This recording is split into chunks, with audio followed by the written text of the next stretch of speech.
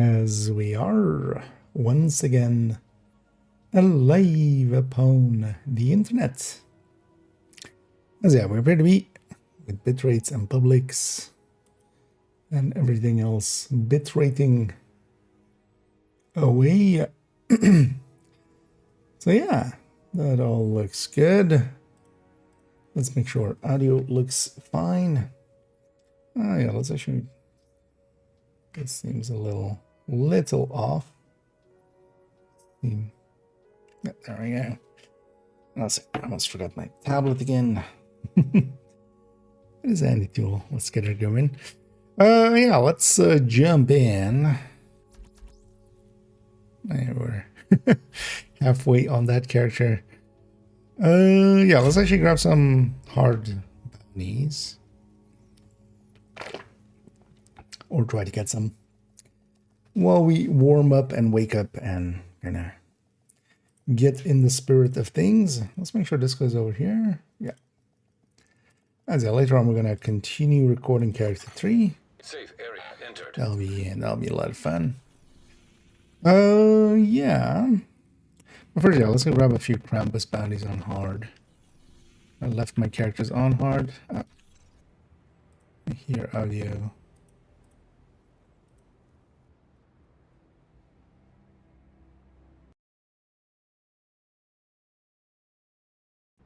That sentence had a continuation, but yeah, I hear audio breaking. But just saying I hear audio. Oh yeah, I have the bug there. Let's log out and log back in.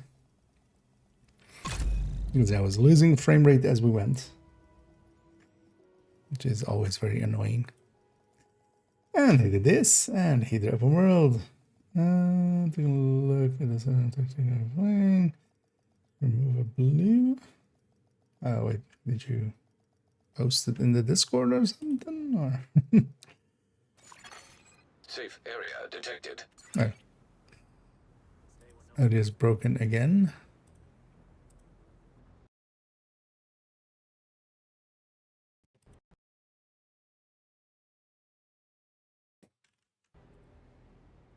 Now then, yeah.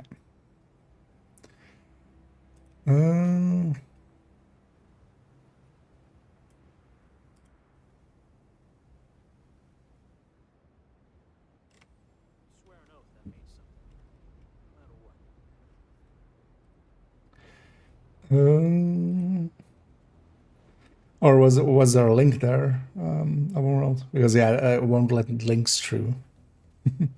That's, yeah, as you can imagine, that opens up way too much opportunities for shenaniganery. So yeah, those are all disabled. But you could post it in the Discord, or you could DM it to me, or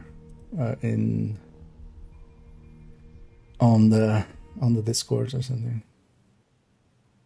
Oh, or yeah. Was your in-game name the exact same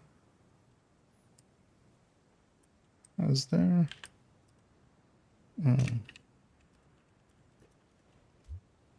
Not the exact same, at least.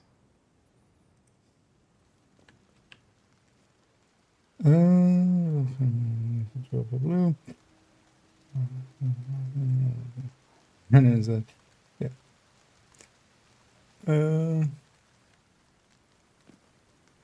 Or is it because of the capitalization sometimes when we,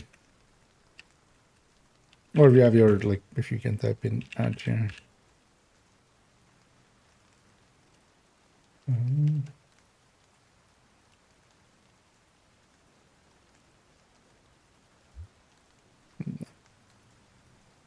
Pretty sure I typed that correctly. Otherwise, yeah, if you have it in your name for me. Oh, okay. So, or actually, I think I have you actually as a friend, don't I? We could have gone for that.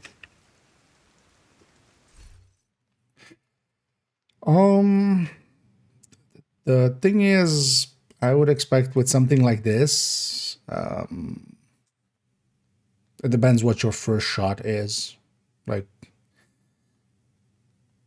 can you actually get this going? Is would be my question instantly, because already pistol attenders don't have the oomph to really do that kind of stuff. The 1886 barely has that. Like that's why there's those rifle tech tanks.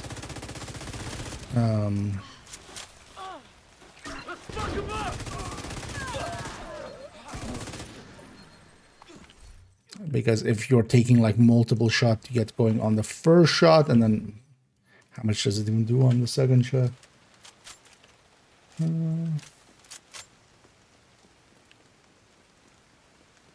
I need Voorhees, I need it, Dennison. How many bandits have I shown this character? Oh, really? Because I can't. Can it even on the second shot go to a purple? Because Chain Killer would be an instant, simple one. Just to get the punch going on the second shot at least. Because I'm gonna guess you need to multi-shot even a red, I'm guessing. That's what I've got.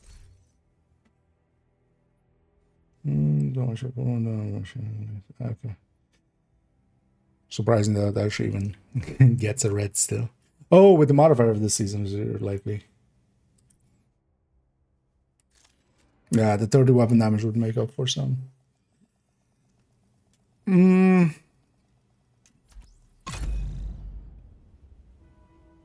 would have to check how much you can gain with the Chain Killer to go to, instead of the Fox, to get maybe the second shot onto Elite.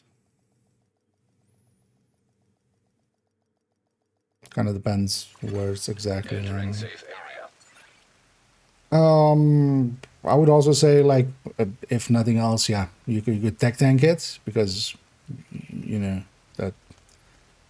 that could already help a little with taking one tier out, and you still have a shield. But even like a 4-tier shield is going to be more than enough. Like, I don't feel you need the 6 tiers that you have, or the 5 tiers that you have there. It was 6 tier, wasn't it? You don't need 6 tiers on the thing to begin with, like if you're just tanking it. And then yeah, you can just have Gunner still for the armor on kill. But honestly, you could likely take a Palisade piece and then take Sharpshooter for... It wouldn't make too much of a difference, would be the same outcome almost.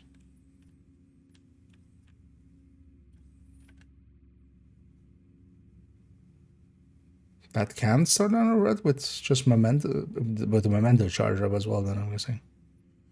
Because the Regulus is quite a bit behind, isn't it, to 1986? Or am I kind of...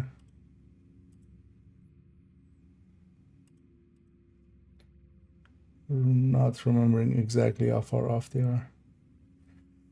Versus...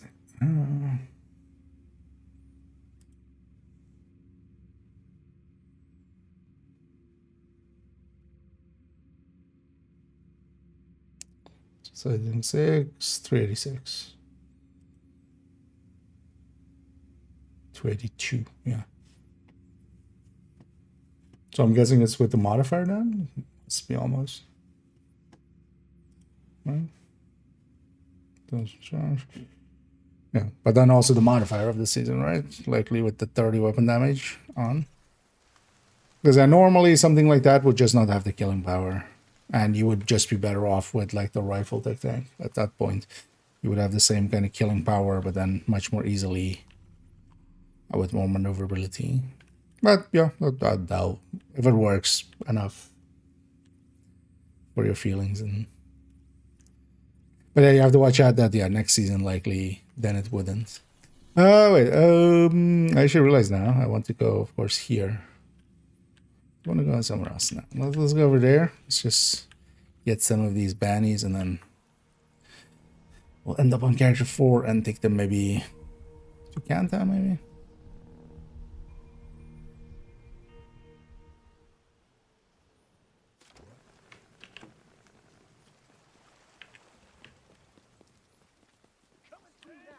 As I do want actually purple. What the hell is this? LMGs. Oh no, not him! Putting bullets downrange. This armor's totally screwed.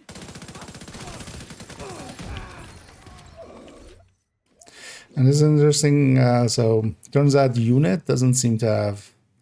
Well, let's go try one last thing. Although, well, nah, this is yeah. If it did, it would have. All right, but unit doesn't have purple pieces, which sucks for me. Because yeah, when you kill the names, you either get a high-end piece or you get nothing. Meaning that yeah, there is no purple version of it because they always drop a target at if they can. And the only other places they don't drop a target at is if you fight them, for instance, on the Roosevelt Bridge. When you're fighting them here, it has the target of Roosevelt, which is nothing. So there they also don't drop any, like, targeted. But that was actually interesting to run into.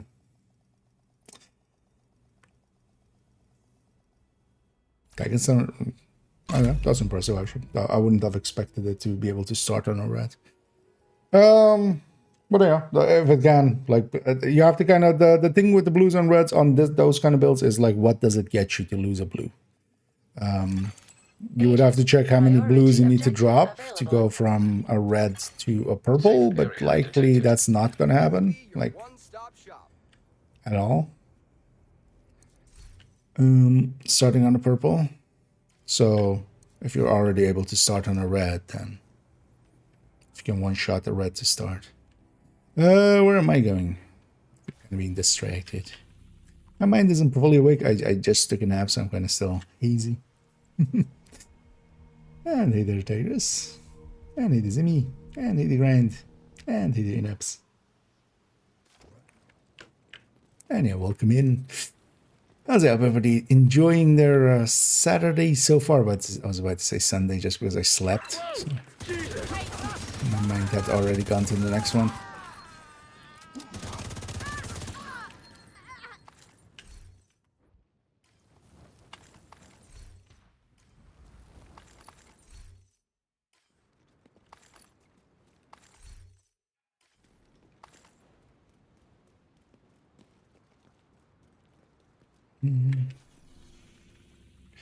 And then just grabbing some of these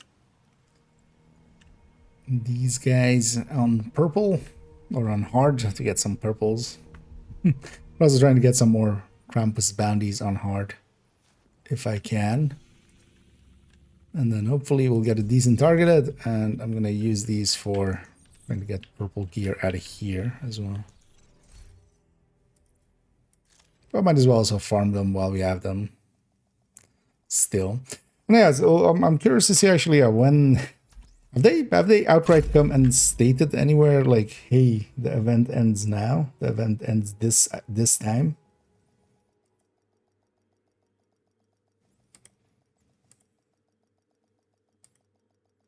Did they have any?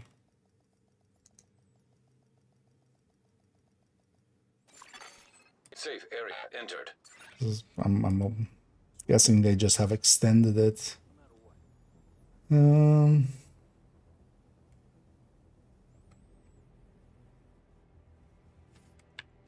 right. See this guy back to hard as well.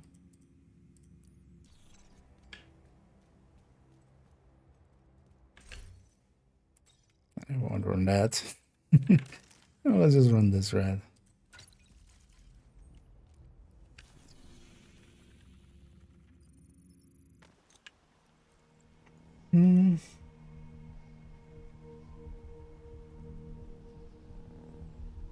No, hard, just farm the keys. So normal would be if you want to get the keys, especially. Yeah, you would just farm it on normal.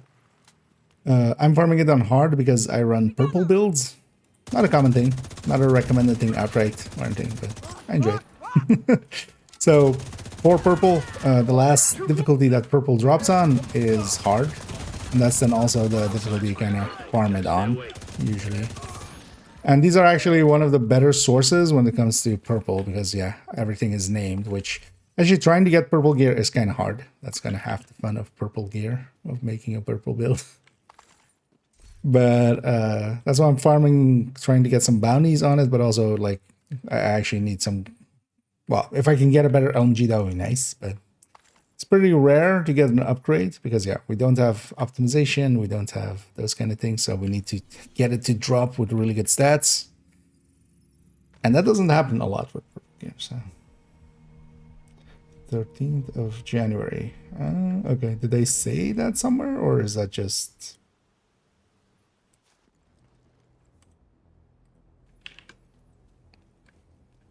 I'm so sorry. something somebody assumed somewhere? Then yeah, let's stay on this character. Maybe bang out a daily or something, unless we have something better to do. Tomac, neither of those is great.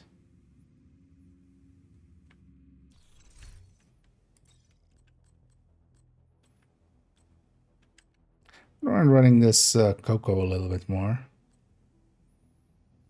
So maybe we take that out for a spin a little bit, and we just take it up against activities or something. No, let's do that. No, we'll take Coco Tick Tank, or Coco Tick Tank, Coco Turtron Hybrid. Yeah, let's go back to Heroic then. Let's take it up against some just activities and stuff. I don't know, I'll go do a mission first to kind of charge it up.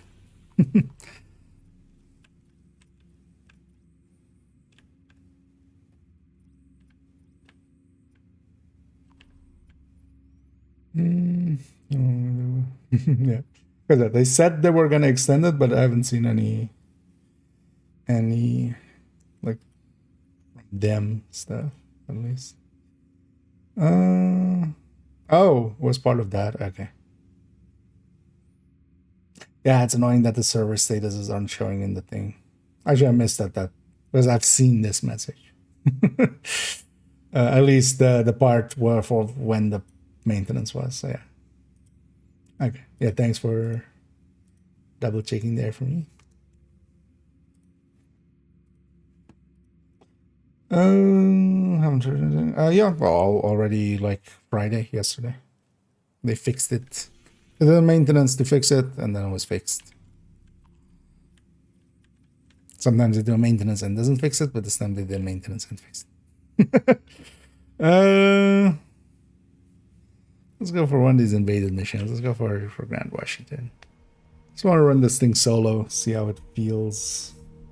Works out stacking wise.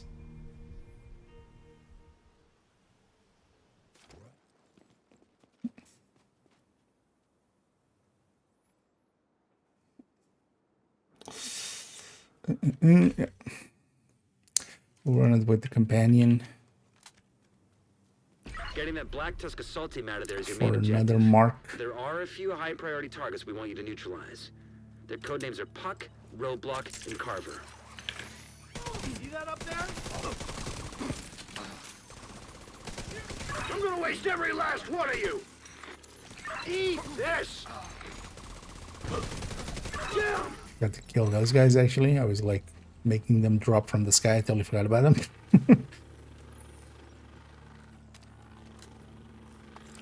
It's like 8 stacks there. You're gonna have to do this room by 8 room. stacks. 8 You have stacks. zero Nah, intel on less. how they're set up on site. Well, now less, definitely.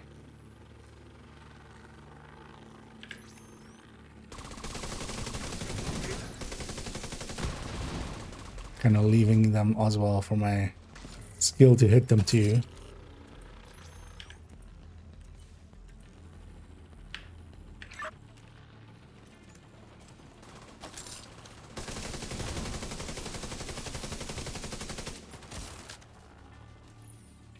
No!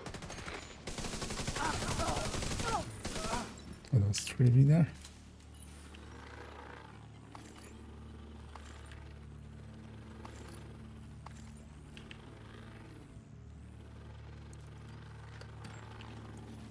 And yeah, we'll run around here a little bit, then we'll go and start, we'll continue recording for Character 3. We already did 8 of their builds. And I kind of like this actually. We'll likely tomorrow do the same for Character 5, or 4, I mean. In the same way, we'll just do a few builds in the afternoon and a few builds in the evening. Letting me have a break in between.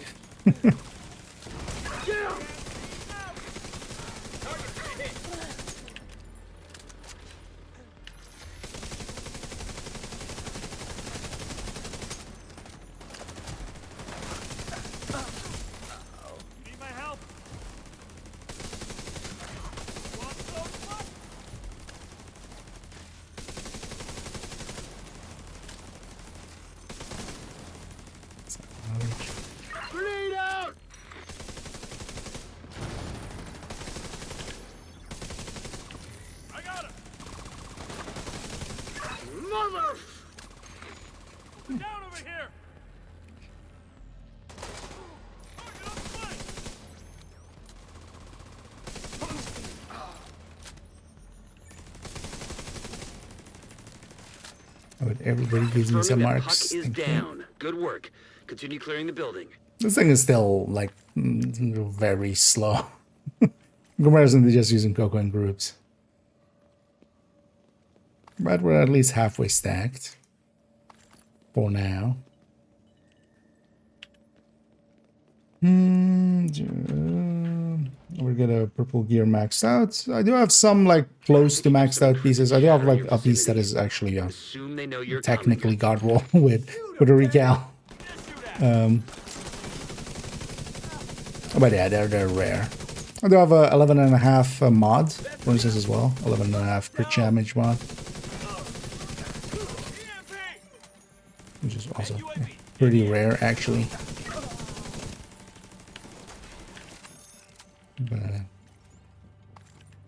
But yeah, the build itself is not very maxed out, honestly, in comparison to, you know, because yeah, you don't have optimization, especially is the thing. So you can't just, you know, get a piece and just optimize it. You get one recalibration, that's it. So. And they are also just rare. I'll go take a look.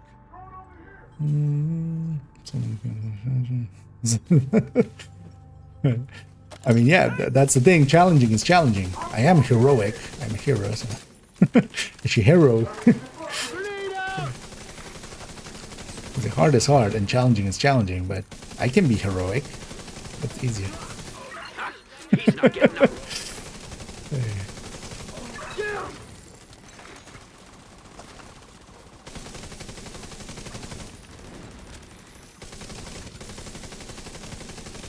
Roadblock has been neutralized. One priority target remaining.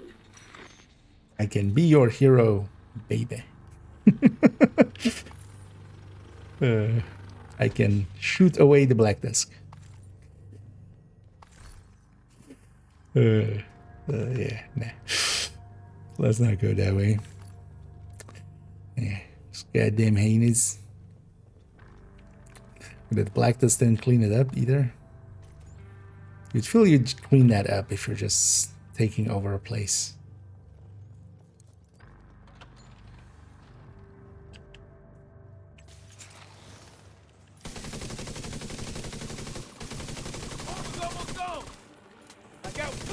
For some reason, just because of the mark on it, my brain just instantly goes like negotiator or OD style, where I'm just trying to mark as many people. It kind of helps in group settings, definitely. Doesn't really help here. You just, you know, kind of get my drone and turret on a target and then shoot them and then hope they get some marks on them too.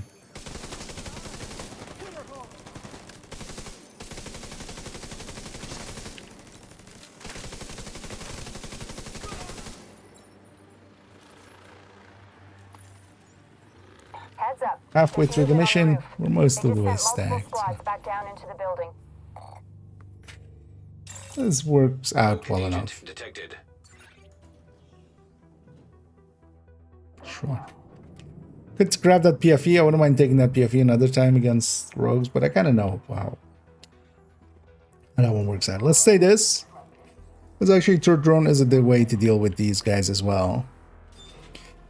Not as good as PFE, but at least it's more overall easier than like just a normal red. The only danger is how they kind of blow out. Because they have to kind of surround me or get skills around me. Hostile striker drone detected. Or if they have that.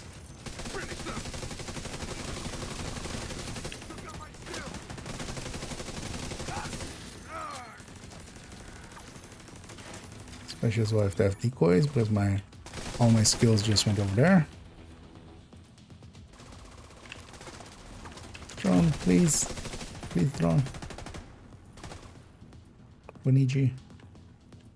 You push him out, I'll finish him off. Don't know what's behind me over there. Oh, decoy. Rogue agent eliminated. Let's get toilet loot. Gonna get some toilet mate. You were completely useless, True Sun Man.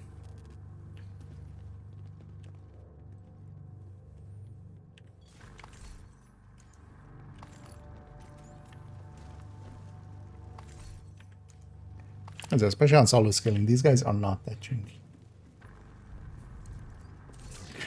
Hey. That might be the first pain of the year. First of many. Oh, yeah.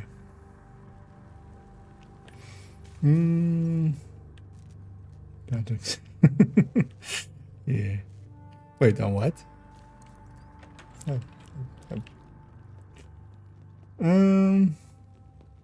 Oh yeah. Just headed down from the roof. Oh yeah, there's a reference to that. I totally forgot about that actually. Although, well, yeah, they were just trying to pull out an insult, and then as if that would be an insult that you could apply in the Division. Like, that's like more showing of like how little they know of, as if it's hard to do heroic. That's why I also liked using it against that other idiot, because they actually cared and they kind of like actually were offended by it. Grenade! Oh, I didn't grab the key. Yeah, I got busy shooting at the people and got to get. See, I am a noob. If I wasn't challenging, I would have gotten the key. See, I should be playing on challenge. Looks like they're Yeah, no, I taking up remember, defensive positions around a Wolf mobile saying command that. post topside. If they've got Although they command weren't, stations, they should they're be in not, front. they're not even aware of me. Luckily for me as well. They were just saying it just to try to throw out an insult, but. And hey there, moving on. And yeah, doing good. Hope you're doing well too. And whoever is enjoying their Saturday so far.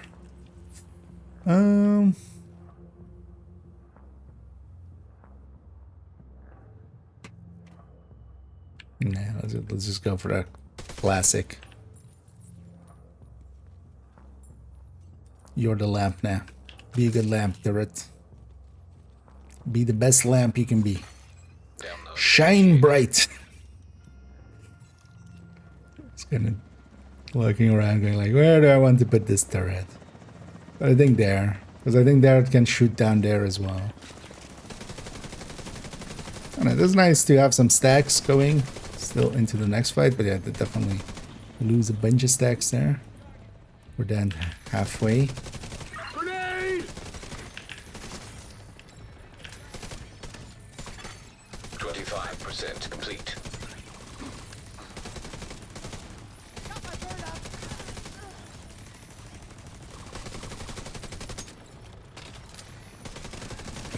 Mother!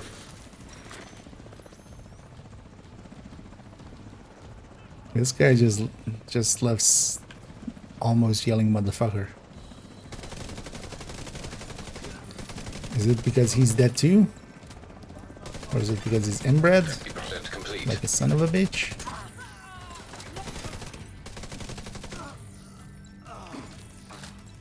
Just leaving him on a sliver there.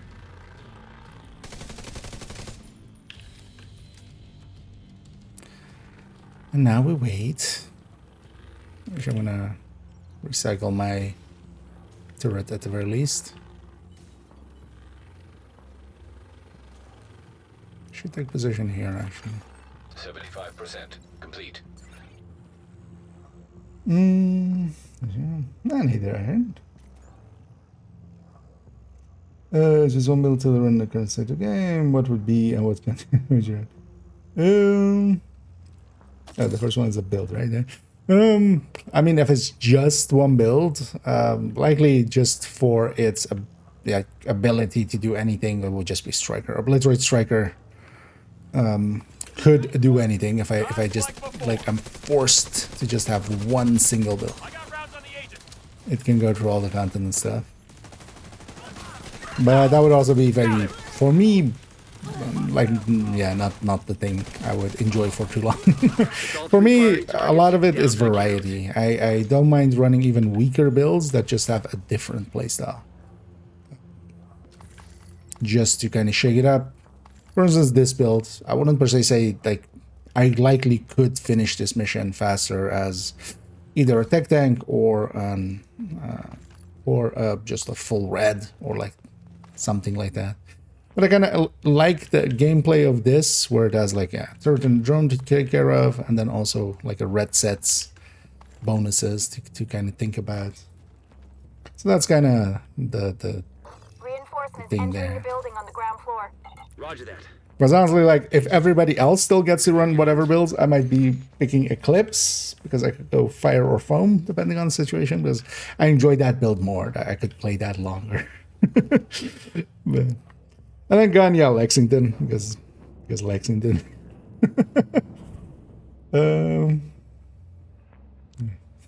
Is a missed one.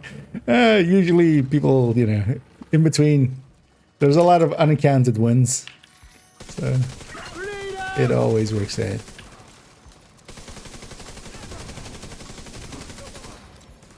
You know, that's the thing with time zones, right? I'm always making someone cringe somewhere. It's always 12 a cringe somewhere. They're in here!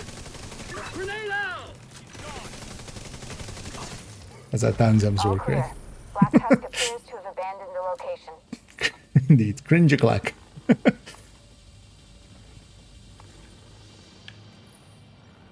Oh, Krampuslav appeared. That's funny, the mission just ends and instantly the lovers. The groups of Eclipse. I like running Eclipse a lot, but that's also kind of a playstyle thing and kind of Looks like Black Tusker in the Viewpoint Museum. I like Let's playing look them up damaging fast. kind of supports. Detected. But again, as well, it would for me get boring after a little bit of just playing Eclipse. Because yeah, there's a lot of good ones. There's, you know, Ongoing Directive. There is Red FI. There is Combat Medics. There's the full healers for where that's needed. What? Who's hitting me?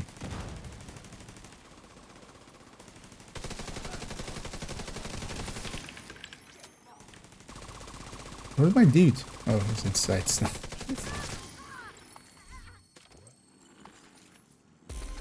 A lot of help you were. Oh. Now you teleport. Because actually, nowadays, I feel Division is doing pretty well in its build diversity. Hostiles guarding location. It's also more than most other games. Division is more about, you know, going wide than going deep. For instance, in a lot of other games, you just, at least for a character or for a class that you're playing, you just try to get like deep and just get like one build kind of set up like perfectly. Division, it's not too hard to get a build maxed out. Like, honestly, especially, you know, someone like me that plays way too much. At the very start of the season, I'll just, you know, slap the gear set together, optimize it all up. Half an hour, we could be maxed out. That's kind of different than other games, which is also something I really do enjoy.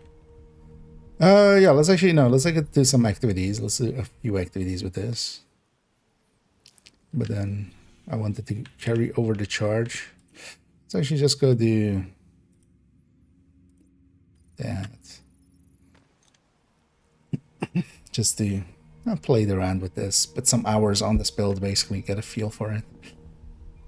Definitely feels a little better than the Striker because of its retention. But also I think the gun is just hitting quite a bit harder than the Striker one. We'll actually look into it when we do the...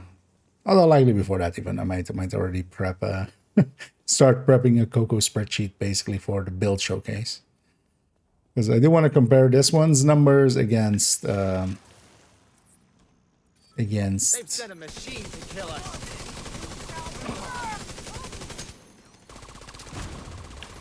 Oh, he spotted my drone.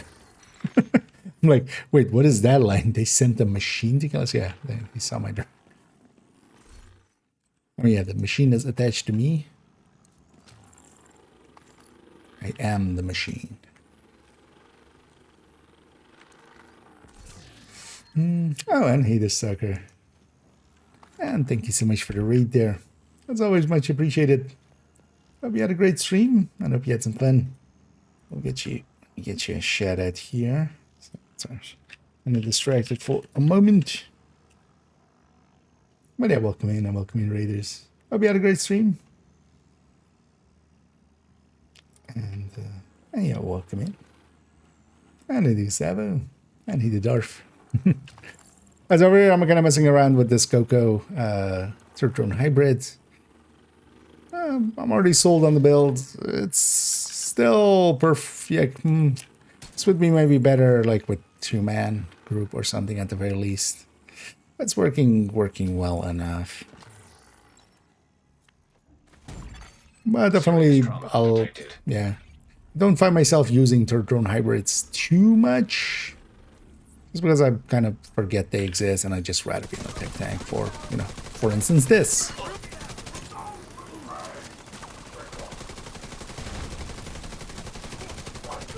Well, I don't mind it for that. Because also, you can just use the Turtle drone as distractions. Incoming hostiles detected.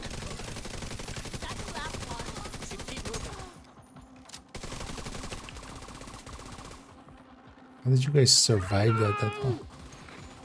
Where are you going?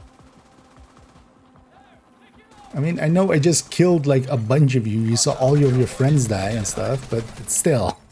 This is a video game and you're supposed to fight. I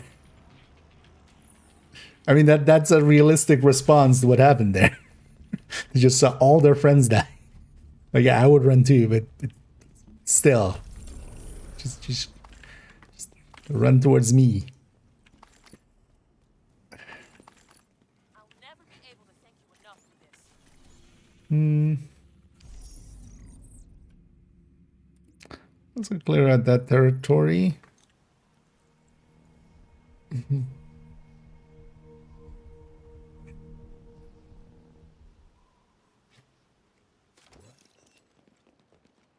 Yes, we can imagine that also. But there's also actual, like, more than a lot of games. Like, I feel there's now, if we kind of look at the collection, like, let's say 20 builds are, well, first of all, like 15 builds or something are variations.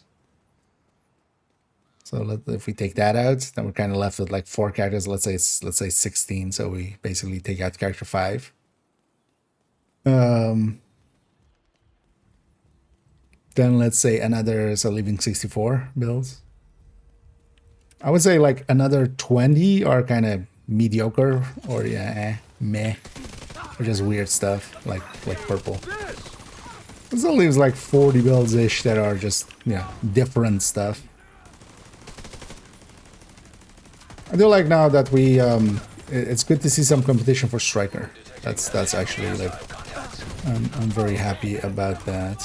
And also competition that isn't just, hey, this is just more damage or just stuff like that. It's actually substantially different. Like Coco is substantially different from striker. Dipping skill somewhat, but not to the same degree, but still. Yeah. Hey, convo you say?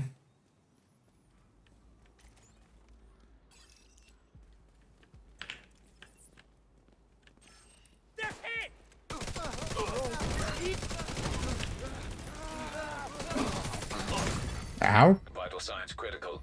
That's yours, wasn't it? Agent incapacitated. US. Not the US. US. Because I was like, wait, what happened to my health gate? Incoming hostiles detected. And what happened to my health kit is that it was friendly. Well, you know, as far as friendly fire goes. This guy has grenades, doesn't he? Where am I going? You have grenades, right? throws frag grenades. Hostile control point detected. Jesus Christ. Next one's in 410. I have a turret and a drone here, and you're the worst.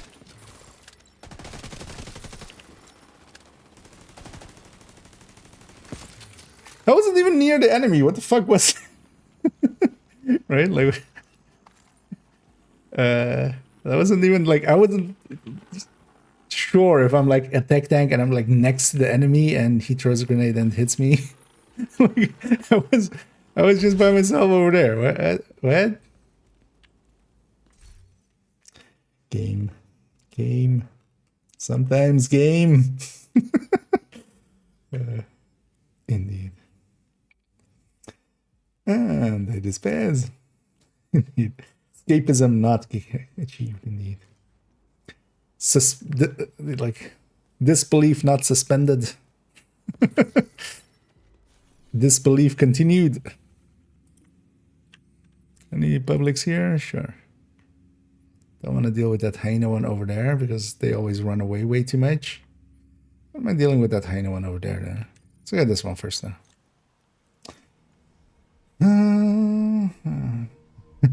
See around you. I mean, he didn't kill me outright, so. But also, yeah, on hardcore, I would just take the whole thing off. The thingies would still be just the commanders are still too much of a damage factor, incoming damage factor. So just not deal with them would be easier. And yeah. Although eventually what will happen is they'll remove their ability to do friendly fire. Like, Eat this! but for now as well, so one of the things, not even for that actually, so even for a different reason, is that I don't take any guys that have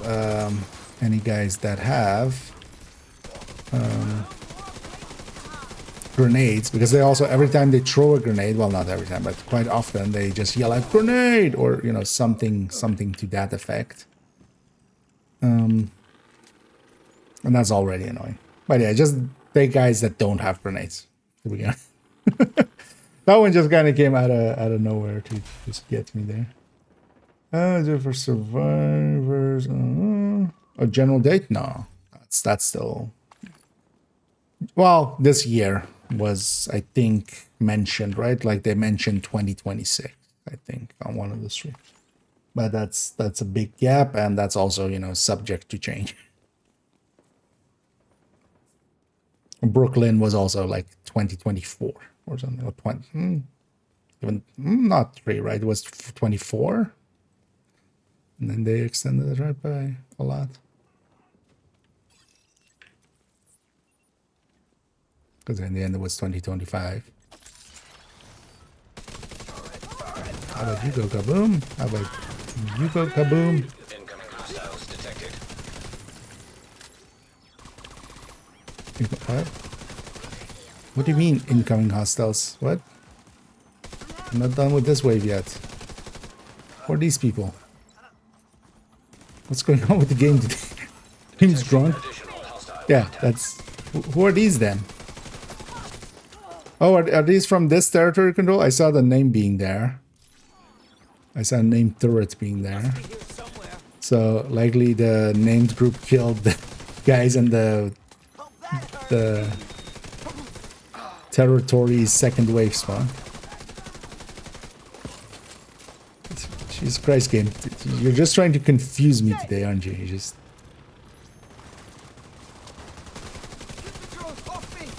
Game's trying to go like, you think you know.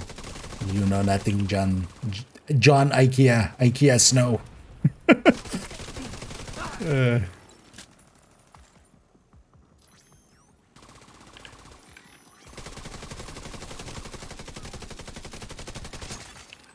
Ski detected. Yeah, okay. Can't believe this shit's happening here. Wait, what? I'm so far away from it though. This isn't gonna work actually, right? Just for my curiosity, I'm gonna take the key and then try to go and see if the crate will open, because Jesus, we're a mile away.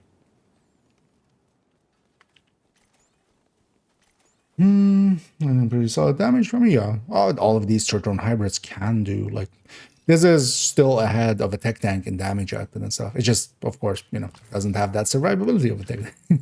But so, at the end of the day, this is like, you know, a glass build when the memento is charged up. Here also with modifier, but that's not feeding too much into here. These do decent damage. The thing is, though, that most of the time I would just rather be on a full red. But there is nothing wrong with these, especially. Like, if you're going a third drone, I would nowadays go this if you really want to. And there's something to be said for the turret and the drone there. Like, with that public, if I was just a glass build, like, yeah, I could toss out a decoy, but that would help for a few seconds. But these turrets and drones actually, like, do a little bit. Surprising that that box was openable, actually, because I was so far away. Yeah, let's go get this one too. And then maybe go get set up for recording some of the other parts. So Conk, no, this is a turret hybrid, so Conk or Coco. Actually, I hadn't seen it as Conk. That also works. Yeah, concentrated, just CUNC. Yeah, we've taken to call them Cocos. Also, somebody commented, and I totally forgot about that. We should totally include that for some of the other ones. Just going Coco for Cocoa Puffs. That also works with that.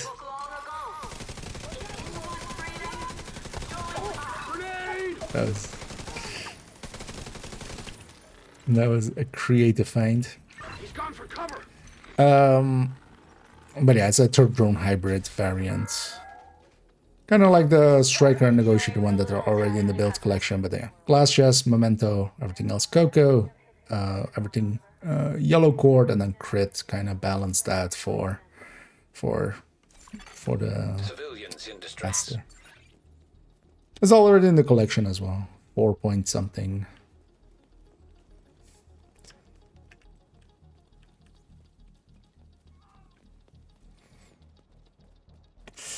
I need to see even good. Yeah, I mean, there's a reason. It's one of the go-tos. The second you have a few yellow cores, this becomes the goal or the tool of choice.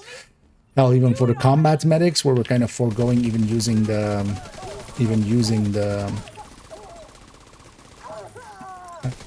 skill damage side of it. There's just the best choice because from the yellow cores it gets a lot. And then it has really good mods. And then PDR is actually a decent enough AR. But yeah, here, because it has the equivalent of like 5 mods, effectively. Because yeah, that's 10 crit chance and then 30 crit damage. So,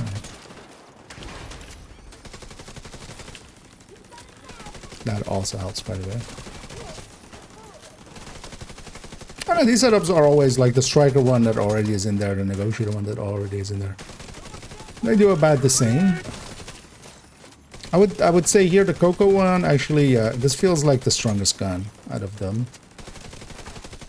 And I think that's true as well, just because of the bonuses we get here.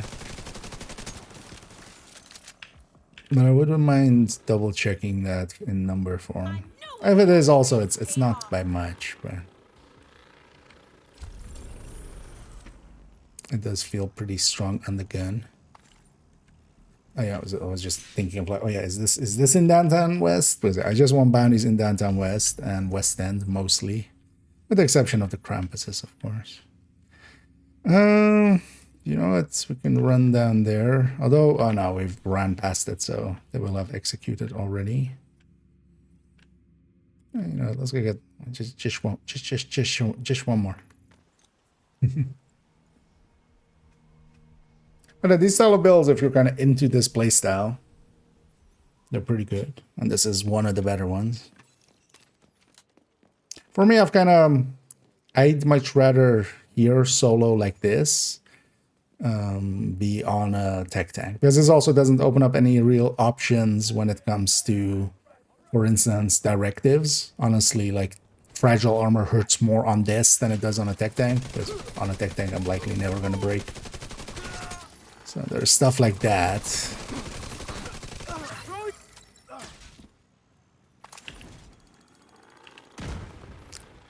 these are styles of build. There's a reason there are so many third row hybrids in the collection. They're actually pretty good. We just kind of forget about them. They get kind of classed out by other stuff sometimes.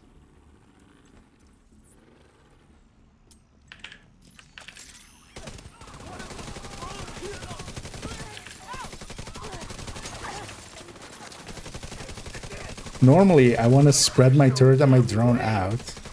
Well, actually, I don't need to as well here. But here, I'm trying to target them constantly onto the target that I'm shooting, which is kind of overkill because I'm at max stack still. Don't see anymore. Shouldn't have messed with us.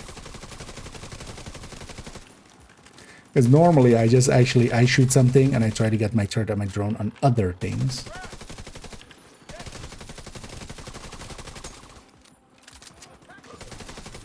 Just so we're shooting multiple things. And just, you know. Yes. I guess I owe my life to the division now. Thank you, Agent. Wait, are you submitting to slavery? That's what kind of sounded like. Thank you, Agent. I mean, we don't take slaves. I mean, not yet. Although, well, is Keener our slave? Or is Keener our prisoner? I feel Keener is our slave, right? Downstairs. How's this for you? This. You were a lot of help there. Yeah, let's take it back to base. I'm guessing, yeah, that's the backstab. Yeah. Actually, wait, I'm kind of curious, actually. Where's there? I'm on the right tab. That shows up.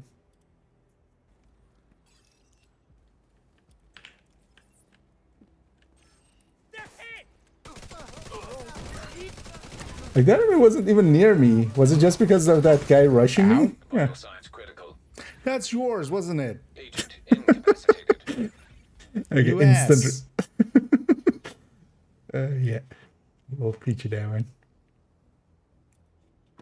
I just wanted to see actually, yeah, what caused it, but it must have been because of that guy rolling towards me. That likely, like the path or the calculation of it was just directly to me when he threw that grenade. Yeah. Glad to see you. Let me get you here. Perfect entrench build right now. That's gonna make it pretty weak. Though. One shot has. I mean, yeah, that's going to be the issue. Perfect entrench, for instance, as a healing tool is kind of not too great. Because chest talents, backpack talents are really powerful. Thanks for your business. But for instance, yeah, taking Palisades plus a gunner, and so you have armor on kill. You would still need to kill, where in trench you just need headshots, but Looking for something? yeah, that can kind of be like a much more efficient way, because yeah, if you can keep your chest talent, that can give you more damage than, for instance, yeah, the brand bonus plus the weapon talent. So that might be an option, for instance, to try. Oh, yeah, that was indeed a good clip. Work that.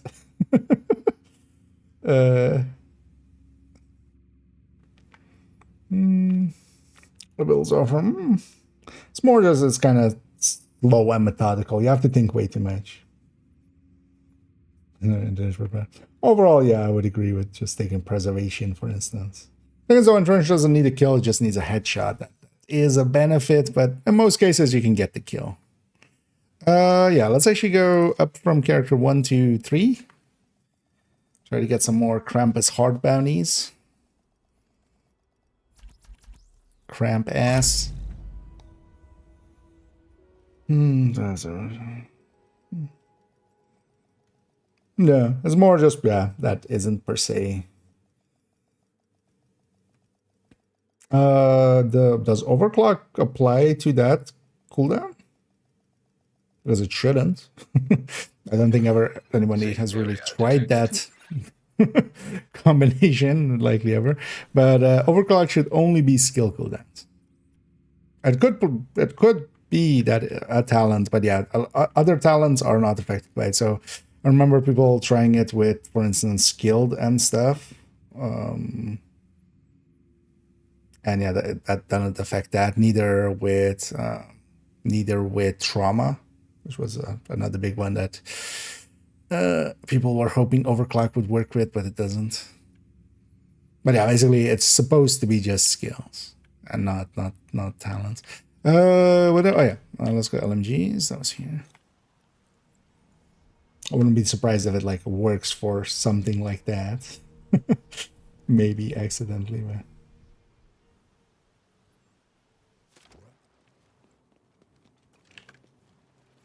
I need a jack. Let's make sure I saw them. Missed anything.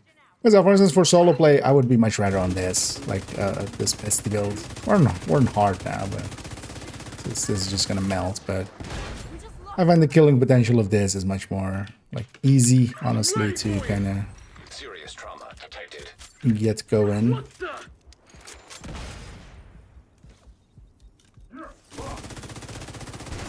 Yeah, these guys are always the most annoying.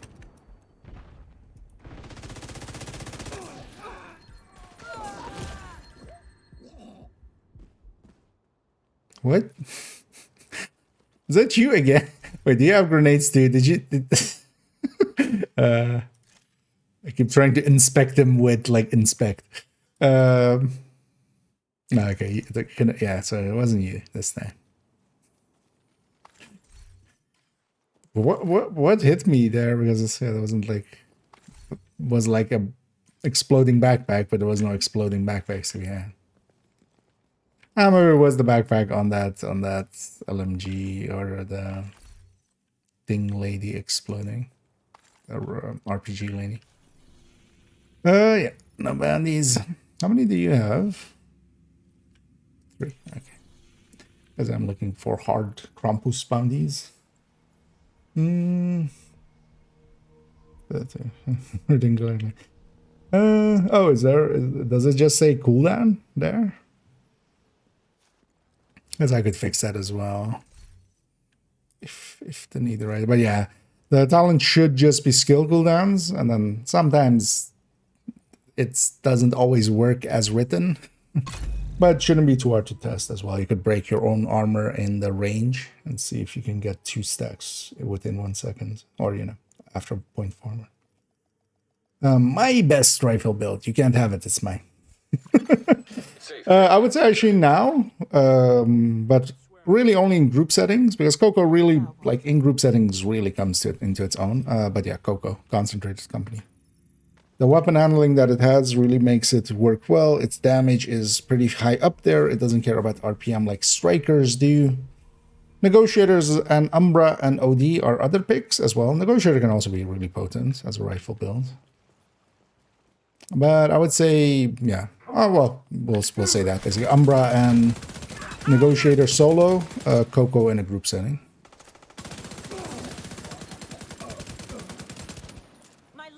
And a Breaking Point and Aces and such are all a little bit too weak.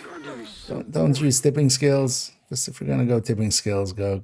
Just go with an LMG. I think it's also like ARs, SMGs, LMGs are in a much healthier place than rifles currently are. They're not bad. You can do any content with them, but you can also do any content. Although not any content, but you can do most content heroic, especially with a purple build. That doesn't make purple a real choice, except when you want.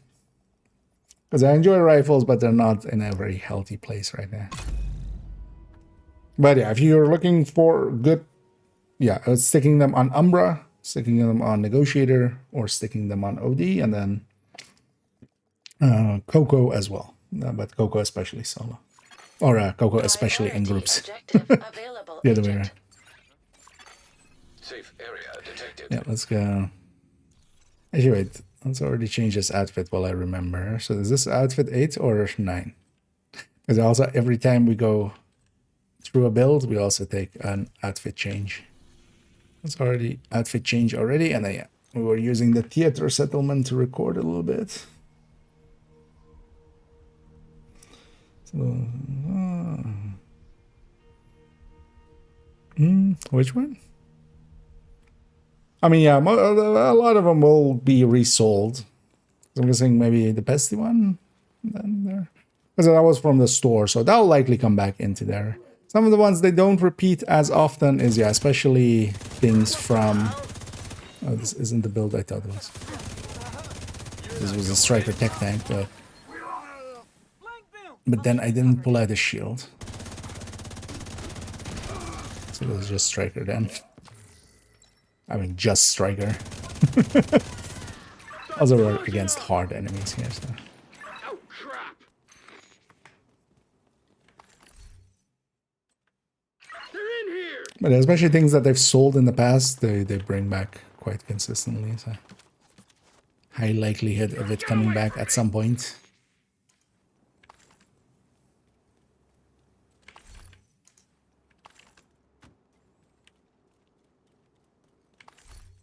Two keys from one of those. Yeah, let's take it back to theater and go to the shared space where we're recording. Oh no, let's get back to recording some of the character trees, build collection run through, as I've taken to calling them. And we're all the way up to build a 9. Oh, it's pistol headhunters. Pistol headhunter.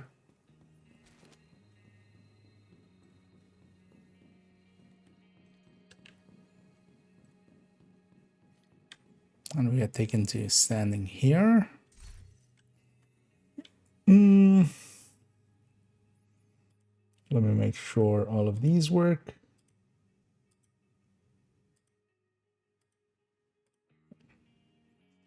Okay, let me catch up on chat, and then I'm gonna record a little bit.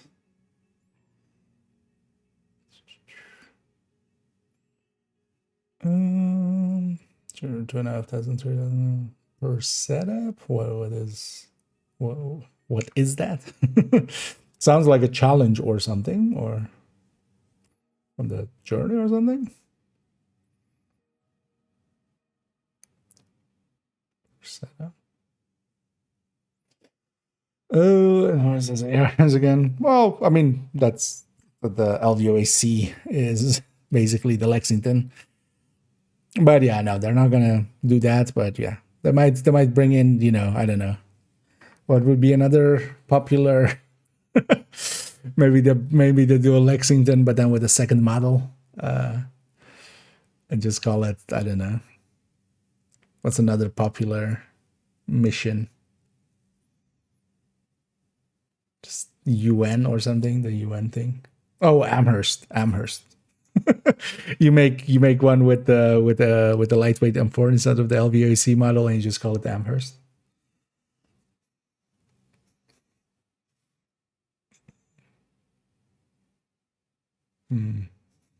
Yeah, would be nice if at some point they made it so the mods, because honestly, you know, nowadays as well, they've already allowed it on gear and stuff. But yeah, if the visual and the stat were separated from each other, that would be nice indeed.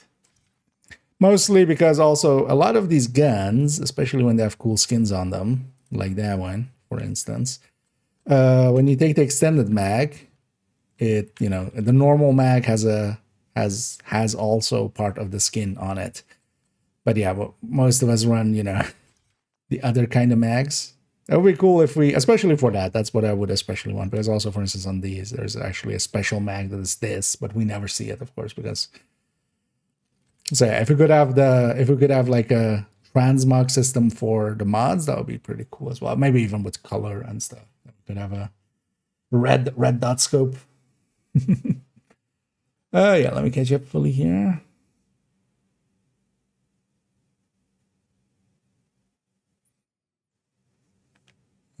Active cooldown, so active. Yeah, let's see. I'll have a look. Actually, I can edit in that. But the thing is, likely it's copying exactly the text as is in game, which is usually what that is based off. And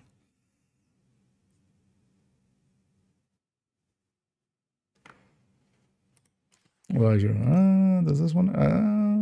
No, this one doesn't have one, right? But at least now you know. So.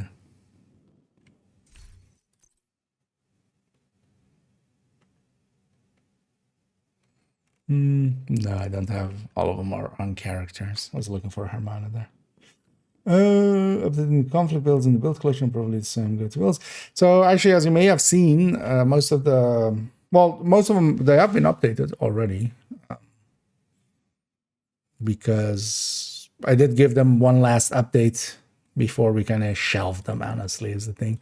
Because I moved them down to be S builds, so they're now here in the main body of the collection.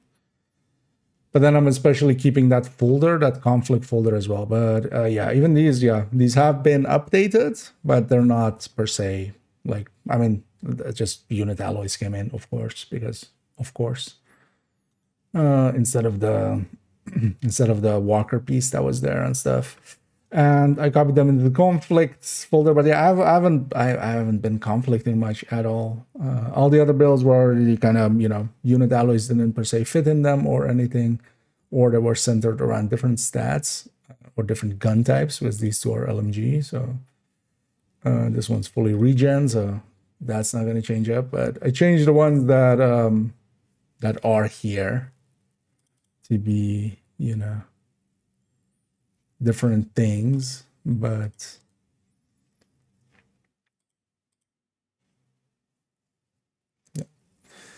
yeah, so now they've been moved to the conflict folder, which is basically the same as the builds here. But yeah, these are then, because I'm keeping them in my stash, I am keeping them around, so they haven't been X'd, they haven't been turned into X builds. Nothing's deleted yet of them, but I'm keeping them from now on in my stash because I just haven't been conflicting much or PvPing much, right?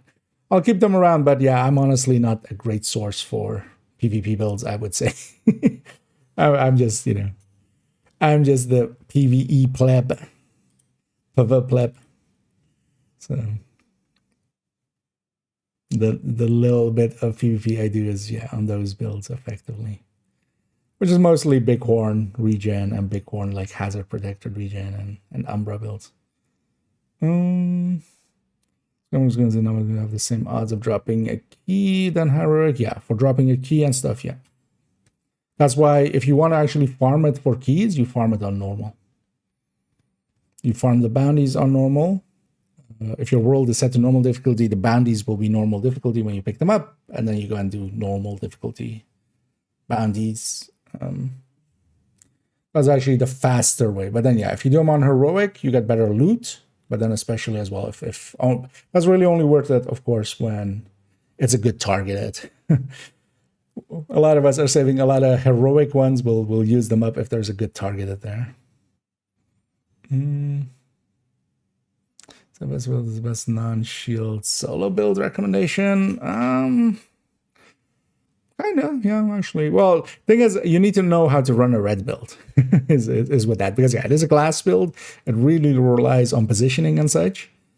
But that Pesty build, I really enjoy, especially for non-shield, yeah. Otherwise, it's likely the third drone hybrids that I was kind of running earlier in the stream.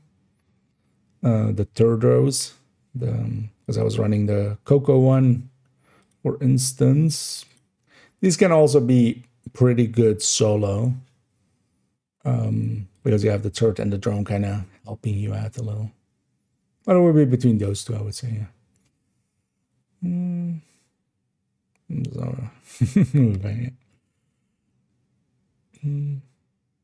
That's funny. Yeah, it could have also been an invisible grenade. We don't see those that often in outside of legendary, but yeah, it could have been indeed.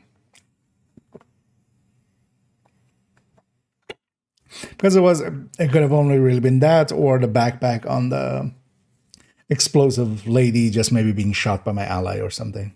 So still maybe his fault. Hey, welcome, Z. Eagle build within your Google Drive. There are many builds on which an Eagle Bearer could go, but none of them is specifically an Eagle Bearer build. Thing is, the Eagle Bearer, same is true for the Ouroboros.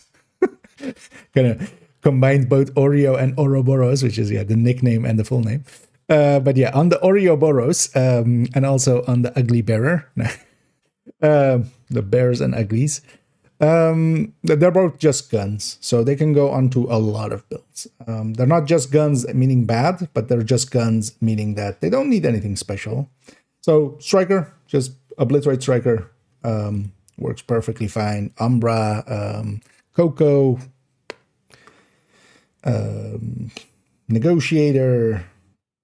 You wouldn't want to stick it on OD, you want Sadist there.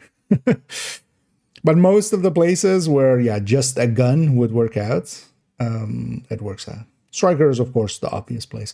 For Oreo as well, Hunter's Fury. Hunter's Fury is a pretty good spot for it. But yeah, just sticking it on a Striker instead of a Lexington, for instance, the Obliterate Overdogs one. Instead of Lexington, you just take an Eagle and you bear it. But it doesn't need any really dedicated build. Another thing you're trying to do is kind of... What you do want is a high damage build so you can get kills, so you can do its mechanic. You just try to get that headshot kill in, you'll be kind of, you're reducing the damage and such, and then you go from there. Oh yeah, there's multiples. It's most of the .02s, and there's different versions in there. They're with different exotics, effectively. So, also on the recommended list, they're pretty high up there. But basically, all of the .02s are Striker builds. But then, with Coyote, with Overdogs, and then with Tinkerer. You can't do the Tinkerer one because it's exotic for the Eagle Bearer. But Overdogs or Coyote, really good picks. But also they're a basic build that you kind of lay up in multiple ways. Like you basically make the one build and you can always play around with it. Actually the clip. Oh, it doesn't show those clips on there. Actually, you know what? Oh yeah. Nah, that's landed. Always the most annoying. No, he wasn't firing. Oh, the server thought he was fired. He just fired one. He didn't have an icon or anything, but yeah. He didn't have an icon or anything, but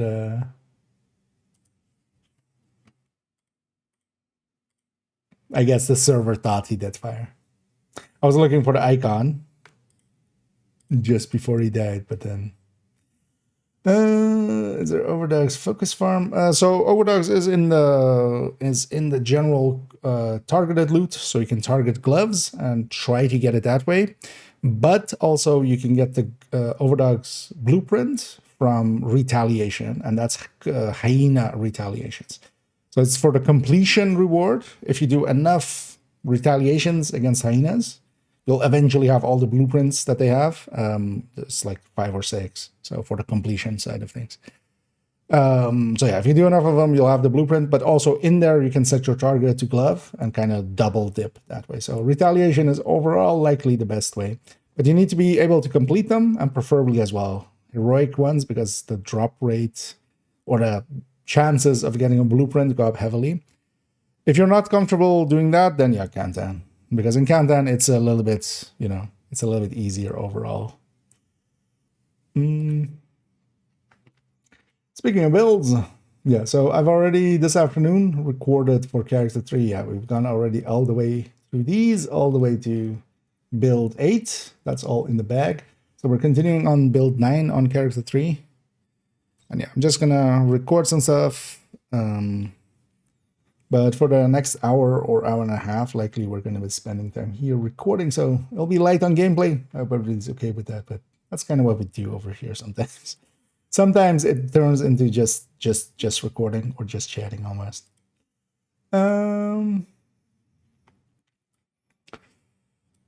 Let me make sure the folder is all good and ready. was a good boy as well, and already made the description files and everything for the other 2 videos we're going to make after as well. Well, not today, but the character 4 and 5 ones, already all the links to all of the builds. Those are always annoying. You just get all of the links. Yeah.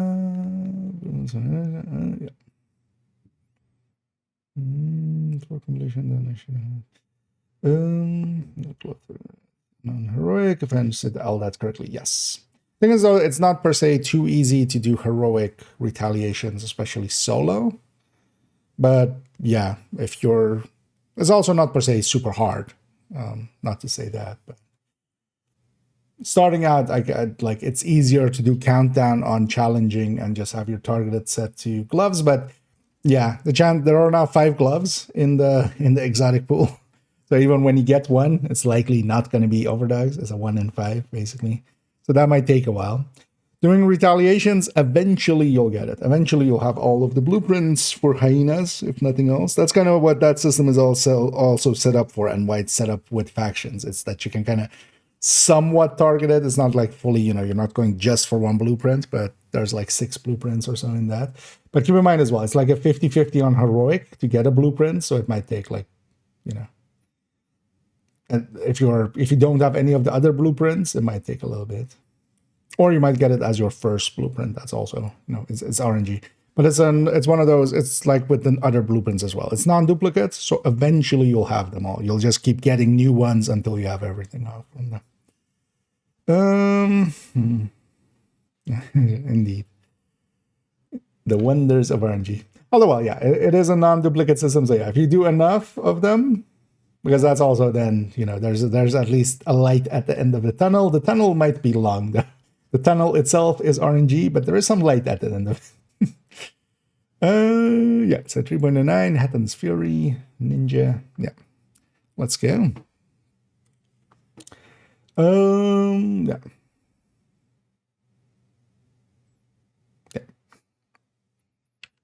As we come to 3.09, this is Hunter's Fury with Headhunter, which we usually abbreviate to Headhunter's Fury, combining the Hunter into both of them effectively.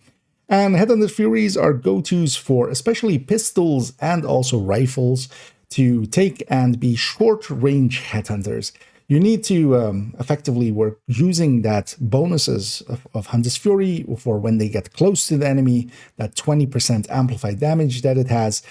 We're taking that and we're trying to apply it not so much to the weapons it is bonused with a shotgun and, for instance, the SMG. We do have a shotgun here, but honestly, the main tools of this build for its headhunting part is going to be the Harvest or Regulus, and then together with that an 1886 as we have here. Sometimes we can take shotguns as well, and they work very well here. Now, there is, of course, already the piece there that most people that know the build collection or know me might go like, wait, why is there a ninja bike there? The reason is there are some places where the ninja bike is okay enough. This is not, I would say, the best Headhunter's Fury. That distinction, to me, would definitely go to just the pure-blooded one with DNH and Chainkiller, a DNH backpack with Vigilance, a Chainkiller, as we saw already on Character 1 with just 4 pieces of Hunter's Fury, or taking the Memento with it. But this as a different variant that can do a little bit different things as well is actually a nice enough one to have. Unlike the Memento one, we can take this to, for instance, safe houses and such without losing all of the stacks that the Memento would have. And especially, of course, if we're using this to, for instance, go and do activities and such, that can be nice. That opens up a lot more positions that we can go. Then damage-wise, it actually keeps up with, for instance, a Memento variant of the Headhunter's Fury. It doesn't exceed it because, yeah, especially when that Memento one is charged up, of course, as well, alongside of it, we're even getting things like, for instance, having that regen of the Memento. But especially because we have 2-piece Imminence Armaments available that can become a 3-piece Imminence Armaments, that gives us 60% pistol, that really does open up, for instance, here to make this choice. This is then again as well, one of 2 Ninja Bike builds in the build collection, and both are Headhunters. And yeah, there is a good reason for that as well. Because yeah, with Headhunting, we can just take 1 stat. We don't need crit chance, crit damage. And then as well, giving up Vigilance hurts, but it isn't the end of the world, especially because we can make use, for instance, of the blue and that yellow here as well. Even I can see that I have Technician there giving us a 3-tier shield, and we're making use at least of those tiers effectively. If we take it into the game, we see that it is saved as shown there. And here, though, I am actually not with an 1886 here, but that doesn't per se make it too big of a difference, as we either often have one available on the character, which I don't have here. I think I moved it to a different build for the time being, and actually I'm farming up for one again. But also White Death can work out well enough. This weapon is basically not my main choice. I'm mostly going with the pistol on this one, especially, of course, because we're feeding so much into it with those 2 pieces of Imminence armaments becoming 3 pieces. Then, of course, on this character, I do also have a Regulus, I have the Harvest, and I can swap as need be. Each kind of fits a different position, especially, of course, Determined makes it so easy and we can just burn through things. But the Regulus has its own room clearing or spawn clearing capabilities that nothing matches up with.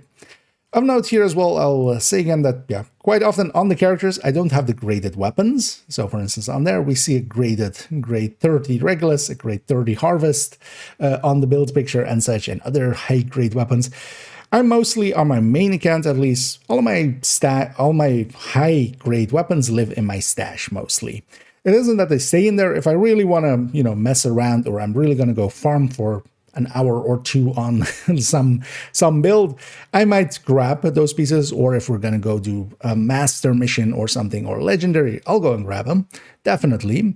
But because I have 4 characters and I use all 4 characters actually, I don't have the resources to make, 4 Reguluses, grade 30 and such. Overall though, this is a decent setup for Headhunter's Fury. Again, I would not say it's the top pick, but as we've seen already with the build collection, I'm perfectly fine with having basically the second pick there as well, if it has something unique to it. And the unique thing about this one is, we can go to safe houses and control points, where the Memento one, we would give up all of our stacks. Because of that, as well, we can die more easily with, for instance, resetting sometimes. With some things, it is actually handy to have that as an option to basically be able to kind of end yourself and then respawn somewhere close as a faster way of getting out of some fights and such. And with the Memento, of course, that would come at the cost of our backpack or the backpacks or the charges we have on that backpack. But here we don't have that issue. Overall, this is made possible mostly by Imminence armaments existing. Before this wasn't really an option. If we go back to the build picture, we see that it is 2 pieces of red Imminence armament, so we're just keeping it mostly red.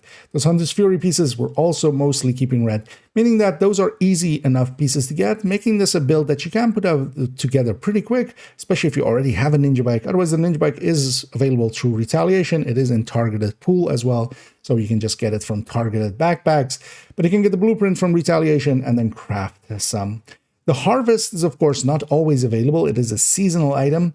The Regulus is, normally from Iron Horse, but for instance, if you are willing to play around these times, it is very much available through the Krampus event.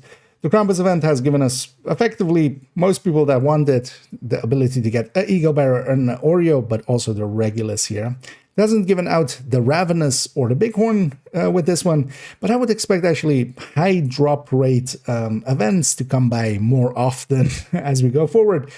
And I feel that devs have kind of given up on keeping these exclusive, devaluing them a little, but making them available to everybody. To me, honestly, I'm perfectly on board for that, because the Regulus opens up a lot of doors, and having that option to a lot more people, honestly, I'm all in favor of it. Specialization-wise, we can go several options. We have Firewall here just for the tier, an extra tier on that shield, and we can actually make that shield pretty chunky. Because of that, we can just hide behind it and either headhunt with the Regulus or just get more easy determined shots out. Otherwise, you can take Firewall, especially for that shield that it has, the Striker Shield, which is a damage-dealing shield that we can equip from Firewall. It isn't the Striker set. And otherwise, of course, Sharpshooter just for the handling bonuses that it has. And of course, as well, the drone that it has, the spotting drone, is really strong. Overall, this is not the hardest one of the headhunters to get together. So especially if you already have a ninja bike lying around, this is one to consider. It can start, yeah, definitely on a red, and then the second shot can already be an elite, for instance, and that's more than enough firepower than we need. It doesn't per se open up any new ways of playing the Headhunter's Fury, but the advantages that it has over, for instance, the Momentum one in going everywhere, that does make a difference. There we go. A little, yeah, kind of lost it in the middle a few times, but it's fine. 756, I'm fine with that. Thunder, which we pieces of red. Make sure audio is fine. Just keeping it mostly red. Those Hunter's Fury pieces were also mostly keeping red, meaning that those are easy enough. Yeah. And so that's what we're doing to most of the builds here. I'm basically explaining what they're for, why we use them, how often we use them, and then also how hard it is to get together, because that's kind of unclear to a lot of people anyways. In the middle as well, I'll be jumping and catching up some of the chats. If you have questions and stuff, feel free. I'll catch them in between segments. And yeah, for each of these as well, I'm doing a different outfit.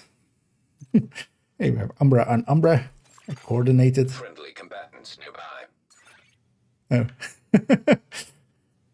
we have a lust puppy over there.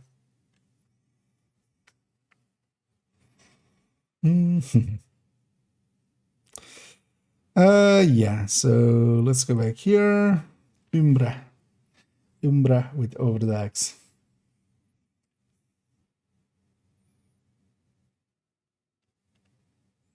Yeah.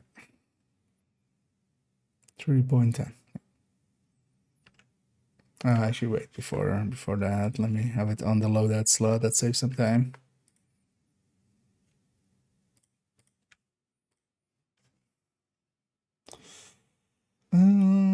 Actually, I saw something above up there. Let's answer that before I go into here. Do you recommend more the killer or the flatline one? Yes. Overall, for general play, it kind of depends. The killer one has a little bit more damage and such, but it needs those skills. I would say the flatline one for just general play until you get used to it. If you are but then yeah, you likely, if you are already experienced with the tech tanks, moving to the killer one, you kind of have to sometimes choose to, for instance, get a quick kill on something to get killer going and stuff.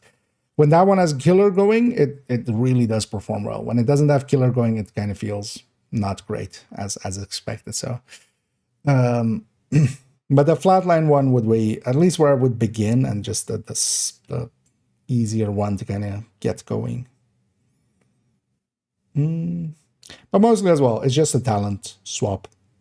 It's basically just the weapons talent swap, because either salvo or that Cheska piece, both are actually really close to each other. So you can put either of those in, but the Cheska piece is a little bit better with flatline, and then the salvo piece is a little bit better with killer, but you could also like just make the salvo one, for instance, try killer. If you don't like it, you go flatline. And then maybe eventually you get a Cheska piece for the same slot. Let me catch up here. No worries. And hey, the Rab. Thank you so much for for your kind donation there. Yeah, I'm recording for the upcoming. Well, we've already done a few of those character run-throughs, character build collection. Run through of characters. This is character 3's turn. So yeah, we already did a little bit in the afternoon. We're doing some more now. As I'm kind of just recording as we go through. So we reached already 3.10, so we're over halfway there. We're living on a prayer. Take my builds, and you still might die, I swear. Yeah.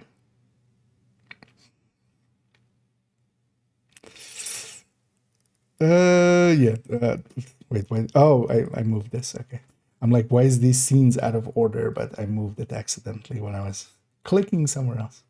But yeah, thanks again there, Rob, for the kindness, and yeah, Actually, you know what? You're not wrong. Caffeine fund, well, will will pop one actually as I could use a little bit more mental clarity.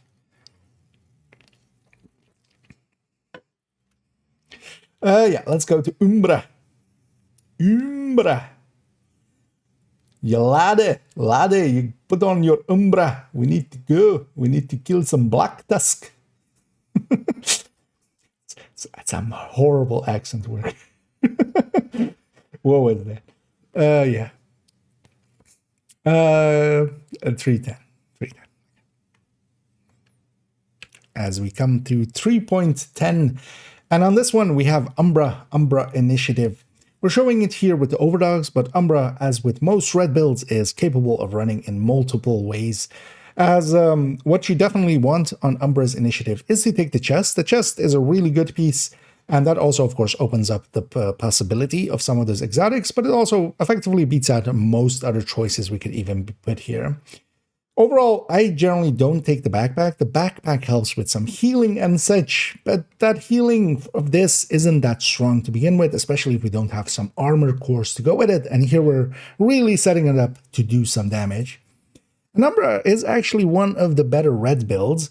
It is very competitive. It definitely is, for instance, ahead of things like Aces and 8 and Breaking Point, and even, for instance, Ongoing Directive.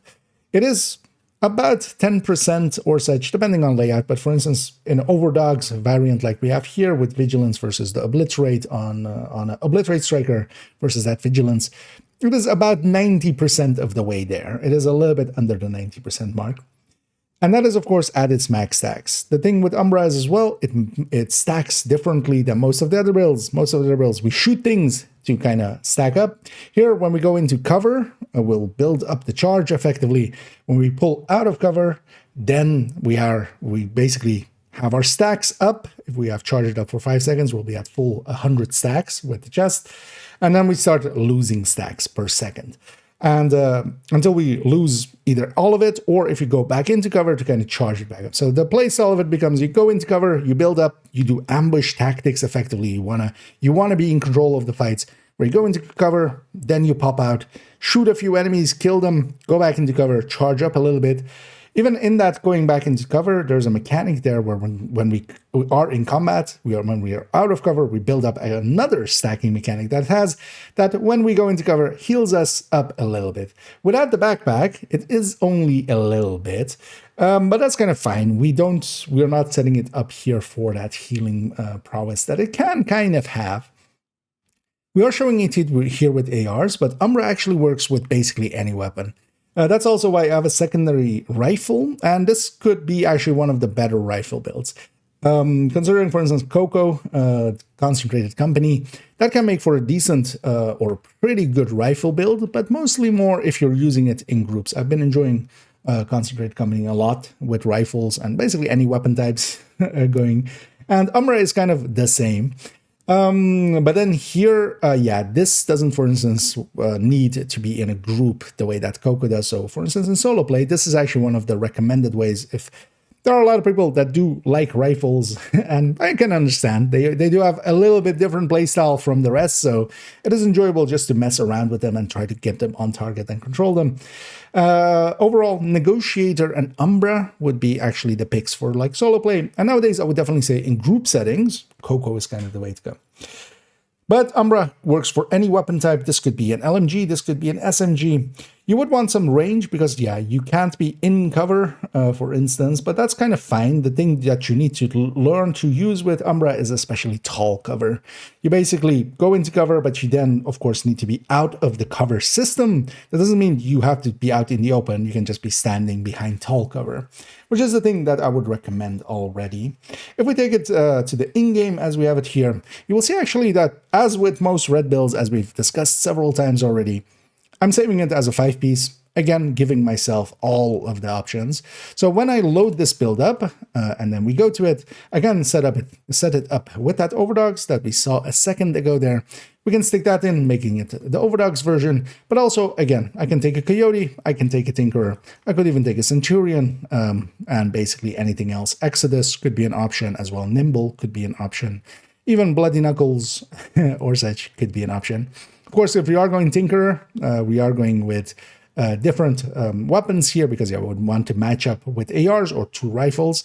Here as well, the reason that it's also saved with that FAMAS instead of the Lexington, that Lexington is of course already saved with a different build, or several different builds that I have already. Because of that, I'm saving in FAMAS here, just so I have this weapon both for Tinkerer here or Tinkerer other places.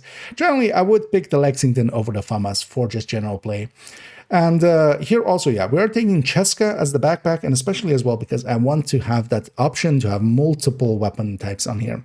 Nowadays, with grade 30 as well, for instance, taking Fenris here would be a tiny benefit. Unit alloys, actually, to point that out, doesn't work well here. The rate of fire bonus of there, this feeds into rate of fire and crit damage as a gear set. That is where its damage bonuses come from.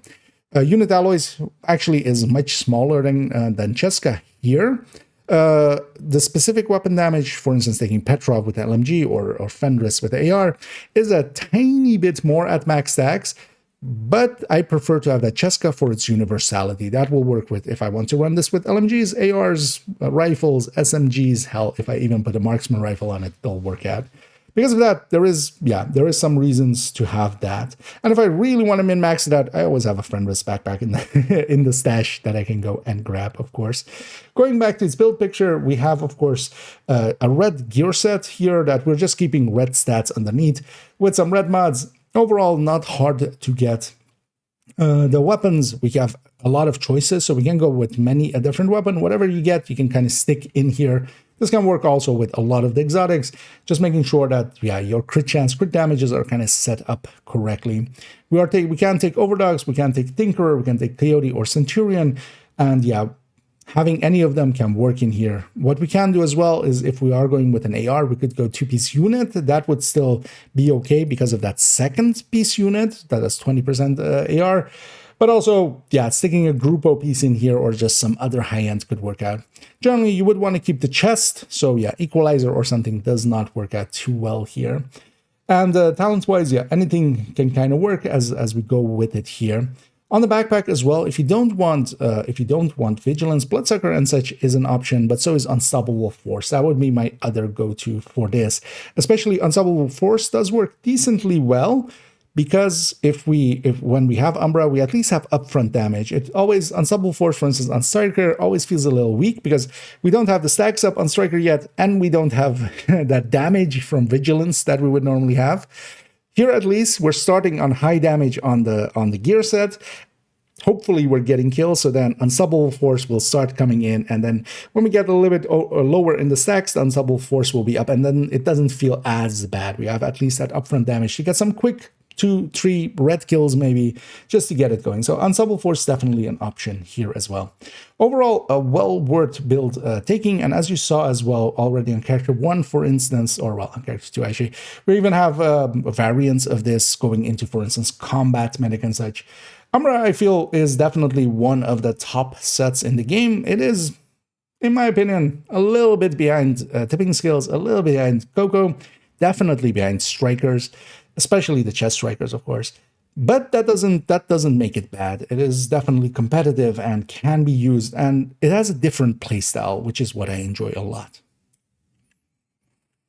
Yeah, a lot of talking. 805. And then with most of these, I'm kind of aiming for 7 minutes, but most of them are ending 8 minutes. It is what it is. It is what it is. Diamondback,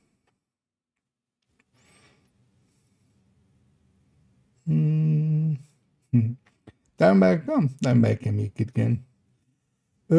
Quite any. Yeah, I mean, in most cases, of course, like nowadays, like any build, especially with Tinkerer Overdogs, I basically want to have most of the builds that can do it, just have set up, because even like this, this one saved with 4 pieces, Imminence Armaments. But again, yeah, Tinkerer Overdogs or Coyote. That's most of the 3 that I use. But here as well, another. Because for instance, yeah, with Hunter's Fury it doesn't make sense because yeah, I would never not use the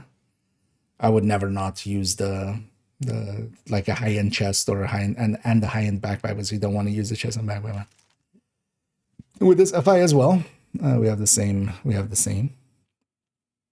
Yeah, let me actually take first let me answer all the questions, and then we'll take a quick bio break, and then we'll continue, because I realize actually that I can use a bio.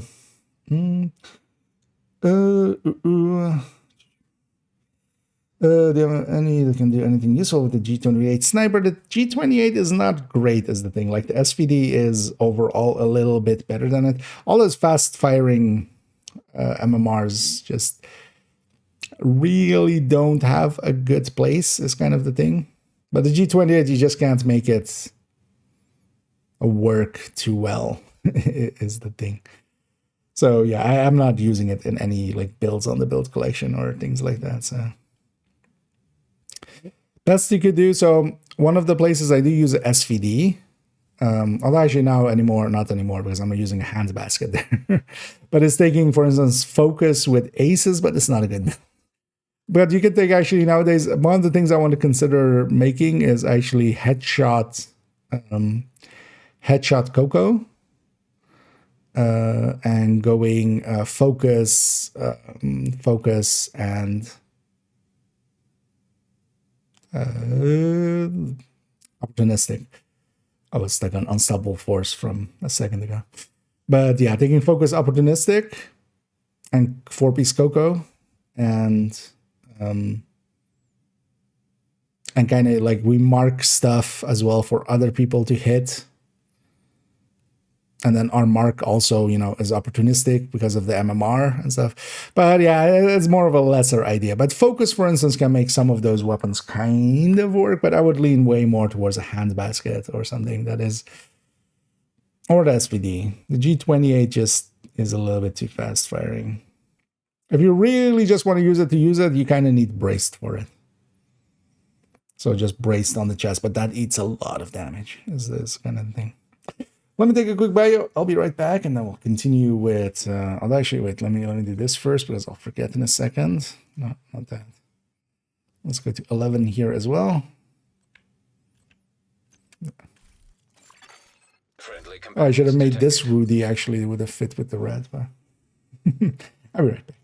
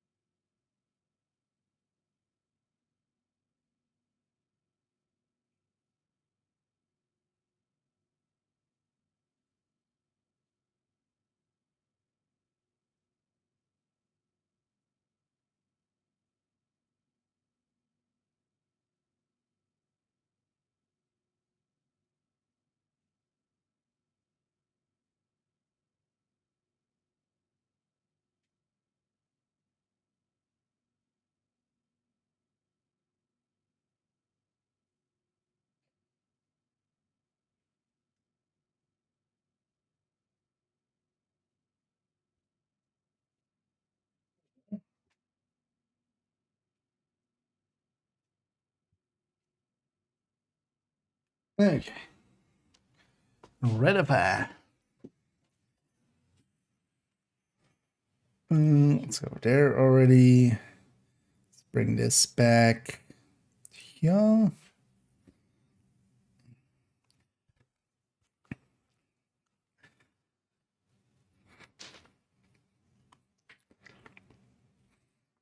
Final Fantasy somebody was very adamant to me of like, you shouldn't be like, they weren't asking of like, why am I wearing headphones when I'm just talking about builds and stuff when I'm not playing, basically. But they were very adamant that I should take off my headphones when I'm when I'm doing, you know, this kind of stuff. Just in a tone that was like completely inappropriate, but yeah, it was kind of funny. But yeah, I kind of give him some hell back as well. But yeah, it's just that the monitoring, like if I don't have myself in my ears, because I have myself in my ears, it just feels so weird otherwise once you're used to it. But that way as well, I know that, you know, I'm not all the way back here and unhearable. Although we have a up compressor, so yeah, Redify. It's the BTSU one, right? Yeah. Yeah, let's get going. 311. With 311, we come to our red FI, the first one in the build collection. There are two of them. We'll see one later as well. Set up a little bit more for damage on character 5. Here on character 3, it is set up a little bit for healing, but the point of red FI is try to keep its own damage up. As we see here, we are taking a gear set that is normally yellow cores, and we're making those red cores. That already, of course, will really make it harder to grind, and this is actually one of the harder gear sets to get together like this. The pieces will mostly come with yellow stats underneath it, of course. Here we're pairing that with the BTSU Data Glove, but of course we could go with something more damage dealing, and we will see that actually on the character 5 when we're taking Coyote. But of course, Overdogs and Tinkerer could also be options. Especially though here though with the BTSU Data Glove, we're taking that just to have the Hive be a little bit more competitive with its healing. We're taking a Restorer Hive. It doesn't heal well because yeah, we are basically keeping it at 2 tier. We just have the BTSU and we have the Technician there. And we're not feeding too much into it. We just have our Watch effectively and that repair skill here. That doesn't mean that it can heal well, of course, or well, it means it doesn't heal well, but that doesn't mean it's nothing either. It can heal up someone if they sit in it long enough. And our chem as well alongside of it can make them be a little bit more healthy. The main reason we do have we do keep this Hive though is yeah to trigger an overcharge for ourselves. Now that overcharge, as we've explained many times, is actually pretty powerful, but here we're using a trick with it as well. When we deconstruct our first Hive, we aren't at skill tier 6, so it's only an overcharge for us. That's how the BTSU gloves work. If you are at skill tier 6, it's for everybody. If you're not at skill tier 6, when you deconstruct Hive, it overcharges you and only you. So at that point, though, mechanically, because when we overcharge, we are at skill tier 6. So when we overcharge the Hive first, then we're at skill tier 6 for the duration while we're overcharged. We can actually quickly, of course, we'll get a few charges on the Hive. The Hive also gets affected actually by overcharge by getting skill haste. So that means it's going to get several charges really quick. We can toss it out again. If we do it in the time that we're overcharged, we'll be counted at skill tier 6, and now we'll do a supercharge for the team. So even without having all of those skill tiers, what we can do is very quickly get a supercharge out, although not as quickly as other builds, because they can just deconstruct the Hive and they trigger the supercharge, everybody's Hives gets reset, they get their skills overcharged and such, and that is a very strong tool, of course. Here though, we're paying less of a price, but we'll have to do a little bit more of it. We have to basically overcharge twice in a row to make it a supercharge for the team. So that's a trick we're kind of using here to kind of get more out of this build than you would think at first glance. We are taking Vigilance with the Cheska, of course, here. Unit alloy is actually here, about the same as this Vigilance Cheska backpack. You could actually go that route as well. We are taking the chest, we're not taking the backpack. The chest for FI will make it so that 15% that it normally has as its base amount total weapon damage for the team when they are at full health, full armor to be precise, that makes it 25%. So that chest is a pretty big buff for the team. And then we're not going with the backpack. That backpack isn't per se that useful. It increases the amount of proximity healing that we do. Now, with even these two tiers, one of the best weapons for this will still be the capacitor, even though we're not making use, of course, of the skill damage side of the capacitor here. even with those two skill tiers, this is a little bit behind. For instance, if we were to take a killer Lexington, but then we would need to get some kills, and it is a tiny bit ahead of a Lexington with measured. So this still then becomes the choice, at least when we are taking the BTSU data glove here. In other versions, if we are taking, for instance, Overdogs, or for instance, Tinkerer, or, well, with Tinkerer we of course couldn't, but with Coyote, for instance, yeah, we are going to go with different weapons there. Overall, if we go also into the game, we'll see that I have this one saved as well with the 5 pieces, as we see there already, but just to show the save, it is actually saved with the 5 pieces. It's actually not saved with the capacitor, it's saved with a different weapon, and it's mostly to get that weapon into my inventory and keep it there so that's tied to a loadout.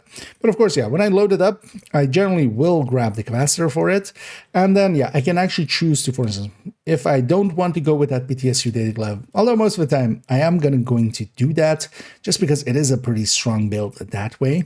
But yeah, we can either go that or even Coyote, for instance. This is a good place to stick the Coyote from a team perspective. If we're kind of coordinating, this would be the build to be preferred, taking the Coyote, so that, for instance, strikers and such can take Tinkerers and on Overdogs, because they benefit a little bit more damage-wise than this build would from for instance, having an Overdogs here and then the striker having to run Coyote, if we're kind of min-maxing.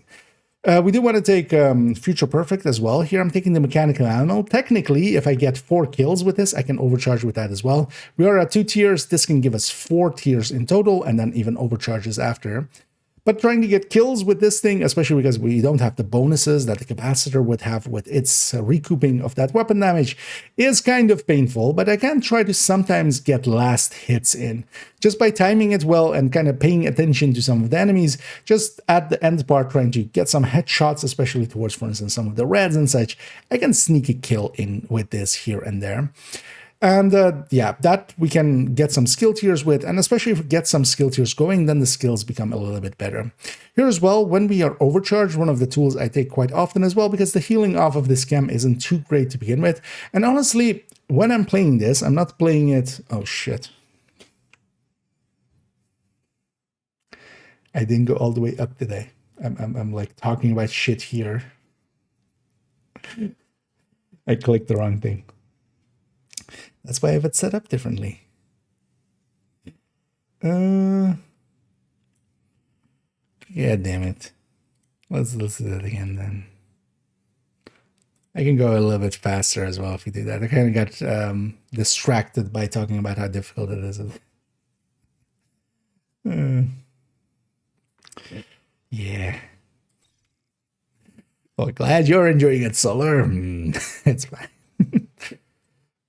Sometimes we make mistakes. At least it's not a big one. We didn't lose too much time or anything. But yeah, I'm just gonna redo it. I could try to find when that point was and try to cut it and stuff. But we'll just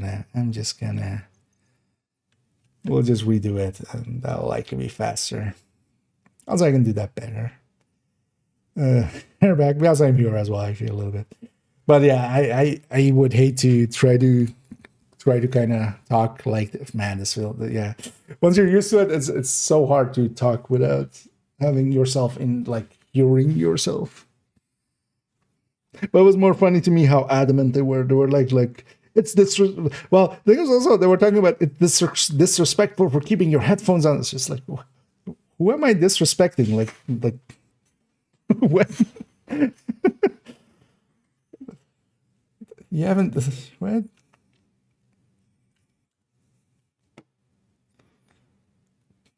I mean, whoever I'm disrespecting with that's good. I mean to disrespect them. Good. Yeah, let's go. Yeah, it's real. And on 311, we see a red FI. This is a buff build, as of course, Future Initiative, the healing gear set that it is. Has a bonus to total weapon damage that it can provide to the team. That is contingent on each team member keeping up their armor. It is not based on the player themselves having their armor up, but every player separately, when they are at full armor and in the group with an FI, they will get that buff. Just point that out as, yeah, sometimes there's some confusion about how that exactly works, even though it should be very clear, honestly. But yeah, this then actually provides that bonus without being a healer fully, because of course, combining that with a normal healing FI, they can also heal you. So if you get hit, your armor is gone, you don't have the bonus, oh, they heal you, and then you get back up again. Here though, this is a different philosophy. We're trying to keep this build's damage up as we go with some crit chances and crit damages, capacitor, and yeah, for instance as well, vigilance backpack here, even though we're giving up a little bit of it here with the BTSU data glove damage wise, but that's kind of worth it from a mechanic that we'll discuss in a second. I do have also other variants of this that are more set up as well, actually with a Coyote, for instance, but you could take an Overdogs or a Tinkerer as well for taking more damage on. Now, here with this Red FI, of course, yeah, we're not healing that much with those skills. It is still enough to keep people topped off, but the expectation is more, for instance, when running this in Countdown and such, when people get really hit, if it's not just a little bit of hit, but just they really lost all of their armor, it's expectation that they will just heal themselves up. They will use an armor pack, and because of that, they'll be back at full armor. And this is just to kind of heal them that little bit of chip damage and stuff going around. We can heal those up with our healing chem and our healing hive. Then here with the BTSU, as we've discussed many times already, the BTSU data gloves, especially with their supercharge, overcharging the entire team, they can be really strong. In this case, though, we can't do that supercharge. When we overcharge here, when we deconstruct the hive, it becomes a supercharge. It applies to the entirety of the team when we are at skill tier 6. But here, of course, we're only 2 skill tiers. We have one from Technician, we have one from this BTSU data glove. But there is a way of going about getting that to go, because when we are overcharged, when we deconstruct our hive, we will be overcharged just as at that point for the 15 seconds that the overcharge is active from the BTSU data glove. At that stage, we are considered as skill tier 6. When you are overcharged from most sources, you are considered as skill tier 6. So in that time, we are skill tier 6 for the effects of this. So if we throw out a second hive and then deconstruct that, that will be a supercharge. That will apply to the entire team, overcharging the entirety of the team. And as we've discussed, that is really strong because also it resets all of their skills, including if multiple hives were lost, revive hives were lost on some of the red players in, let's say, Countdown or such. You give that all back to all those players, especially just before, for instance, because while that does take some time, you could do that, for instance, just before extraction. Any hives lost before the end fight are all back, of course. And of course, if you kind of time it right so that they then can use their shields, for instance, that are invincible while they're overcharged against the hunters, or for instance, using a pulse to kind of the overcharge pulse will apply debuff on all the enemies that it is pulsing. So for instance, those kind of things can be really strong. Here though, we're kind of making it a little bit clunkier than it would be for some with some other builds, but then we're keeping our own damage up. Here the capacitor is still the top pick damage wise, even with these 2 tiers. And Lexington, for instance, with Killer is a little bit ahead when it gets a kill, but this isn't the build to get all of the kills, basically.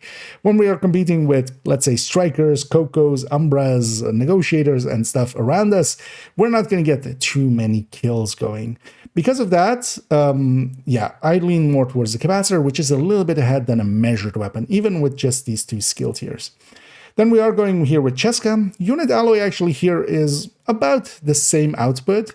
Here I'm sticking with Cheska just to not change up the build, but Unit Alloy is an option here as well. It ends up around the same number. You gain a little bit on the burst DPS, you lose a little bit on the sustain DPS, and honestly, I could make a case either way, but I've stuck here with the Cheska that was already on here. We are going with Vigilance. Another option that we would have is Safeguard. Safeguard, when we are at full armor, it increases our healing output. Our repair skill goes up by 130. That can actually make it so that as long as we are at full armor, we can actually decently heal. But I like having that Vigilance for that little bit of extra damage. We could, of course, also go with things like Hermano or such for a little bit bonuses there.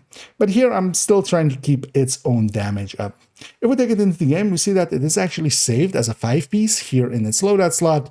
And that is, again, as we discussed, we can take some options. Generally, I do want to keep the chest, but even the chest is not holy. One thing we can take there is actually what the chest that we saw with the combat medic. We could take this ferocious calm, which would slot in there as well.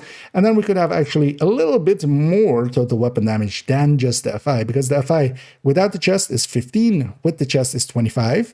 If we aren't taking its chest, but we're taking this, we instead are 15 plus 14. It is the same pool, so they do add together. This is all total weapon damage.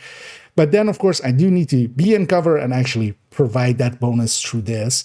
I find it overall easier to just keep that chest, and then also we open up, because we don't want to take the backpack generally.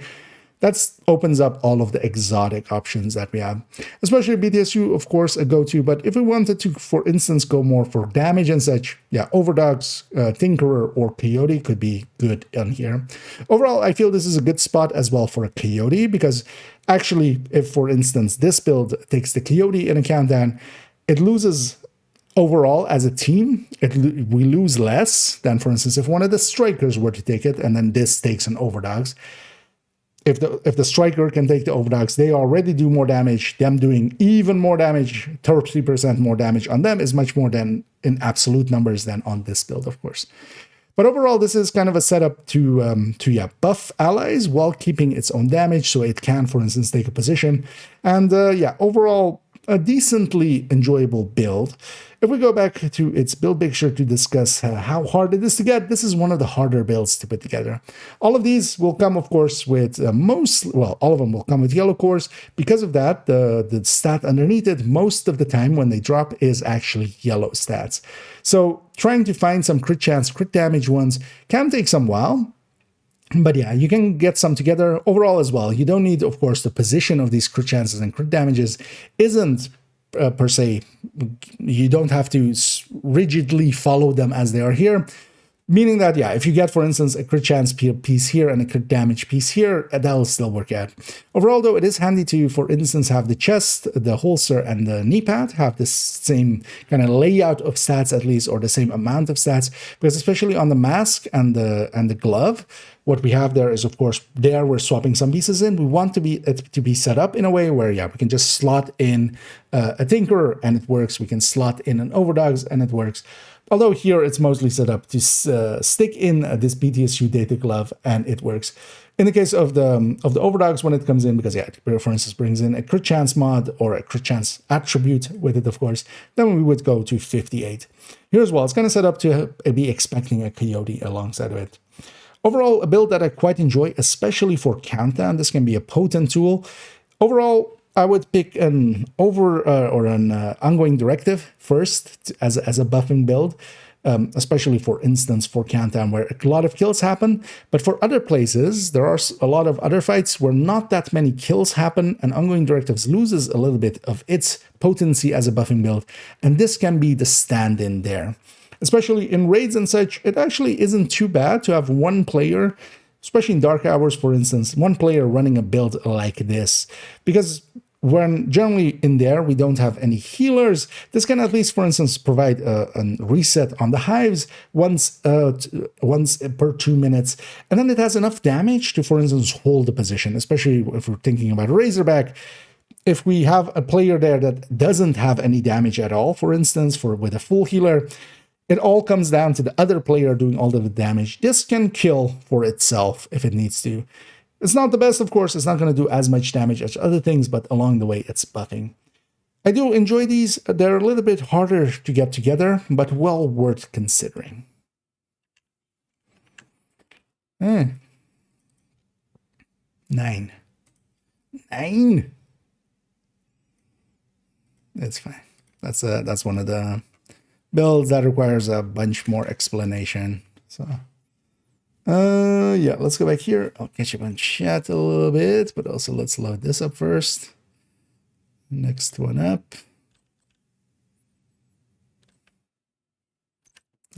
That one.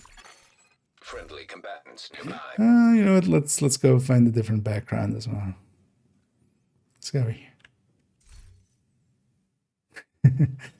As you say, have.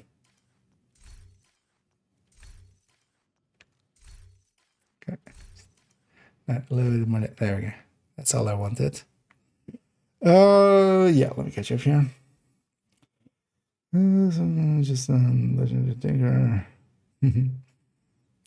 Glad it worked out. Do you mean refactor or?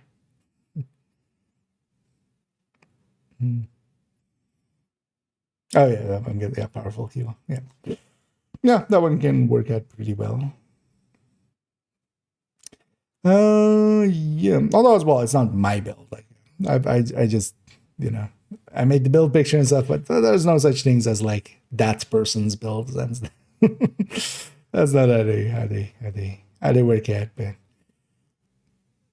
it's more about trying to find the better options and then just make sure people know. Yeah, let's go here and set this up to 12. So 12 out of 16 for most of the weight. Yeah.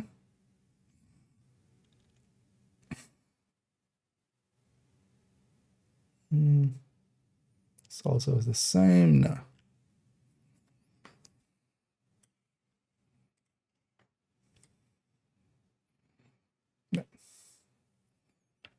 And we come to 3.12, which is a Hunter's Fury set up for SMG, especially as we have it here.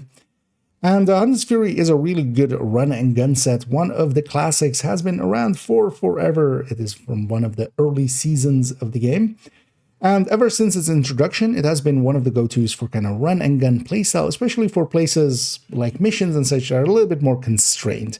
In the open world, I find myself quite often having to jog a lot to try to catch up, to get close enough, especially as this bonus is especially designed to be when you're close to the enemy, they get a debuff on them, they get a mark above their head. That mark makes it so they take a lot more damage. Now, in Summit, especially when that came out, this was still one of my go-tos, especially for there, especially. Let's try that. I'm kind of caught in repeat words. I have that habit sometimes where I just go, especially. And then I say especially a lot because especially it is especially very important to say especially. So especially we say especially. Yeah. Let's not do that, but then yeah, let's try it again. True jaw. And on 312 we see Hunter's Fury. This is one of the quintessential run and gun builds of the game. It was introduced a long time ago. It is from one of the early seasons of the game in year 2, and a very potent gear set. On the damage end, it doesn't keep up actually on a lot of other builds, but especially solo, it works out really well because it has a lot of traits that work there. It has an armor on kill bonus. It has a disorient on kill on nearby enemies that die nearby that. You do want to close the distance. It is definitely based on getting proximity to the enemy. Being within 15 meters applies the mark, the hunter's mark on them. And if you kill them, then that's well, you get bonus damage against them. And then also when you kill them, then you get the bonuses, the disorients and such happening. It also has a stacking kill buff that works out decently well, but it's pretty short. It is also one of the, trivia-wise, one of the only 2 multiplicatives in the game, the true multiplicatives, where it is multiplicative to itself. But that is only for that stacking buff, that 5 kills that you get. That 5% actually multiplies against itself as well. Here we see it set up for SMG. That is one of the go-tos with it. It really works well with SMGs and shotguns as a kind of run and gun build. But then, of course, as we saw already twice for Headhunter's Furies, we can also use it for headhunting builds as well, where we try to get close and then use that as bonuses. They work really well with Headhunter, especially as well as on Headhunter, they kind of doubled it. Here, though, we're trying to just make it a run and gun build. We're going to close the distance to the enemy and then try to keep our vigilance up with our shield, hit them with our obliterate, and especially, of course, stack that up real quick with the SMG. From a damage perspective, Hunter's Furies don't have the damage of a Striker or an Umbra or such, but they don't per se need to either, because they have armor on kill that makes it so that we're healing ourselves back up, and then also they have the Disorient on kill, which will make it so that enemies are, a lot less dangerous. that is the main reason they are actually very effective. From a damage perspective, they aren't all the way up there in comparison. But they make for a really good, well, running gun build, especially as well, as they don't need that stacking. From the first moments, they do have their damage already, as long as you get close to the enemy. Here, I'm setting it up as an SMG variant, especially we're taking Sokolov plus the Equalizer. That turns out to be the better setup here. Even at grade 30, the Sokolov outperforms any other piece we could put here, like Cheska or Grupo. And then, yeah, the Equalizer is our go-to, of course, if we're going a blitz rate. And this is definitely a place to stick a blitz rate in there. One of the choices we can make as well, we'll see or actually we won't see in variant later, because I did take that out, but there is, for instance, in the build collection, there are folders for Hunter's Fury, for Strikers, for Negotiator, where we have different variations. Memento is definitely one to consider. We can stick a Memento in here. Here I have 2 blue cores. Generally, I want just 2 tiers for the shield. The Memento would provide that already. So if I'm taking the Memento, we would just take the Memento in here. The Equalizer basically moves out. We just have a crit chance mod in there, and that would land on the same crit chances as this this Sokolov backpack would. And then we have, generally I would swap these 2 cores, then also to red, and then I have a 2-tier shield still, and then we have the bonuses of the Memento. And as we discussed, Hunter's Fury, especially solo, works really well. It has several of its components, the armor on kill and such, the disorient on kill. Those are all on kills and only dependent on us. So we, it's definitely a build that either in small groups, 2-man, 3-man, that's where I would take it, or just solo. If we take it into the game, we actually have it saved mostly as is there, except for the weapons, because yeah, here I'm actually taking a different weapon. I just want to have an SMG9 available to this character as well, so we're taking that there. But of course, I do have, actually, this is kind of my SMG character, so they do have effectively all of the SMGs. I believe that is actually all of them, right? Yes. So they have all of the SMGs available to them, all of the exotics. Chatterbox is a really good pick. This would also be the build to stick an Ouroboros in if you want to try it out. Either Strikers or this would be the place I would stick the Ouroboros. And overall, yeah, Hunter's Fury, I like it a lot. It is very much a run and gun build. If you have that playstyle in you, this was before tech tanks and such even existed, my go-to for that kind of aggressive playstyle, but you have to play it aggressive. You have to close that distance. If you're not within 15 meters, it feels very awkward. Then there's also the thing that in some missions and such, you can't get close enough. Famously, there are several places where we're fighting from one elevated position to another, just from a balcony or such, from one balcony to another. Bank is a place, Grand Washington is a place where we can't get close enough to the enemy. And then, yeah, it kind of feels painful and weak. But in the open world, for instance, with activities, it can work out if we close the distance. But yeah, Summit is really one of the places I really still like this style of build. We are taking Firewall here. Specialization-wise, we can go with anything really, but Firewall works really well with any build that gets close, because we also are taking that Striker shield, which is the name of this ballistic shield from Firewall. And yeah, that has a damage component to it.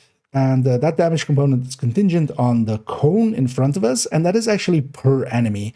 So especially if you have multiple enemies in front of us in a short distance, say they just spawned from a door, yeah, this bonus can get really high, and you can get a very quick kill. And of course, if they're all together in a doorway, now they're getting disoriented from the talent here, and then you can just feast on them from there on. So yeah, those ways are definitely the ways to kind of use this. As we discussed as well, I just always do have a memento in here, and actually I have multiple mementos, as you can see here, one with headshot mod there and one with crit chance, just so I don't even have to swap out that mod. Just that would take more time. I'd rather have 2 of them in here. That way we're taking it to the memento version. I would generally then, yeah, swap these 2 pieces to not be armor cores, because 4 armor cores would be costing us a little bit too much. 2 is enough for me. You can play around with the cores as well. And that's also, as you can see here, the way that it is, that my pieces are farmed up. I have the stats effectively, and the core is the part that I've here, well, kept red, because yeah, they come with red cores, but I've recalibrated that part so I can make it even more blue if I wanted to, or for instance, less blue if I wanted to.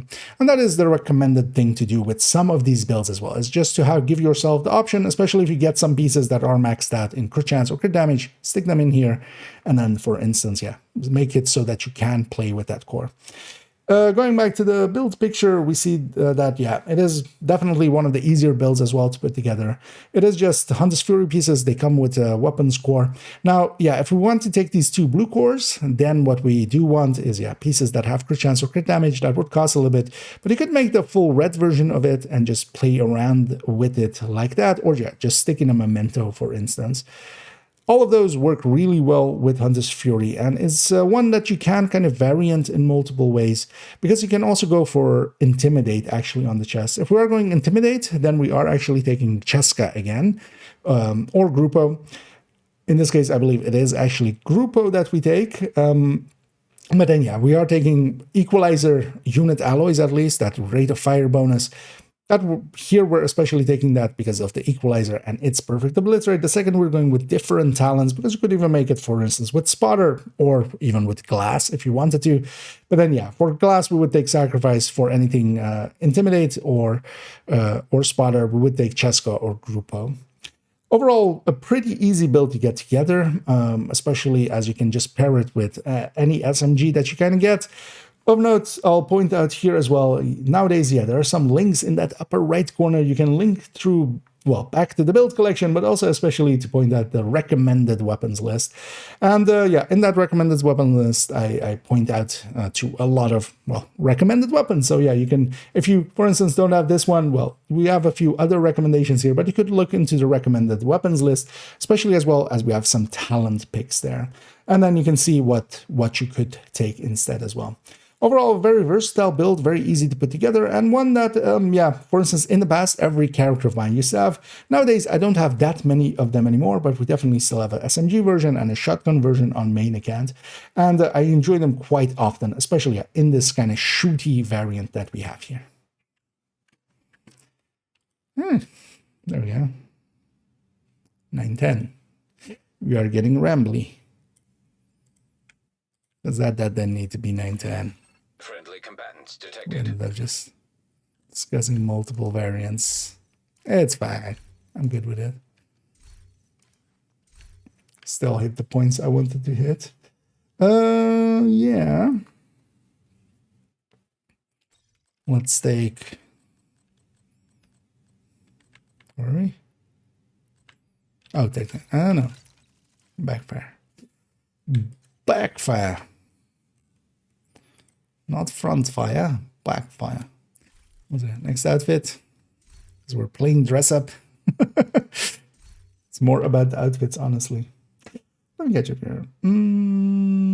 Doesn't glove lose some value with a high expertise weapon? No, basically with even grade 30, Sokolov is the top pick there. The crit chance, crit damage is so high that Grupo loses to Sokolov by a decent margin, even at grade 30. The only one would be like, yeah, if you take Streamline, maybe. But you would need Streamline on top. Also, yeah, we're going with Killer on that as one of the main reasons as well why crit chance and crit damage are kind of hurting a little bit more. But even with measured, yeah, that Sokolov is ahead by a little bit. And either cooler. Can the Ravenous be get from Christmas caches? No, the Ravenous and the Bighorn are not in these caches. So it's Ouroboros, it's Eagle Bearer, and it's Ravenous from the, from those, from the super rare exotics, or from the raid exotics and like other exotic incursion legendary. So Ravenous isn't in there, Bighorn isn't in there. So unlikely they'll do other events in the future that may have those. I'm guessing they're going to make it so that, like, they'll make it events of like, oh, these two are in this event, and these two are in this event, and this one is in this event, so you have to do multiple events to kind of get them all. And that they're just going to make it easier to get. But yeah, for now, make sure you get the Eagle Bearer, the Ouroboros, and the Regulus. And then, yeah, from this as well, yeah. Lexingtons, if you don't have any. A bell ringer just to have. Don't use it ever, but because yeah, it's not a bad weapon, but it's the worst one. It's an infantry MG5 that makes sounds. The sounds hurt. Again, Roboros 310. Okay, well, then you still have Regulus to get that. Oh, that one's also worth getting out of this.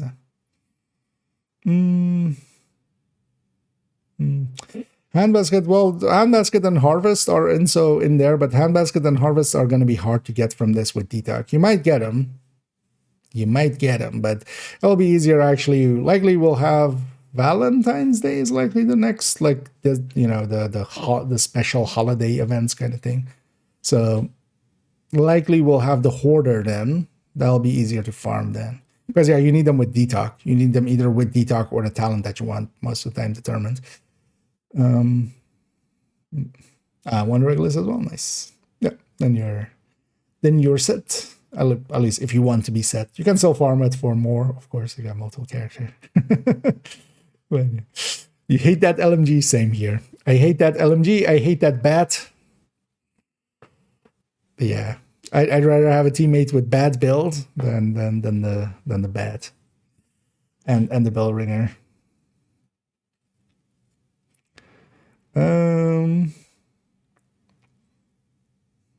What's it? Laugh at me. Yeah, I can take a bunch of keys for the collection. Yeah, same here. I did in the end get enough of them and stuff. But yeah, if you get enough of them, eventually you'll get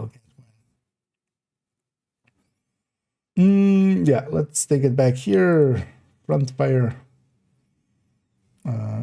This one.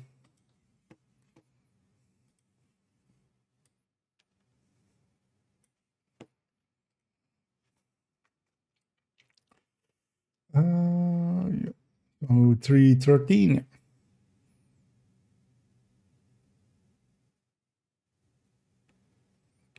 Just also making sure there's anything different. Oh yeah, I should show the other piece. Almost forgot about that. Yeah. With 313, we get an hazard protected striker, especially. That also is running backfire, because yeah, I'll preface this one, and it always needs kind of a preface this build as I'm well aware you don't need any hazard protection for the backfire. That's not per se the purpose of this build. This build is definitely set up to be hazard protected mostly, and then the backfire makes sense on it. I enjoy using this especially for when there are, for instance, yeah, some of the modifiers that we've had in previous seasons. For instance, in the very first one, we would get shocked if we hit an enemy in the wrong range. Yeah, one shock mod in here, and then the backfire with one bleed mod. That worked out really well, for instance, for that. So it is more set up to be hazard protected, and then yeah, the backfire is kind of on top. Because yeah, definitely for the backfire, you don't per se need a hazard protected build, especially of course for this season as well. You can have 40% from the modifier, so you could, for instance, take similar build to this, and I've tried that out as well. I'm taking the, you know, just the red core pieces that I have from just my normal striker, sticking them in here, losing me a little bit of the, of course, from the hazard protection. We could basically give up the entire right side if we have the modifier, but we aren't using the companion. He's not out actively. We can just disable him. Through that, we can get, yeah. Why did this? Who's running through here? Oh, somebody's running through here. Okay. Because I kind of want the background there, but somebody had run through my camera. That's why the background had to gone dark. Let's redo that. That's fine though. As we come to 3.13, where we have an backfire. Okay, I mean they don't mean it, but it's kind of annoying. Wait, why are you even in here? There's nothing in. Go away. It's just a shared space, but I don't want to share it with you. Go away. Although I don't mean it. It's just a low-level player. But they keep bumping into my camera so it goes dark. Just want the background to be there, just for the looks. Yeah.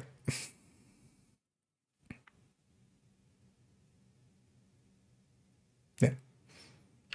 And with 3.13, we come to an hazard protected striker, especially that is then also running the backfire. A lot of people see this as a backfire build. It kind of is, of course, as well. It is set up to be 100% bleed resistant. But also, it is more set up for me, at least for my purposes, to be 90% generally hazard protected. And because of that, it can deal, for instance, with special ammo a lot more easily, especially if we're going against, let's say, Rikers or True Sons. I'm already completely resistant to their bleed rounds. They still hurt, of course. They are still shooting me, but they don't bleed me. And also, if we are going up against cleaners or outcasts, I could augment this to have, for instance, one more fire resistance mod alongside of it to prevent that. Although at 90% hazard resistance, most status effects will only apply to this build for a little second and then they'll go away, usually even less than a full second. Overall, though, as I'll have to always preface this kind of, is that, yeah, while the backfire doesn't per se need its dedicated build, you can definitely just run backfire on a full red striker. It's bleeding nowadays. It used to be 100% of your armor. Even at full stacks, it is nowadays 50% of your armor. The bleeding as well isn't as strong because it has diminishing returns. That diminishing returns effect that we have on status effect is actually applying to this when it applies to you. So you'll also only bleed 3 times and then you'll be immune for a while. Also, once you reach 100 stacks, you won't bleed anymore from it. I'm well aware of all those things. This isn't the build, like, this isn't set up in that way for that. Because also, I wouldn't ever want to bleed if I want to use the backfire. It is a very strong tool, but it's not worth the bleeding at all for even a little bit. Now, of course, with the season, we also have a modifier that can give us some hazard protection. In that case, what we can take is actually, I can take the red pieces that I have on my strikers, and we can just have some pieces here come in with a little bit more crit damage or weapon handling, because already the crit damage is going to be saturated quite a lot with that backfire. So there are ways of altering this, for instance, for this season. But my general use for this build is, yeah, to have a high hazard protected build to take into places where that is necessary. And that can help out, for instance, in the early, the first modifier that we got. If you, with one of the hostile modifiers, if you shot them in the wrong range, you would get shocked. One shock mod here prevented that, and this became one of my go-to builds for that time. Also, for some seasons, we've had augmentation of crit chance, for instance, crit chance being a little bit higher. Then things like Negotiator and Backfire definitely work out. As we already kind of went on that rant with the Unit Alloys video, yeah, this isn't the Backfire season. The season that we had the backfire be very prominent, and I actually agreed with that because we had a modifier that could provide us 10 crit chance just generally, or it could take us crit chance to 100%.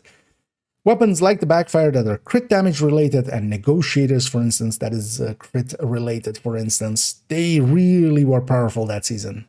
This season, we don't have any crit chance. It's just the hazard protection.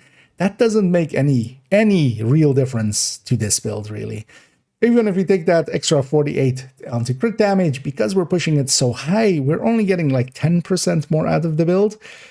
That's still less than just running a red striker with Lexington and Killer. Not at full stacks, but at around 50 stacks or around 60 stacks, this kind of starts to exceed that. So it would need to be generally above 60 stacks for that to be worth it. But then the real benefit here to me, and that's also why I'm presenting it as a hazard protected striker, is really that hazard protection. If we take it into the game, we see that it is actually saved exactly as there with the backfire there as well. We of course can take an ACS to stack with. I'm actually using this place to stick a rock and roll in and just to have that for the places that makes sense. And then also actually I have the pieces, and that's just carried on the character to make this a chest striker variant. So I have a striker chest with hazard protection with the right mods, and then a replacement Cheska piece over here to make that a chest striker. That can actually be then actually really strong, of course, with this. We are still the same hazard protection effectively. That's also why the backpack is carrying the bleed mod, so that kind of works out in that way. In this way, yeah, it actually works out a little bit better at damage. Of course, when we are at full stacks, at the full 200, this can deal a decent amount of damage. But of course, getting to 200 stacks, especially when we're trying to also stack this, because we can't just ACS stacked and then have our damage here, we need to also get the backfire through 100 stacks. Because of that, yeah, I don't end up running the chest striker variant much, but yeah, I do want to have that option available. So the pieces are there because, yeah, they are specific pieces that I need. But sometimes I do keep them in the stash if I need the inventory space. But this character is quite light nowadays in comparison, even though they are at 123. Overall, yeah, I generally will use this with Firewall for a close range build that it kind of is with that Striker Shield. We could, of course, also go for a few more blue cores, for instance. I don't believe I have any pieces that are set up in that way. Actually, yeah, we could take a blue core extra here as I have it. And as actually we looked into it with the Unit Alloys video, this is one of those places where taking the two-piece Cheska, we're taking the Cheska Obliterate here, just for its hazard protections here. We can actually take Equalizer, and then instead of this Cheska piece, we can take Yal. That gives us only 10% hazard protection, of course, and we can take another 10% just on a mod. Taking that option, though, it does actually do more damage than this one, but it eats into the general hazard protection. I like having that general hazard protection be at 90. Without that, I wouldn't use this build really at all. If we're dropping it to 80, I'm already going to feel the sting of some of the fires and shocks that may go around, and I just don't want that. This is mostly, again, a build to be hazard protected.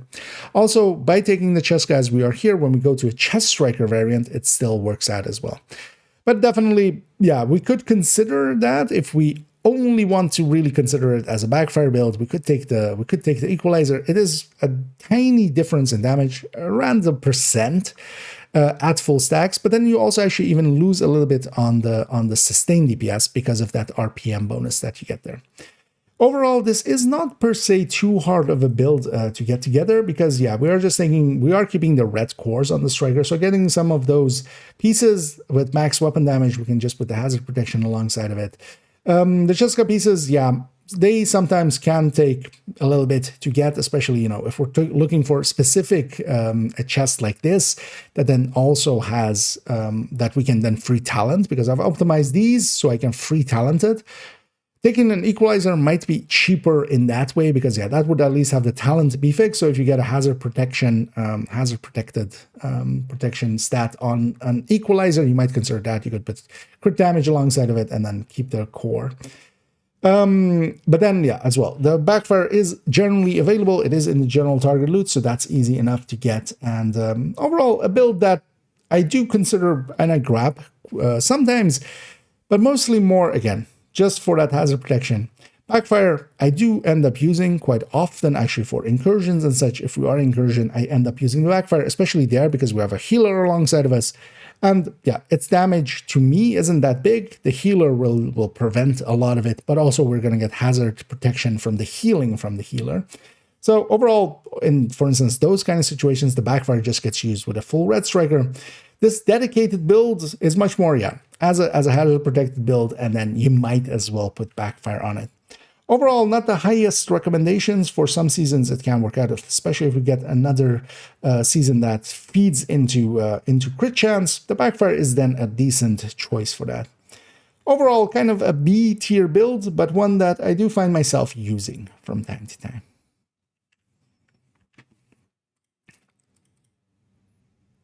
$847. All right. Yeah, actually,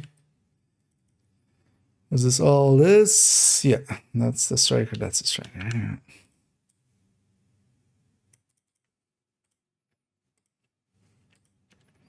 Okay, yeah, let me catch up here. Those are Vindicash. Oh, maybe some might. Overall, no, yeah. I have a tendency of latching onto a word and just repeating it a lot. That's, yeah. It's fine.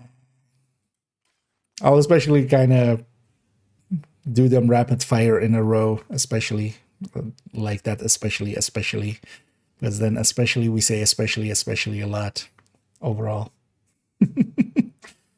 Yeah.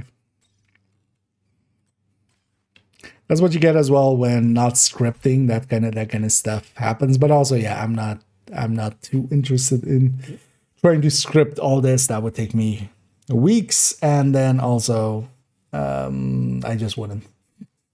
Even though, of course, yeah, the end quality would be better. It's just not practical.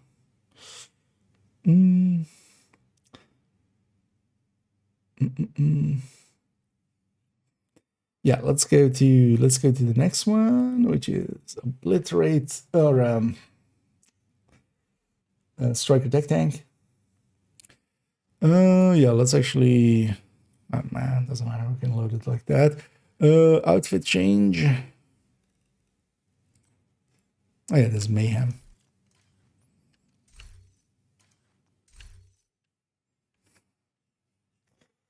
Oh yeah. So that's stack broker. Yeah, oh yeah, harvest tempest. Shield swap. Yeah.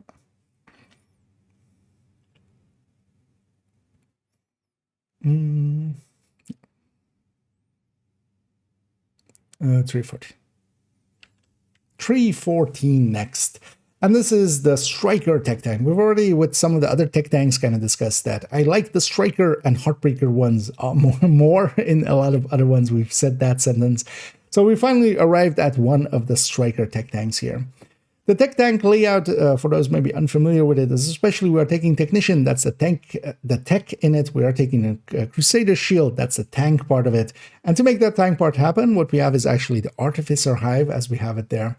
And we are then also feeding into those with the Memento. And that's kind of the layout that I like for that. We're taking enough blue cores with it to make that a 6-tier shield. So generally, yeah, we have enough blue cores as we have them here.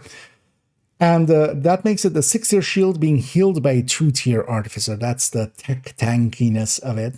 This Artificer heals it even if it's just on your back, so every 10 seconds it just sends a charge, and that will, once the Memento here is charged up, it will heal this 6 million plus that this shield is at once the Memento is charged, because that skill efficiency of it will feed into the skill health, and yeah, that affects, of course, the shield.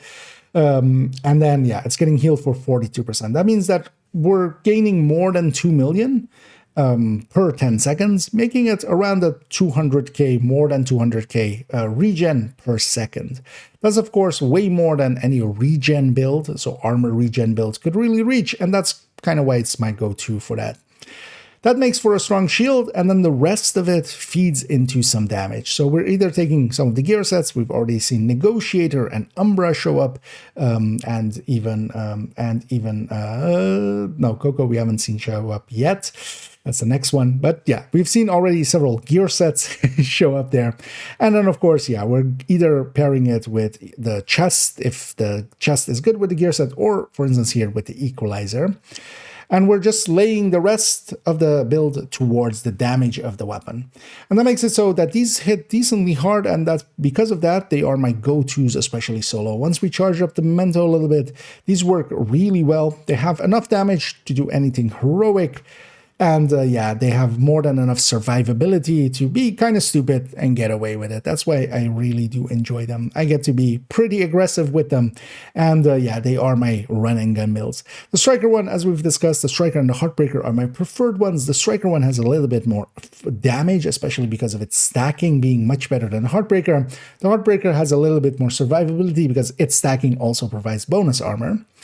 And yeah, the Striker one is definitely one I've used a lot. This is one of likely my most used builds, especially nowadays as well, as we have a second variant of it. We'll see the full layout of it on Character 5, but here I do have the option to, for instance, take a DNH chest. It is in my stash, but we could even take just the Equalizer. Take a Bulwark and take that Tempest. That's also why it is saved with the Tempest there. Because otherwise we are using the Stack Broker or just an ACS and an AR here, the Lexington, of course. Stack Broker makes for really good stacking. The Lexington has really good damage. We're taking Killer alongside of it, even though we could, for instance, also go Measured and such for more consistency, but this can kill.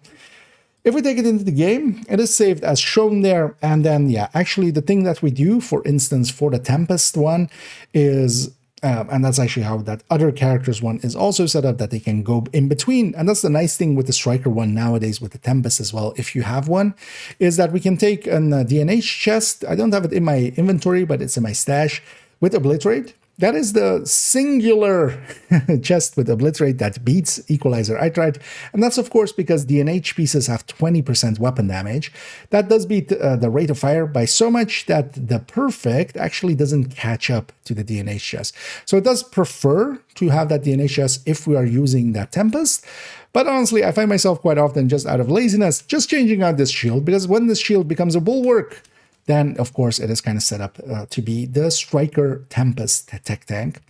Because of that, yeah, I use it quite often like that. And the thing that the Tempest one, of course, offers us is that we can take 5 directives. The second we go with a pistol, we are dealing with the ammo directives outright because pistols have infinite ammo, and yeah, pistolero, as the name implies, does not do much against pistol builds. So yeah, that makes it so that for 5 directives is a really good pick and my preferred one as well.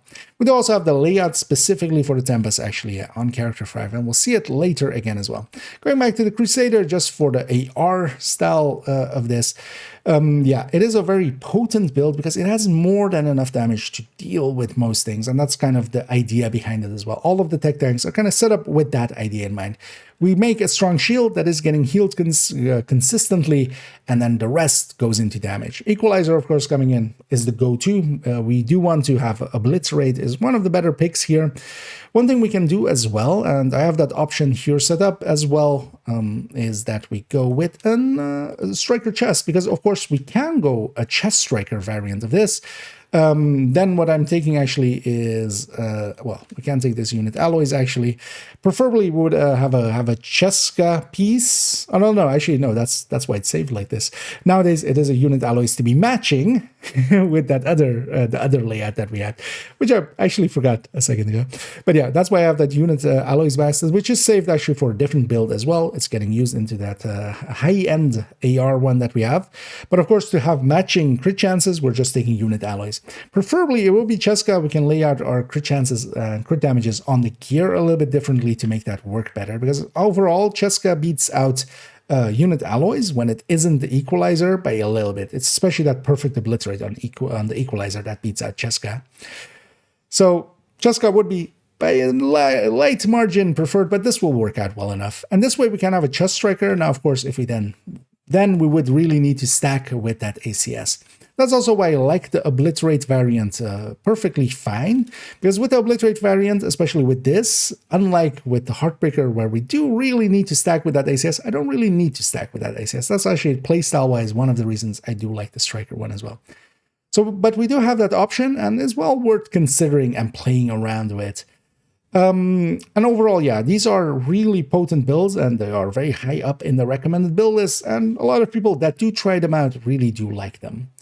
Overall, though, you do want to have, the Memento kind of charged up, but also because, for instance, the Memento is feeding into all of the stats are kind of important, and that also means that we are making use of a lot of parts here from the watch.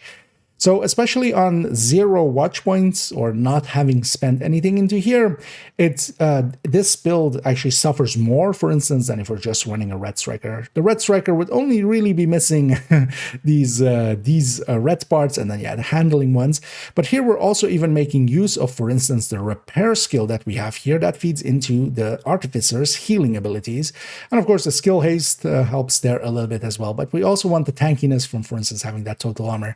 So these kind of builds do like to be used a little bit later on, but that's also fine because putting these ones together, so for instance here with the Striker one, if we go back to its build picture as we have it here, we are recoring several pieces, and that can make it a little bit expensive, especially for somebody freshly off the boat, freshly starting.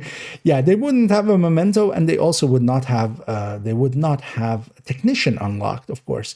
So for instance, because Technician needs to be unlocked and a Memento needs to be gotten, I'm not recommending this as like the top build in the recommended build list. We're just putting a normal Striker there because that's much more easily gotten. Because the pieces that we need here, they need to be here. If you try to, for instance, go without the Memento, yeah, it's no longer really a tech tank, in my opinion. Same for not having Technician there. Overall, these are highly recommended, and putting one together, especially for some solo play, for instance, on my when we started with my second account, very quickly I put together a tech tank there, although back in that is so long ago, that was the high-end tech tanks. when I got my third account kind of together, yeah, I put a striker together first, then an Eclipse, and then a tech tank just for my solo play. These are my go-to solo builds, and yeah, they are very useful to have, especially now that we also can swap out to that Tempest variant. These have even gained in their popularity. Overall as well, with most seasons, for instance, this season, they can deal very well with 4 directives. As long as we're, for instance, not fighting Black Tusk with their disrupt rounds, they of course eat the shield. But if your shield is getting hit with bleed rounds and flame rounds, they don't really hurt you. And even the disorient rounds from the hyenas are annoying but not deadly. And then here as well, yeah, we do have with scavenge skills that we need to watch out with our shield, so we need to keep that up a little bit more, because every time you put it away, you need the scavenge skill to get it back. But actually cool skills, for instance, for seasons when we have that, it really doesn't do anything here, because the hive on your back doesn't really need to have charges to send the charge over when it is on your back. Because of that, cool skills basically does nothing to this build, and yeah, it's overall a free directive almost. And that way as well, they can deal with several directives, fragile armor and such. We can deal with. We don't really care, because we're not going to be armor broken much if we play it right. So overall, they are very strong builds, and they can deal with several directives. And then especially the Tempest one can even deal with all 5. Yeah, 10. The striker tech tank deserves 10. That's fine. 547. Wait, what?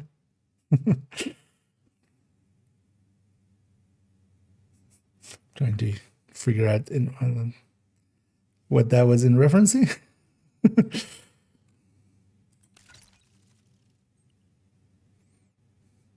Yeah, Coco Tech Tank, which I thought we already had covered, but yeah, that was a different Coco.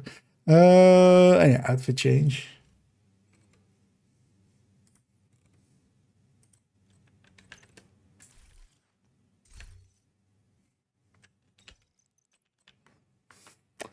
Yeah, let me catch up here. Nothing on that. Let's go into the next one right away, because we have 2 more. And then we can go and play some more. Everybody do the dinosaur. Why am I like this? The real answer is, why isn't everybody else like this? And there's a good reason. This bothers me. Let's fix that. That equalizer being so off-center there. This bothers me. Let's fix that. Yeah, Coco. We go crazy for Cocoa Puffs. We go Coco for Cocoa Puffs. Sounds right. No, that can work out indeed. Yeah, let's get going. So 350. And with 315, we get a new addition, one that a second ago I thought we had already covered, which is the Coco Tech Tank, concentrated company in Tech Tank form. Because, of course, the second that we kind of saw Coco, it was just like, oh, we're going to make it red. Definitely. A Treasure and Hybrid makes sense. And Combat Medic definitely makes some sense as well. Wouldn't mind trying it out, for instance, with Headhunting as well. But then, of course, the idea was also, oh, this might be a good Tech Tank as well. The thing is, though, that as we've kind of, discussed quite recently in the concentrated company video, Coco works really well in groups, especially in groups. It can charge up really fast, get going, and then, yeah, it kind of stays up there quite strongly. Tech tanks, as I kind of discussed whenever we've touched on them so far, and also a second ago with the Striker, they're my go-to solo builds.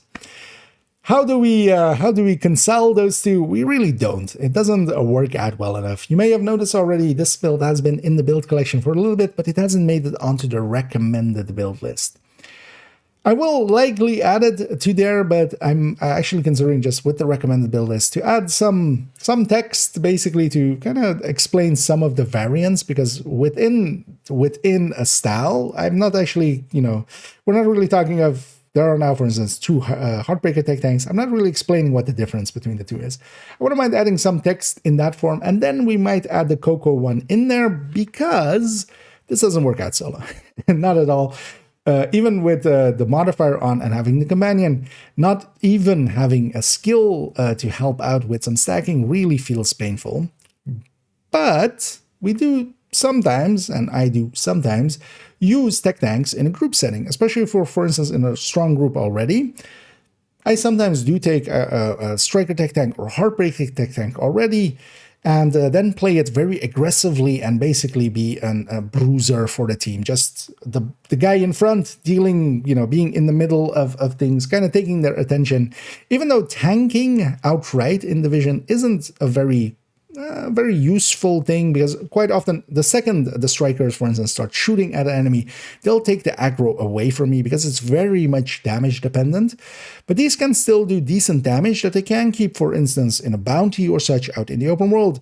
The named kind of focused on it, and yeah, that makes it so that other allies can, for instance, either clear out other things, or when they focus on that named, eventually it'll break off of me, but I'll at least have some time with it to kind of keep it off of them, for instance. So in Summit and in Open World, I do find myself sometimes using tech tanks, and they work decently well there already, and this then becomes a tech tank for those moments. That's also why it ended up now on the character that already has a Striker tech tank, a very competent solo tech tank, and then I can maybe use this for some group play. But overall, that is not really a place. For instance, in a group setting, I would find myself, for instance, leaning towards a combat medic, or maybe being OD, ongoing directive, to kind of buff the team. And this would be just a choice to kind of have that aggressive playstyle. It wouldn't be the best choice for the team. It would be more a choice for myself to go like, okay, I want to play aggressive, and I'll go and rush down the enemy and be in their faces, be the one taking the hits. Now, of course, this can't take that many hits, especially this shield is strong on the tech tanks. The build or the character behind it we aren't going all blue cores and such. Because of that, we do have some tankiness, but we're not super tanky in the way that, for instance, a 6 blue core build is. But that's also fine, because then, yeah, we are still trying to keep enemies to our front. I'll go find myself a corner to kind of put myself in close to the enemy, closer than my allies, and that will usually grab their aggro a little bit. I've been enjoying it a little bit in group settings. I've actually been really not enjoying it solo, so that's also why we're caveating it like this. Of note here, I am putting actually a Pestilence as a secondary. It still works out really well in here, because yeah, that weapon damage that we get, that works well with the Pestilence. But of course, we can't use the Pestilence with the shield. But then I'll use the Pestilence when I want to be in cover, or I've lost my shield, for instance. I'll swap to the Pestilence and kind of get some pesty ticks going like that. If we take it into the game, it is exactly saved as shown there, and yeah, it is the standard loadout. We don't want to be taking with Coco, we don't want to take the chest. The backpack is good, but yeah, if we're going a tech tank, that memento is just too good. Especially with the tech tanks, yeah, we're making use of basically all parts of this buffalo, and yeah, we're taking the skill tier, or the skill efficiency, the armor regen, and the weapon damage from the long buffs. But even we're taking from, because yeah, we'll try to, on this build, definitely I'll try to get close enough to the enemy and also pick up the short time buffs and get that extra weapon damage, that bonus armor that we have, and that extra skill efficiency even more so. And then here, yeah, the skill efficiency does feed into the repair that we have on the Artificer. It does help the shield to get more skill health, making it a little bit larger. Once this is charged up, yeah, it is effectively on the defensive side just as much as any of the shield is basically just as strong as a Striker or Heartbreaker. They basically all have the same layout anyway. The layout is always similar, and we really just pick, do we take a chest of the gear set or not? Here, of course, yeah, I'm not, because that increasing the amount of marked targets, that's not going to really make any difference at all, especially if it costs us a damage talent like this. We are taking Equalizer, perfect obliterate once again here. And then, yeah, 4 pieces of Coco, 3 of them have been record here. That makes it so as well that it isn't per se a starter build, but I wouldn't also actually recommend this as the first tech tank that you make. This one, because of its stacking mechanic and being more group orientated, I would maybe keep this if you are a player that runs tech tanks a lot and wants to run them in group settings, because yeah, once this gets charged up, and it can charge up in a group pretty quickly, it is one of the stronger tech tanks, especially because it keeps its stacks quite a lot, and will go into the next fight, especially the Heartbreaker, for instance, loses its stacks in 50 seconds. The Striker with the Obliterate Chest loses all of its stacks in 75 seconds. Coco here takes 5 minutes, 5 minutes, 50 seconds to go from full stacks, 35 to 0. So it can retain its stacks a little bit better. You could also, if you really wanted to make this work solo, you could, for instance, build up charges at the range, but if I'm doing that, I've already swapped build. That would be so tedious that, to me, it would not be worth it. Yeah, we are recording several Coco pieces, and again, in the same way as the other tech tanks, we are taking a Memento and Technician. For a starting player, again, they aren't the easiest parts to get together. You need to unlock Technician, you need to get a Memento. It is in the general pool, it is in Retaliation with a Blueprint. And yeah, we'll just pair it with ARs, especially here. We could even go SMGs if we wanted to. SMGs do have more damage when you are close range. And yeah, this is a build that does get close range, but I find myself wanting a weapon that we can actually use at kind of mid-range as well. Sometimes I don't want to per se close that distance. I just want to deal with that one red all the way over there without actually running all the way over there. So I do like running it with ARs, but yeah, do consider actually here especially, and the Striker one, we can go with multiple weapon types. We can go with SMGs, we can go with even shotguns if you really wanted to try it out. Of course, with the Striker one, we have the ACS, and that is actually a powerful tool on that one. With both of these as well, Strikers and Coco both are agnostic about weapon types, because they just feed into, well, Strikers into rate of fire and its own stacking mechanic that is a separate multiplier, and Coco just feeds into weapon damage that will apply to all weapons. Where, for instance, the Heartbreaker one, there we definitely want to run the AR just to get that bonus active from the gear set. Overall, not a highly recommended one, but one to consider if you do want to play that tech tank style in a group setting. I've enjoyed it in group settings, and yeah, I've really disliked it solo. So I would really, if you're going with this, have an option for solo play, and that's exactly what I have here. I have it alongside of the Striker, and that kind of mitigates its issues. 857. That wasn't too harsh, right? I mean, it's fine.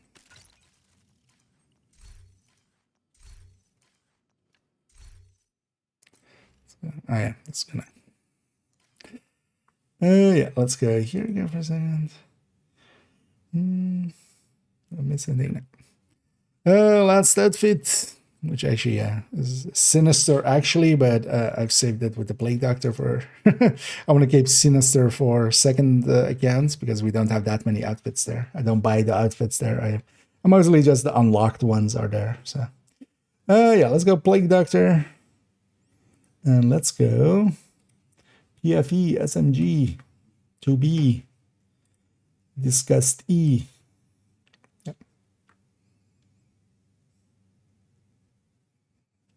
And lastly, on this character, 3.16 high-end PFE SMG. As we see here, as a humble brag, of course, as well, yeah, we have several 13 PFEs, 6 of them, in fact. And yeah, this is the build that I'm using, my 6 13 PFEs that I have. I have 9 in total, 6 of them are here just to make it a very highly PFE'd build. Especially because also this SMG one, it works well to have this, because the one options that 13 PFEs really opens up for a protection from elite build is that we can take other specialization than survivalist. Generally, we would take survivalist, which also has 10% PFE. So if we have only 12s here, well, only 12s. If we have all 12s here, we would land on 72. We could take survivalist for a further 10 and then hit the cap at 80, because yeah, it does cap at 80. PFE is one of those stats that yeah does cap out, and you can't go above that without well, currently in no means. With crit chance, of course, we've had, for instance, modifiers and such that have increased it over, that we could go over with the modifier and such. Here with these certain PFEs, I'm landing on 78, and yeah, that opens it up to, for instance, be a firewall. And of course, Firewall is really good for its bonuses. When we have proximity on enemies, any enemy that is within 10 meters of us, we are giving our allies, not ourselves, but all of our allies, 10% increased damage against them. And that's already pretty strong, of course. If I'm going to rush into the middle of, let's say, an extraction, I'm giving a 10% amp to everybody that is shooting those enemies. Together with that, I myself am getting the Striker Shield again, where we're getting that bonus damage that this can provide, which can be really strong. Then as well, we have here it's set up to be mostly in a damage dealing setup. We are taking actually just 3 blue cores, and then we're going with 3 red cores. Everything crit chance, crit damage, except no, that is not true, because several of these, we have 2 weapon handling rolls here on the holster and here on the knee pad alongside of a crit damage. Because of course, when we are running an SMG, yeah, we already have a decent amount of weapon handling or of crit chance. So we run out of, as that caps at 60 as well. We hit the cap here as well. With this weapon, we can't take all crit damage mods on it with the tac vector. So we have to take 1 crit chance mod there, or we could take something handling wise, but actually the underbarrel there doesn't actually have any useful ones. So we are locked to kind of, yeah, making a different decision here. What do we take then? Weapon handling, not the worst choice.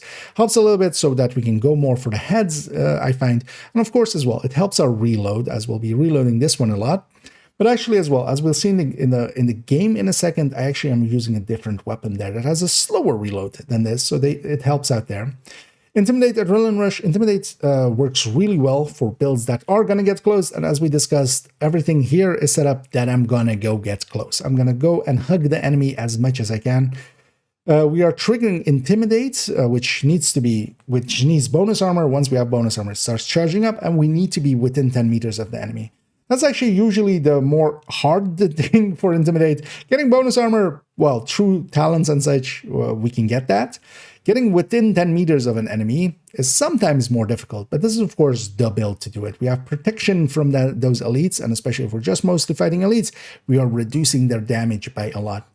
Then we are taking Adrenaline Rush, that is to trigger Intimidate, of course, but also Adrenaline Rush just by itself, especially if I'm, for instance, again, at the end of a countdown, just rushing into that extraction just to distract everything and then maybe take care of some of the medics, some of the support stations that may have been put down. This will trigger off of each instance of an enemy up to 5 times. I'm totally not checking in the game. Stacks up to 3 times, as I had to just double check for a second. That stacks up to 3 times, and that, of course, each 5 seconds is regenerating. So every 3 seconds, this talent resets, basically. So unless they eat through all of that bonus armor, which they'll have a hard time because their damage is getting reduced by a lot because of that protection from elite, yeah, you're very tanky, especially when multiple enemies are around you. I'm taking the Coyote here as well, and actually the intention with the Coyote is that I'm going to go get the close range buff for everybody.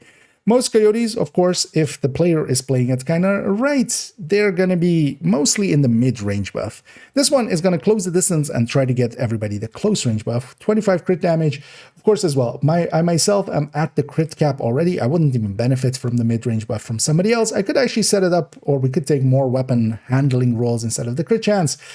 Just to open up a little bit of a gap for a mid-range buff. But I'm just basically setting it up kind of even for solo. Because solo, I do grab this as well. Let's go into the game where we have it saved actually similarly, but actually with a different weapon. But one that I don't have at grade 30, so I didn't show it on the build picture there.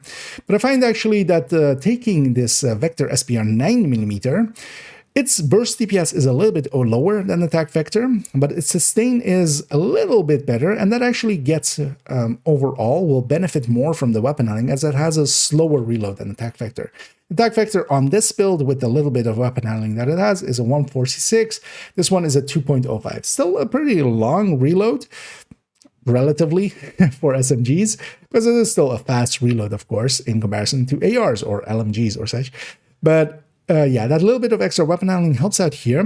But of course, yeah, if I had the graded weapon, yeah, I have a great attack vector, so that's likely the weapon I'm going to take if we're taking this to somewhere where it matters a lot. And then, yeah, what we're trying to do is especially get into enemies' faces, get that shield out, get those bonuses on the enemy, and then survive decently well. Of course, the brand bonuses I'm taking here are all towards damage as well. A Sokolov and a Grupo kind of leaning into that damage, and especially for solo, if I run into some rogues, when Isaac says rogue agents detected, most of the time I'm just going to pull out this and make a really easy time of it for myself.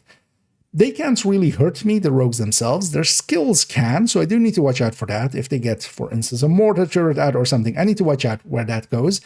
But for the rest of it, I'm just going to close the distance, and the rogues themselves, they're just going to, well, I'm going to just be a wave, a tsunami washing over them effectively.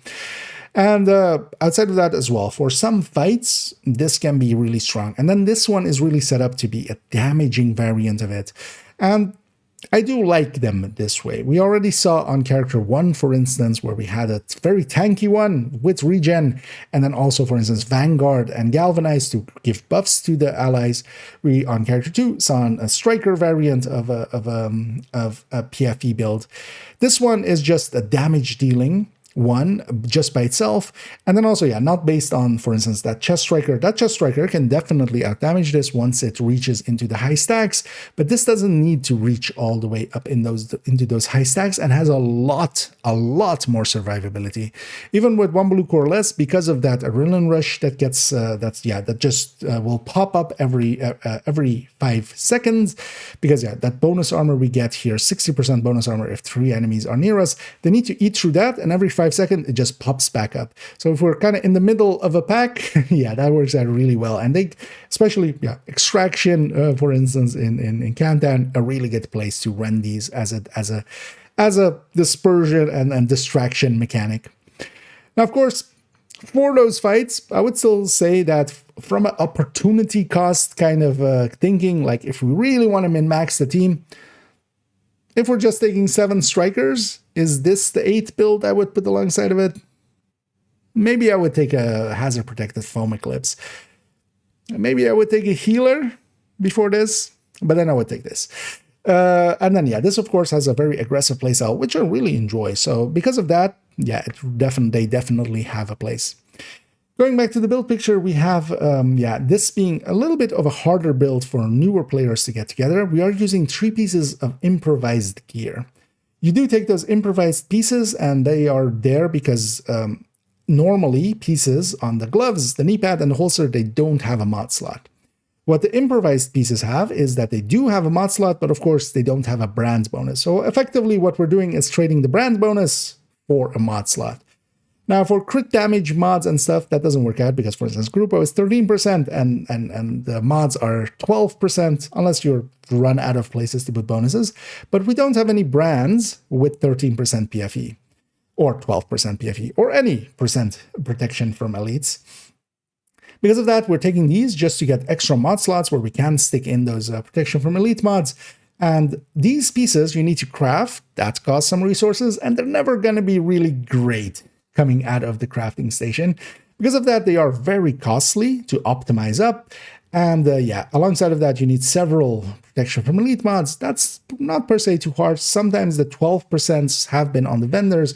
Farming gear mods, you will get enough eventually. This can be especially expensive for those 3 improvised pieces. And because of that, not per se a starting build for newer players. But it is one that on every character, as I said before, I have a PFE build, and there's a good reason, especially rogue fights, but then also for some masters and such, they really can make the difference. Not per se this one, but other ones have made it so that recruiter fight, it's much easier if there's one PFE player there together with several damage dealers than having 4 damage dealers. And there are several situations where things like that will matter. Overall, a recommended build, and one that is a little bit expensive, but worth having. 1039. That's fine for a PFE. Explain that one. Let me check one thing first.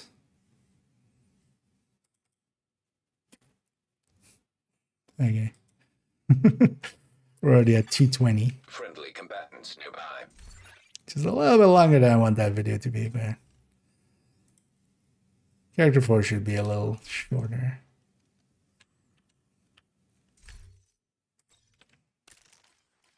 I did that. Let's pick a different mode.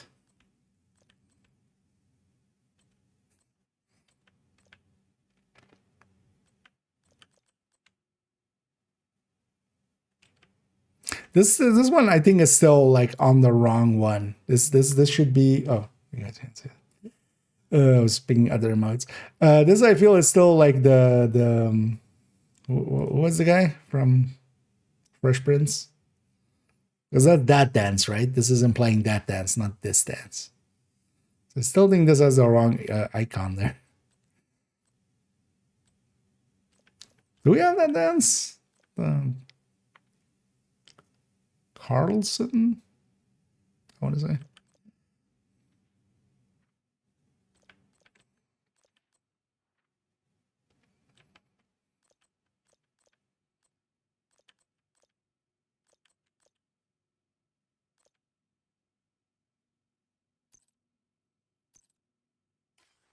Let's go quirky. Friendly combatants detected. Although smooth dance is the one I should do actually. Ah, nah, that's maybe too much.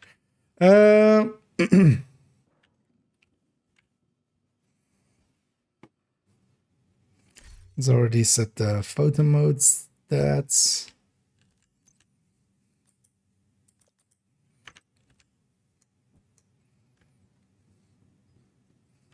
And maybe we just do it there. Somewhere where it's kind of bright. I kind of like the brightness here. Yeah, let me get you here. Oh, Carlson there. Yeah. Indeed. Because that should be that dance, right? Without the mode, I feel. Kind of fits that. But then, yeah, maybe they didn't do it in the end. I don't even remember what I said. Carlson, I think. I said. It's been forever since I watched any TV show. But yeah, let's take it to one outro.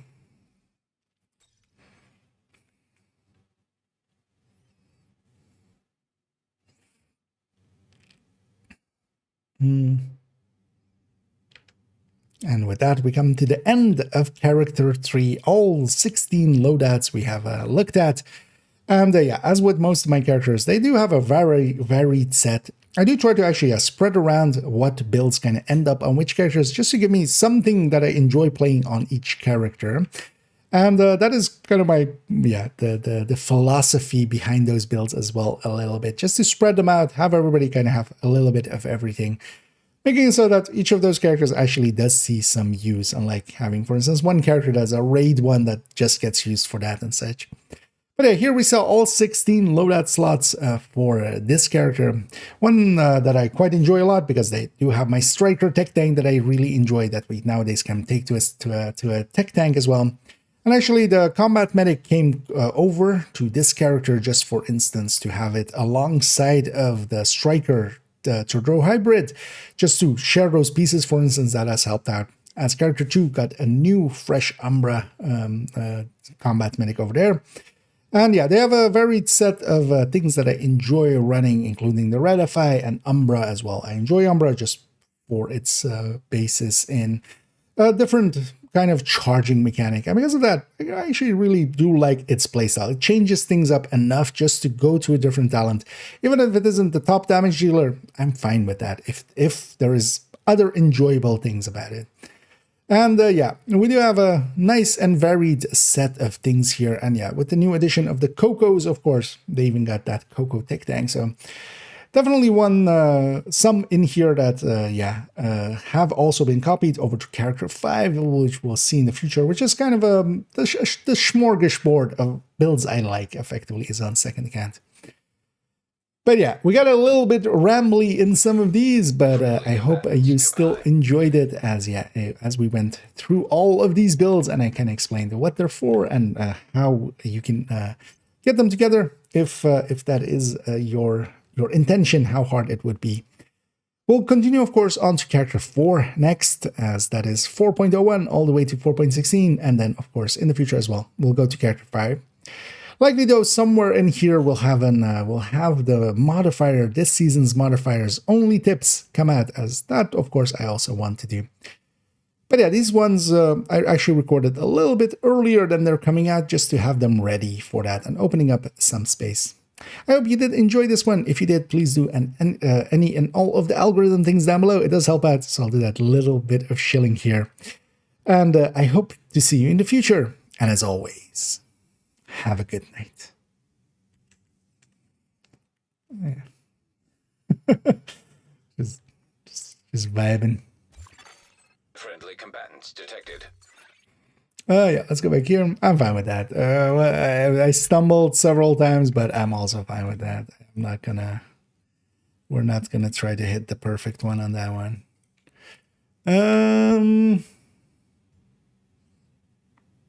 I really didn't have a plan going into that spiel, so it kind of became just kind of wandering.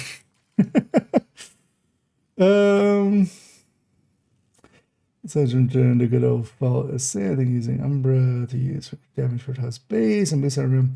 What's going to use to boost its damage? Oh, to just use the fall. I mean, you can't even run the fall on Striker. That's not a like. It has enough RPM, but yeah, preferably you have something a little bit higher RPM than that. If you're more mean like with other builds, it would fit well in its Negotiator, especially Negotiator also doesn't care too much about RPM. Coco, Consecrated Company that came in, that wouldn't per se care about RPM, low RPM either. It having higher base doesn't per se make a difference there. It's mostly just, yeah, the RPM differences. The higher base makes it so that you have better ammo conservation and stuff, but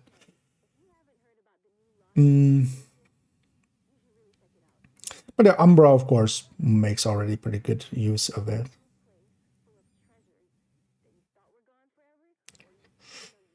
You're using it, yeah, on Umbra itself, yeah, you want to take the chest, so you don't really have the option for unit alloys, and you wouldn't want to put unit or equalizer. You wouldn't want to put unit alloys there either. You just take Cheska still. Because yeah, it's feeding already a lot into that. But yeah, Umbra layout would be just kind of like what I have in the build collection. If you're familiar with that, I would just take an Umbra. Fall is perfectly fine, and then yeah, either Overdogs or taking Tinkerer. Like actually, I could, for instance, that's also why I have a Fall here. I could literally also go this.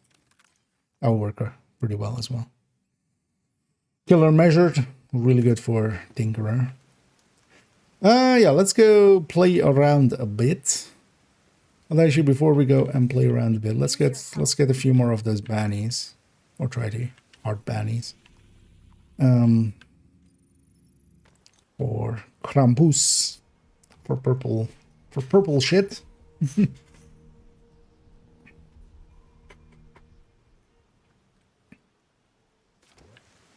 actually, we'll run this even. I'm charging my laser.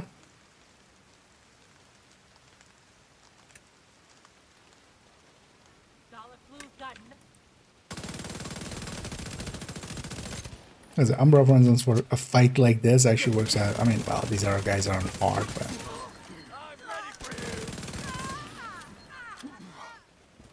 but yeah, we can charge up, we can be at full stacks, and then slay in them. And I'm actually looking for the purples, like these things. Yeah, who cares? Purples. Yeah, purple bannies. Oh well, purple, not purple bannies, man. Hard bannies. Yeah, let's try to get some, because especially character 1, I want to try to get some of those. Let's go do that, and then where do we take it after?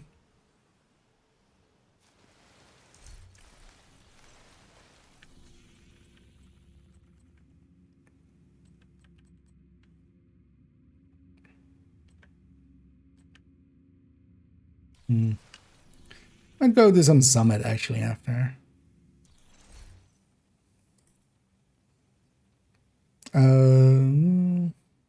Yeah. Oh yeah, let's do that. Let's go. We haven't been in Summit for a while. Let's go do some Summit. We'll take the pistol. We'll take the high-end pistol. Well, actually, well, no, let's just take the striker one. We'll take the striker one. So we'll end up back on that character. But let's actually try to get some of these hard. This is stack up against other weapons. It's not very competitive. Optimist, so Killer and Measured and several other talented Ranger. A lot of those got a bunch of buffs. Optimist also got a buff, but it was not large. It was pretty small. It went from 30 to 35 for normal. I believe Perfect went 35 to 40, maybe. It was 5 less than whatever it is.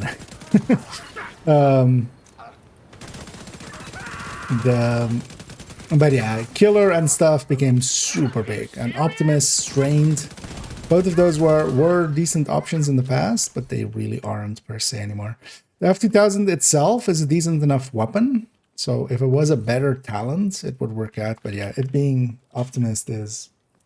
It's not bad, it's not horrendous, it's still a damage talent. It adds around... Well, actually, so that one would be around 8% for the Perfect. But does not keep up with Killer and stuff nowadays. Okay, so yeah, then it was 40 in the past. Because yeah, both of them went up by 5. Was normal 35 and it became 40? What's both of them? The thing I remember is both of them went up by 5 at the time. Just for my own curiosity, because okay, so this went from they always had a 10 difference, right? That's 30 for one and 40 for the other. Selection. That's what I've got. But yeah, basically it is, 45 weapon damage. They're just kind of getting averaged out to basically half of that, making it 22.5 weapon damage versus 70 crit damage from Killer when it's active. As you can imagine, those are not balanced with each other. I would hope actually in the future maybe they kind of do another pass on the talents. They did definitely kind of... They made some things more viable, but yeah, they definitely ate into other things. If you're not familiar with them as well, actually, is it this? Yeah. Safe area. That command should work over there as well. That should pop up a link or a link in a second. If I typed it correctly. Although I basically taped it correctly. Because yeah, that's missing an S. But yeah, these are the DPS levels. They do need a little bit of upgrade because this is an older striker build that it's at the center of them because we have equalizer. But this is actually, so on AR, basically this is all the ARs on striker with the exception of whatever got added this season, which there isn't an AR. There's only SMG and a thing, but the talent of this season is also not in here. So in here as well, you can do Control F, and then for instance, your Shield Splinterer. That's the Shield Splinterer. And we can kind of see what's around it, especially for instance, FAMAS with Strained even is ahead of it. But let's try to find one of the Lexingtons.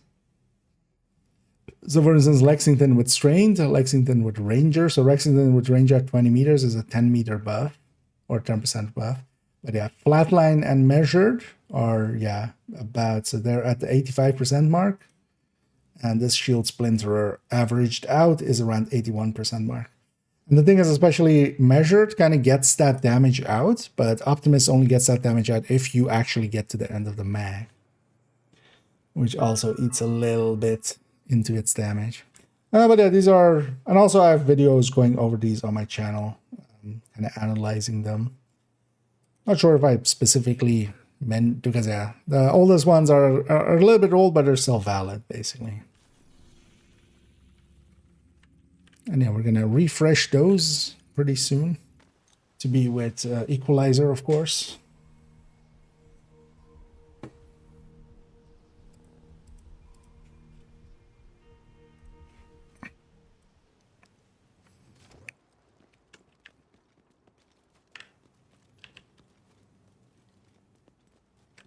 Eat this!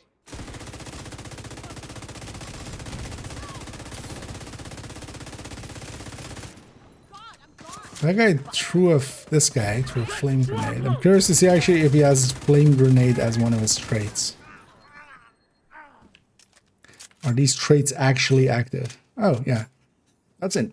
That seems like over. Although maybe it just was easier now. But yeah, so this guy yeah, carries and throws incendiary grenades, and yeah, so even in just fighting these guys, they're using that stuff.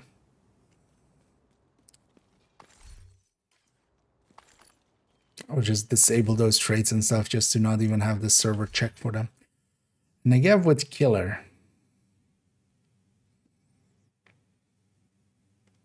I don't want the Negev. Negevs are painful. Their handling is like, yeah. I said the dream would be an MG5. MG5 with killer with high stats. Hostile broadcast detected. But yeah, we did get a Krampusnacht. And yeah, when the target is something useful, we'll use some of those out. Yeah, let's go back to character creation and we'll take them to Summit. And let's go run around with the Tempest Striker Tech Tank. I should use that a little bit in the Summit. I haven't used that one actually in the Summit much. I've done a bunch of Summit with the high-end one, but I haven't run the Striker one there. And also haven't done Summit in forever, so let's go.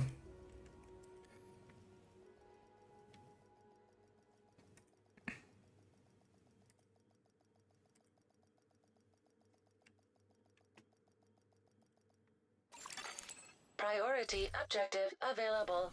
You know what? Safe area detected. Give me...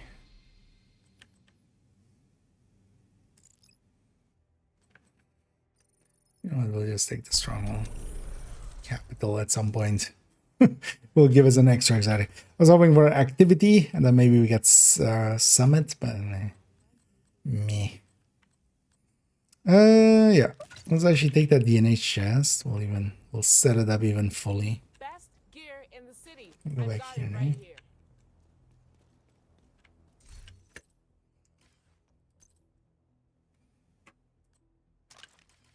Because it is the one. This is the one thing that beats the equalizer is, and also kind of outright burst, sustain, damage per mag, everything.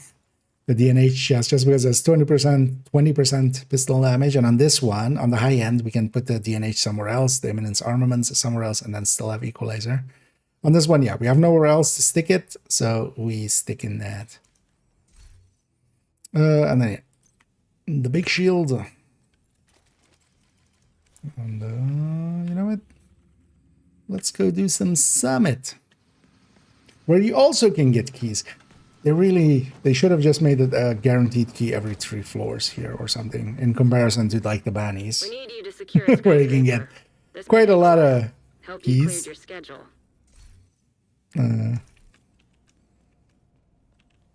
Here, there's, I think it was a 5% chance, right? It was a 5% chance of getting a key at the 3-floor box. So 1 in 20. We're not doing it for that, but yeah, I am doing it for, you know, heroic, Norwegian, that, pistolero, cool skills. I don't want scavenge skills. I don't want special ammo, and we take courageous as well. 8 directives.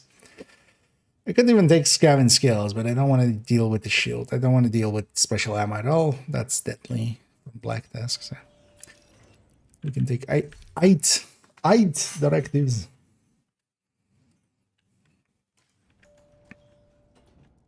Because yeah, a lot of those don't matter per se too much. All of the healing ones and stuff, I don't care about. That's the Rogue agent detected. tech tanks thing. Although rogues right away is kind of a dick move game. On floor 4, really? Sheesh game.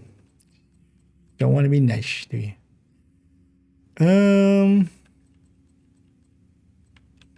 Let's take sidearm specialist, because the plan is to just be a sidearm specialist anyway.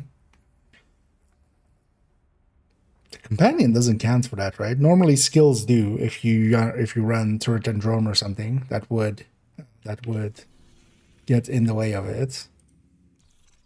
Companion won't, right? Like they can't. What's our just going to do to the tick, glass, DTA gun, DTA build? So generally all of those are just the same basically. So DTA on a gun or DTA on the build doesn't per se matter. Like there's no difference between that. It's just all DTA. It's just going into that pool. But yeah, weapon damage, total weapon damage, DTA, DTH, DTOC. So the stats. Technically as well, it's stats like damage to status affected enemies that you could get from somebody else running survivalist technically and stuff, but you know, if you're solo, not that. And then from all sources amps. So it's not just amps, because yeah, some places just say it's amps. No, that's not true, because for instance, OD, ongoing directive, is an amp, is a weapon amp, but that doesn't apply. And overdogs, well, it says, amplifies weapon damage. That shouldn't apply. That's usually a thing that doesn't apply in that wording, but it does. But then basically, an easier way to kind of look at it, because that's what glass is actually, is a debuff on the enemy. What glass does is actually put a 30% debuff on every enemy for damage that they take from you. That's also why it's to turrets, from pesty tick, everything. Even if you, make an explosion happen from a barrel next to them and the fire from that, all of that is affected by glass. Technically as well, the Eclipse backpack would apply if we could make that work in a decent way, but there's no good way to make that work. Or it would cost more than it would gain you. But the overdogs is now as well, but the overdogs is applying in a weird way, and that's the reason it's applying. It's applying to skills. Technically, the pesty tick is a skill. That's how they've kind of made it work in the background. But yeah, weapon damage, total weapon damage, DTA, DTH, DTOC, and some amps is honestly the easiest way to say it. But then especially the damage from all sources amp and debuffs on them.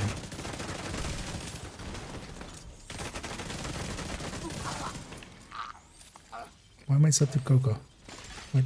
Hostile artillery turret. I guess I was trying to show Coco or something.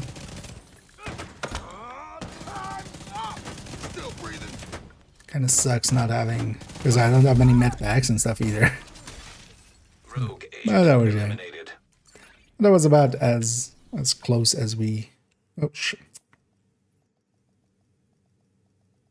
Press and held G instead of H. Otherwise, I press and held both. Pressing and holding G takes you back to DC. Safe area entered. Just my character just stepping back on the chopper going like, hey, yeah, take me back to DC. No, I don't really want to, but I have to. I pressed the button. Gotta go now. We need you to secure a skyscraper. Just all the way fly back and then... Hope you cleared your schedule. Yeah, could you fly me back right away? No, I gotta get out and then get back in? Okay. Rules are rules? Okay, yeah, I get it, man. It's fine.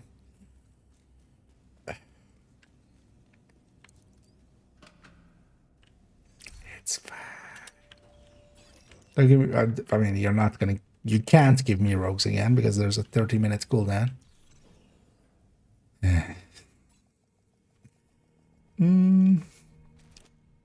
I just started playing and I have no idea what I'm doing. Well, I've been playing this game for like 11,000 hours and I also have no idea what I'm doing. So welcome aboard. That sounds pretty healthy actually. If you've just started playing, yeah, you're likely still going through the base game and such, just going through the campaign. Shade tech I detected. would guess. Most of the stuff there is just, yeah, pay attention to the pop-ups and stuff when it does them, when it tries to explain things to you. You know, that can kind of be useful to read the tutorials as they pop up. Aside of that, honestly, yeah, just play and just, yeah, you'll get to the end game eventually. Pay attention already to talents and stuff. You can read their descriptions, you can read the brands and stuff. All of those will be the same at endgame. Vital signs And critical. Agent down. Hostile striker drone really detected. gonna finish me off. It's fine. Sides 0. But yeah, just make your way through the base game and get to the end game. And once you get to the end game, then honestly, the real division starts at the end game. And then I'll already link here, but in the future, once you get that point, you could find these on several spots. A link to the recommended build list. You don't want to really think about builds going through before you're level 40 because you'll outlevel the gear really quick. That wouldn't really be a useful thing to do. But once you reach level 40, you want to get a build together and start setting goals for yourself. Do you want a PvP? Do you want to raid? Do you want to go to incursion? Do you want to go play with others? Do you just want to solo and just level or get a lot of builds together? You know, stuff like that. Set up for different game modes. Not that per se game modes need specific builds or anything, but there are some builds that work better for specific game modes. Drop the hostile.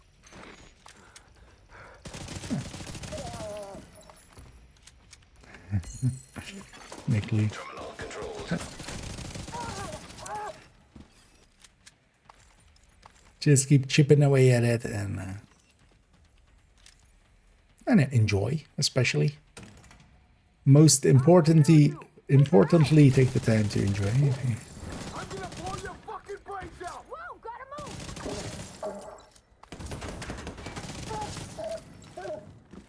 For me, I enjoyed quite a lot just kind of looking around, looking at the architecture and stuff like that even. So if you're into that kind of stuff, there's a lot of it in the game as well. Or you can just, yeah, get through things and just...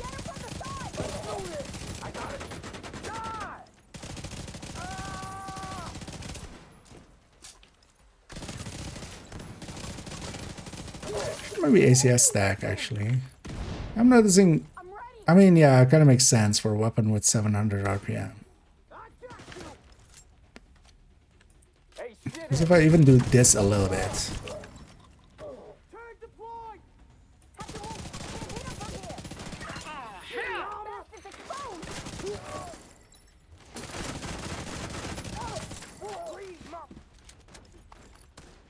And I do like these Tempest tech tanks for Summit a lot. Because here as well, we can take 8 directives, we can deal with them really easily. Most of them don't really do much against us here. We're just leaving out Scavenge Skill and Special Ammo. Special Ammo would be fine against, like, cleaners, but against Black Tusk it would be my shield. So, that would disrupt me and I would die. I'm gonna even take, yeah, Scavenge Skill, but then I would need to keep my shield up the whole time. As you can kind of see there, I'm kind of using my mobility and then sometimes pulling out the shield, so. 3-piece TS and 3-piece Langmo, it's not worth it. The damage bonuses of 4-piece Tipping Skill are worth way more just by themselves as a build, but also from a stats perspective, you would lose way too much on a build. In the same way as with a lot of things. The lack of a first bonus, because you don't start getting bonus to the 3 pieces, you would basically have, yeah, 3 piece of that. But yeah, that would just feed into your pesty tick a little bit, but your build is dropping like millions. Because you gotta remember, a pesty tick goes up to 2 million. The Langmo, like even the Langmo setup is about 8 to 9 million. The new Coco setups do around 11 million to 12 million when they're fully stacked. They're doing DPS, burst DPS. So they're doing like 6 times, 5 times over what the pesty tick is doing. It's not worth giving up the build just to make that pesty tick the highest it can be. System disrupted.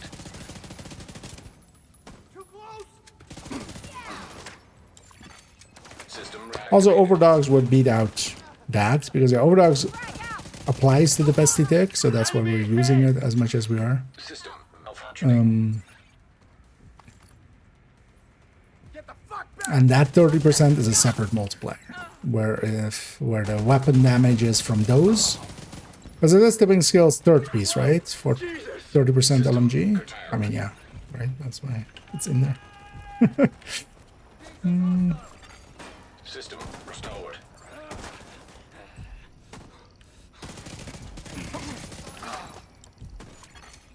I'm trying it. Yeah, I mean, yes. But System reactivated. I've seen people run rifles with tipping scale. Or try to make things with ninja bike, for instance. I don't think there's value to it. System malfunctioning. Because all the bestie builds also generally the consideration is always the build and then the thing. Because even in the past, for instance, before Overdogs came in, yeah, a Sawyer could do much more Terminal infiltrated. for the tick than, for instance, another, you know, the Fox's Prayer or such in that build. But I would eat into your build's output by quite a bit. System malfunctioning. Oh. You can destroy that. System back online. We need to watch out. Elite turrets are no joke still.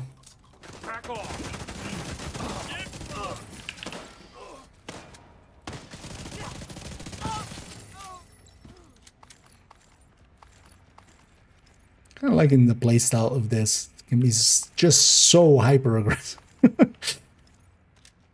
Because even the bulwark is even stronger than the Crusader. Like I'm just never afraid of the bulwark breaking. Just Umbra, Memento, SPW. Okay. So SPW. Memento and SPW. Oh, so two different things. I was trying to like read them as the same thing of like Umbra and Striker. But anyway. More effort. Umbra at only temperature. Oh yeah. Although keep in mind that stating any damage. Oh, with the fall. That seems actually exceptionally low with the fall. Because likely charge driver would already do more than that, I would think. If it's just a memento and yeah, like equalizer chest on Striker, I would think.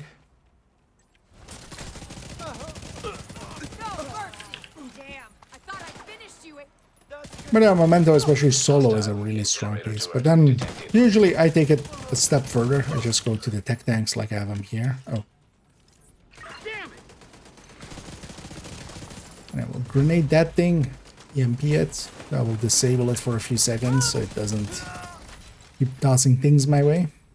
But I generally, for instance, the tech tank style here. I don't mind taking a memento and then even more blue cores. And then taking a Crusader shield. Shoot 'em all.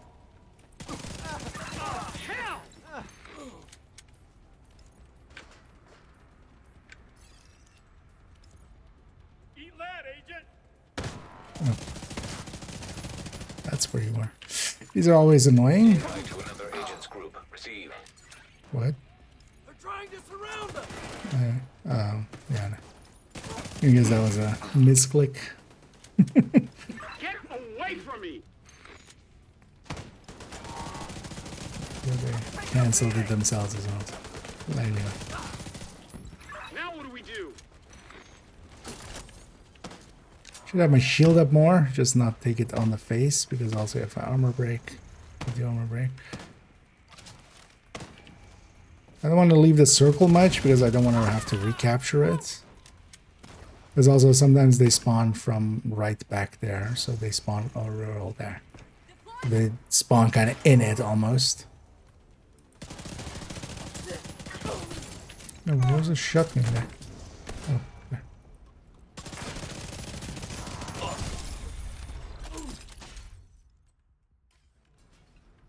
Oh, and still set to making sure that I'm only pressing H. Let's be set to ARs. We still need AR parts likely, right? We've optimized some stuff. Yeah. And I could use an AUG for a build.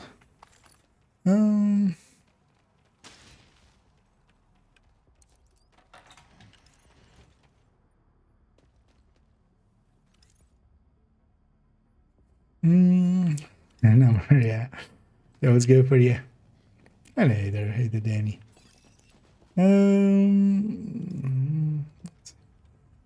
No, if anybody wants anything, sure to give Vito a holla. Let's get that mic. Total and hostile control. Sounds like a start of a rom-com. Hyenas captured my grandma. Where's my grandma? Just in the style of where's my car? Destroyed. Dude, where's my grandma? Has that not ever been made? I feel that's a...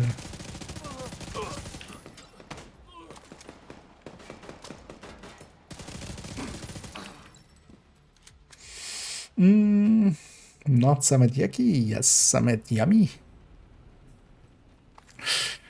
I enjoy Summit quite a bit, so...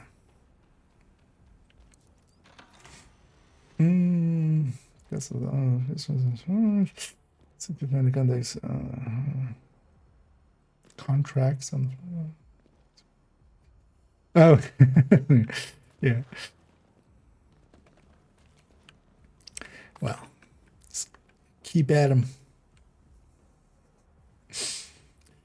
Let's go done with them. I mean, if it's full, it's full. EMP jammer detected. I'm most of the time full on a bunch of stuff as well.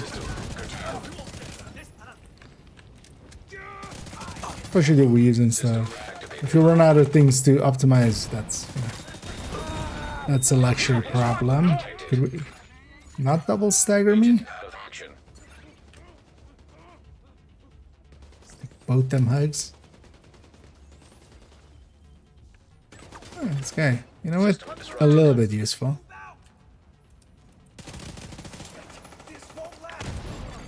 System back online. Got my shield back. Oh shit, wasn't I doing... I'm an idiot.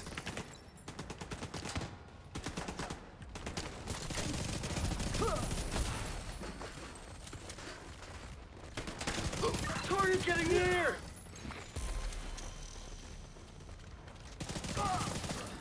I was doing the pistol thingy. I should go back and check actually that companion won't count for that, right?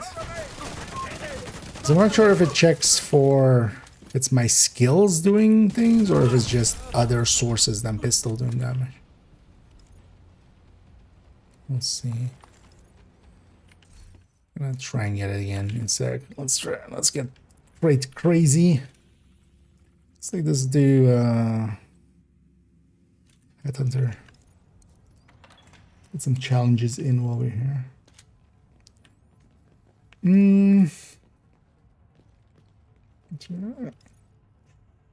Let's advance on.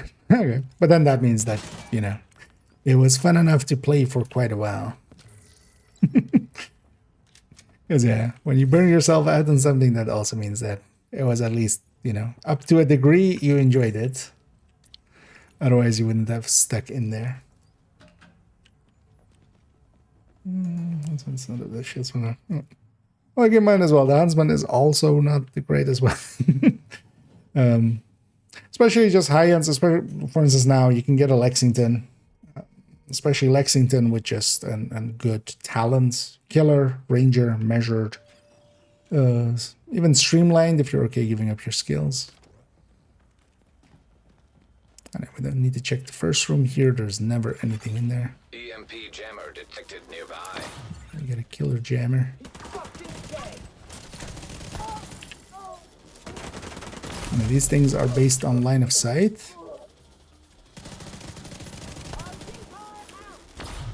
So I'm just gonna break line of sight. Does this spot work? I think it works, actually. Kill confirmed. Because we just need it to 100%. Does this actually hit my guy?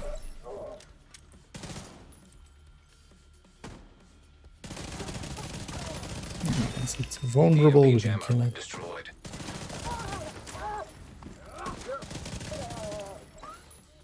And I'm picking up the short butts just to get some bonus armor that I can then use to murder the rest. Oh, shit!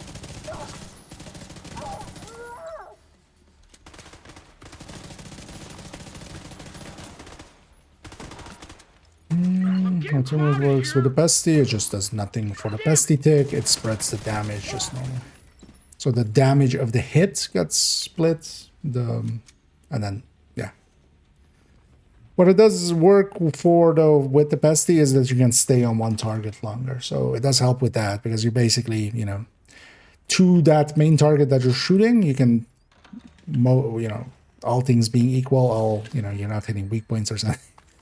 You can get 2 times as much stacks on them, so while damaging other things, and then also they're damaged once the pesty stacks start going around. So Terminal works decently well with Pestilence, but it doesn't really interact with the tick at all. It just spreads the damage of the hit just normally. 3 days, I'm gotta roll. Oh well, that can go like that. Right, so I want to help with there. What's wrong with John? No. That's also why is the thermal in the corner with that one? Because you would have been ruining that. I've been running that on that new character on 3rd account or 2nd account. So I've been running it with the thermal. One of the downsides though is, yeah, you do lose your ability to quickly kill the enemy right in front of you, which can be fine, but my playstyle definitely leans towards not having the thermal in there. But that's also a playstyle thing. You can adapt, of course. Well, you know, not of course you can adapt, but someone does still has that, right? It takes the open worlds thing and nowadays for the difficulty of the boxes, so you get purple gear like that.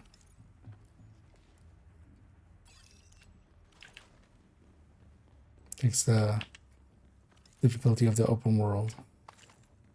Oh shit. Keep forgetting. We're already on floor 8 as well, so we can't even do a 3-floor challenge. We'll just take, although let's take that and take a few floors in there. Although that's also a 3-floor thing, right? So no, let's take Steady Stepper.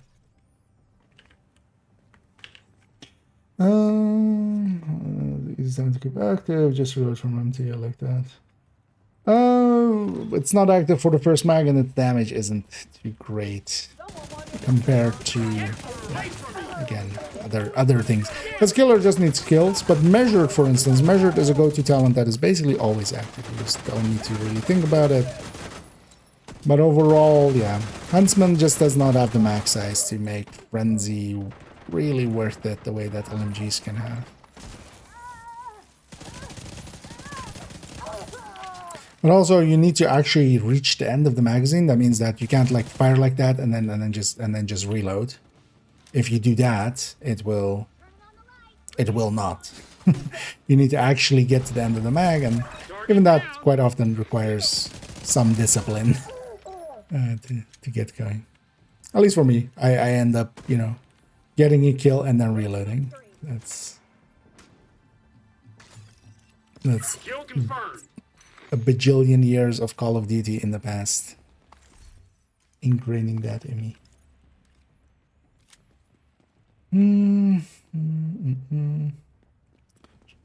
Unless you're set to open, by the way, Guns, you need to / invite them, or they need to add you as a friend. Unless you're set to open, they can't like just type / join your name.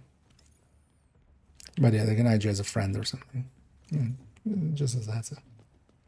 Sorry.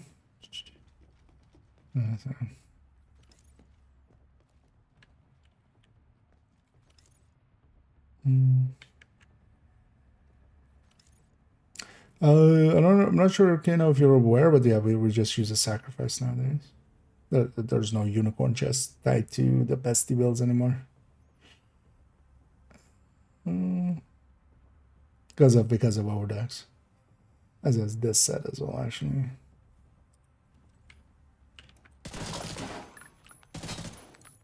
Missed half a mag.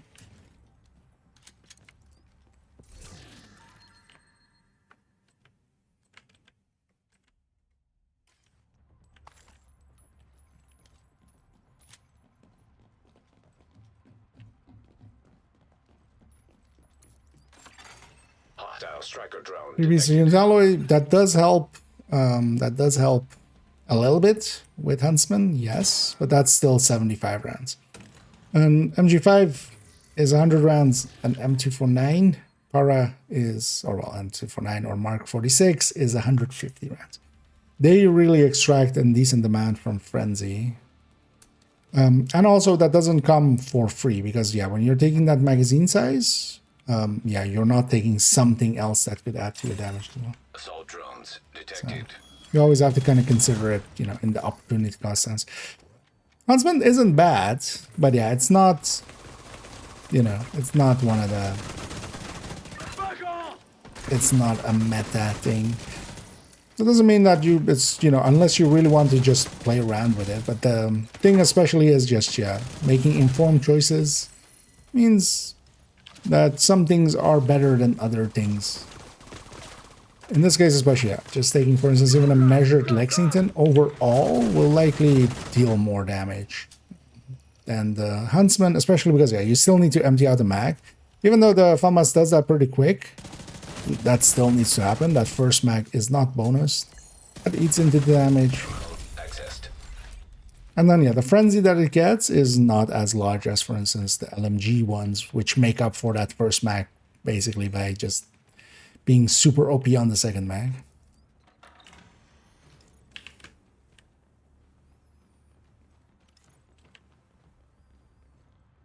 But the FAMAS itself, underneath it as well, kind of like with the Shield Splinter, is a good gun. So that helps quite a bit already. But Frenzy, yeah. I tend to call like the LMG ones like the real Frenzy, and then, yeah, they have a little bit of a advantage. Essentially. And yeah. 30 streak AC. Well, good luck to all of you. And yeah, hopefully you guys will come out with all the timbers.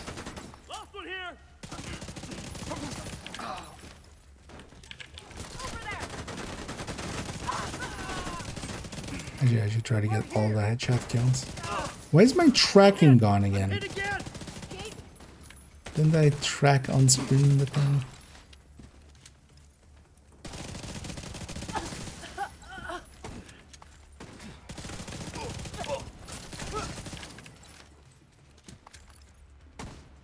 I did really like these setups for just, yeah, 8 directives here. So actually, when you're doing 8 directives on Summit, and you're also, for instance, one of the things you can do is actually just reset the first 10 floors over and over again. Every time getting a bunch of challenges, the challenges also get actually XP from the directives. So that means that you can actually get decent amounts of XP out of it. Not like about as let's say double countdown, but countdown is of course super low as well.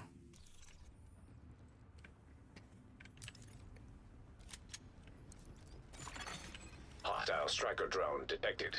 And of course, yeah, I can cheese floor 100 for way too much XP. I cursed them, yeah. A curse upon you for 17 generations.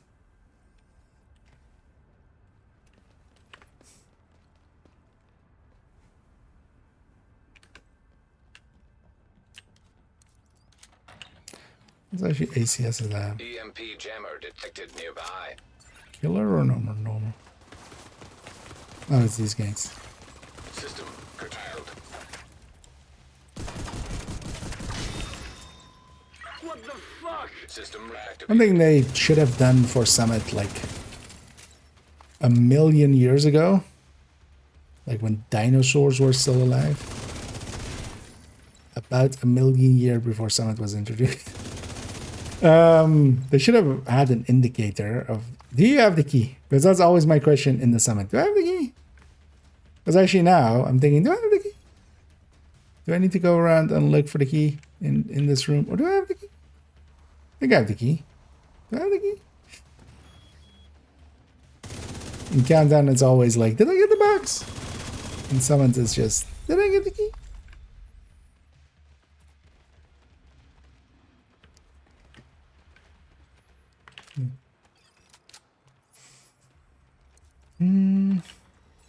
I need a melon. Nice. And yeah. You get there in the end. Welcome to the 30 Club. The Dirty 30 Club. Oh, I should have swapped to Great Crazy for another one onto that, but it's fine.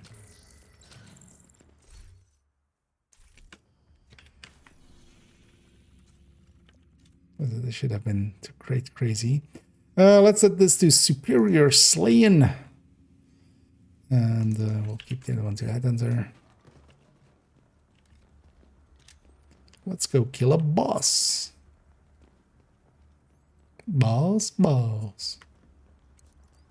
And you got it under 30 days. So that's an expertise per day. More than an expertise per day. 1.2? No, that. Why is my brain not braining? Oh, it is 1.2, isn't it? Oh. Oh, I press it. 3 divided by 25. Yeah, it is 1.2. Shut up, brain. Don't doubt me. I know what I'm doing. I have no idea what I'm doing. So, 1.2 expertise per day.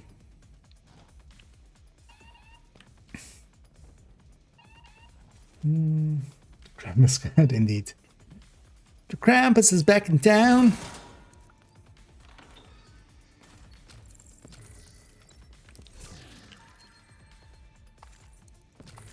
Yeah, just Krampus squad, won't you come and give us some more keys? Krampus squad, Krampus Lauf, won't you come?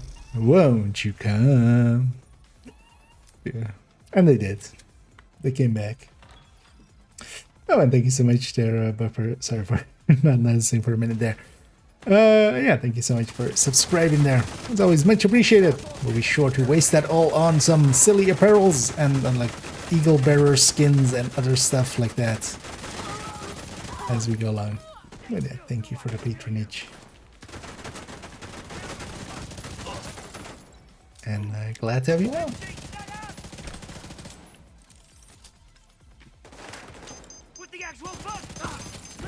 What the actual fuck? Target detected. You know what? Yo, take this fucker out. They're all over me. Oh, you have phone? You, sir, are dick. Where do you have phone? Did you go away? This is my corner now. I live here. Let's get this shithead from the side. Can't let him get away with this. That kill's mine. Should try to just stack here a little bit. You'll be great for that. You forget. I'm so used to pulling out the shield and then ACS stacking. But yeah, that's of course the wrong shield for that. Where are you going? None shall pass. What the fuck are you doing there? Are you a nun? Then you can't pass. Only nuns. I feel that's like an offshoot of OnlyFans, right? Just only nuns. It's just Bible passages all the time. Only nuns. Let's get this sidearm specialist then. They extended, yeah. So the patch said to the 13th. So. Or when they patched it, they said to the 13th. So watch it accidentally not go to the 13th, but we'll give them the benefit of the doubt for now. It's an extra week.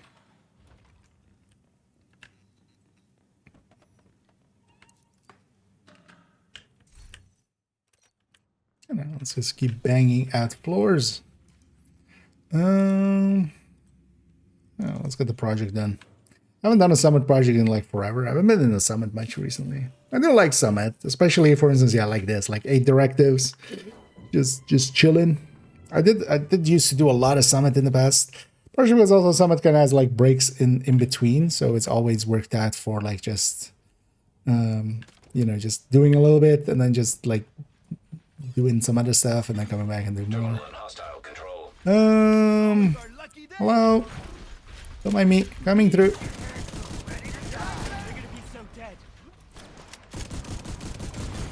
Terminal destroyed.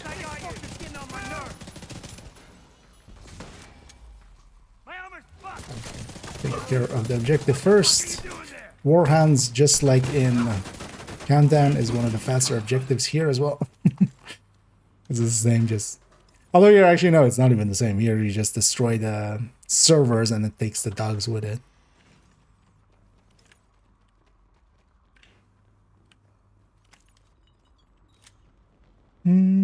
So, week more, yes. So it was gonna go till the 6th. Now it's gonna go till the 13th of January.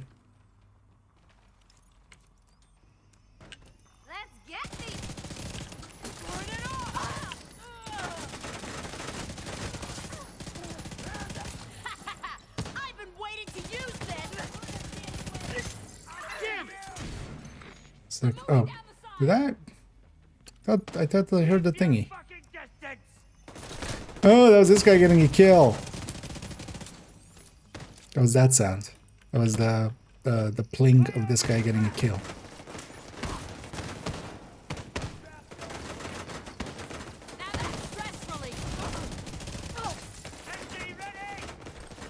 Which he doesn't want to do anymore.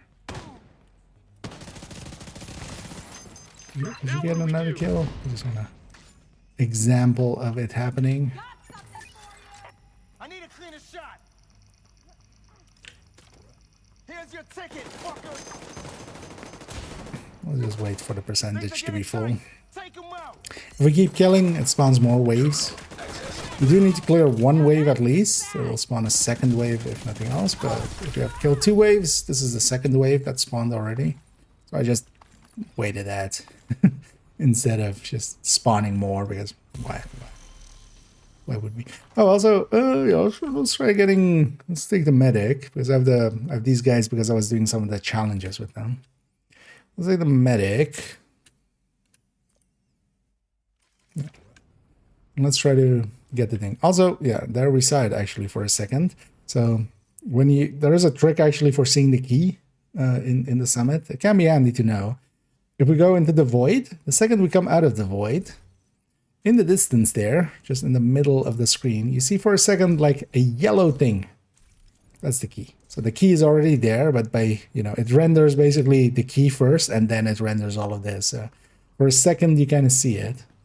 So that can be handy, especially in some of those rooms. You just put your back towards the wall and just do this and you can see if it's in that room. So for instance here, yeah, it's just around the corner there. That can be actually faster than just like going through an entire room. That can help with that kind of stuff. It is somewhere here or there. Yeah.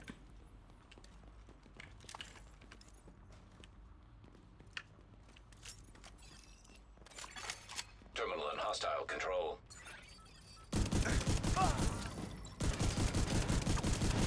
Be ready to die, motherfucker. They won't rest. We're all set.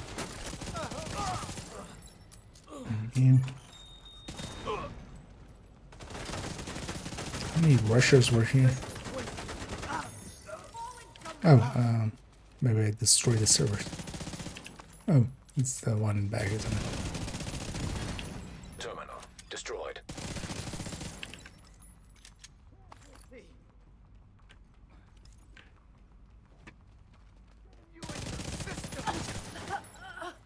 I mean, I understand, fuck me, but why my system?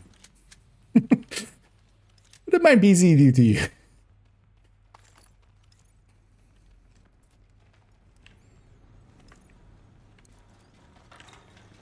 Nope. That was a jump scare. I was just looking over there trying to catch up on chat and see just something running at me. Unlike the preview. That was a jump scare. I got 42 keys up now. Let's say, yep.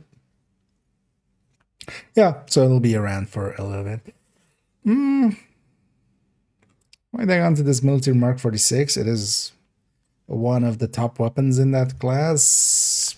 DTA would only really be useful for tipping, but maybe we keep. Well, I'll keep that one. Shade tech detected. I cleared out my stash quite a bit recently, so time to put new junk in there. Out with the old, in with the new junk. That is. Did I miss? I think I missed. Drone detected. Can I have a grenade? Thank you, game. And then we'll just EMP that. Oh wait, does my companion count as one? Come here. Come here. Get cover here or something.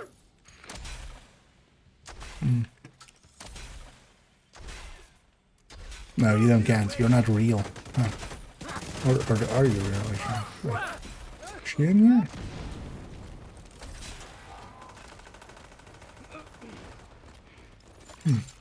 Hostile assault No, you're turret not real. detected. Okay, for that. Because these things are tug of war. So if there's like two enemies in here and just me, they would start.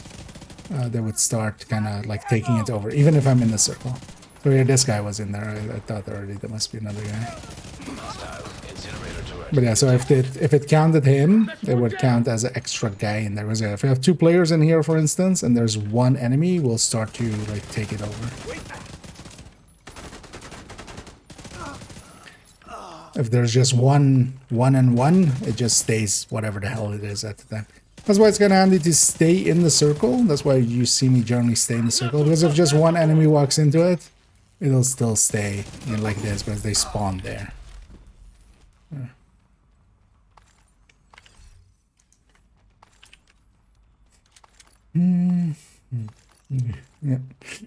Yeah, the Mark 46 is one of them. It's the same class as same type as the M249B and the M249 Para. But overall, the Mark 46 is a tiny bit better. So. But yeah, it's with DTA, which is not a preferred stat in most cases. But I'll just hang on to it for now. Let's see later if we have a use for it. Might stick it on tipping scales for having a DTA and a... Although there I would want it to be classic M60 for the main weapon.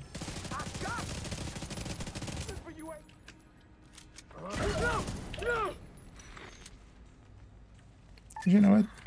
Put down your thing. Just put it there.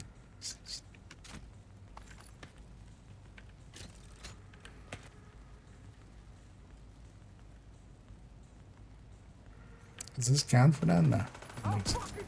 These might. You know what? What?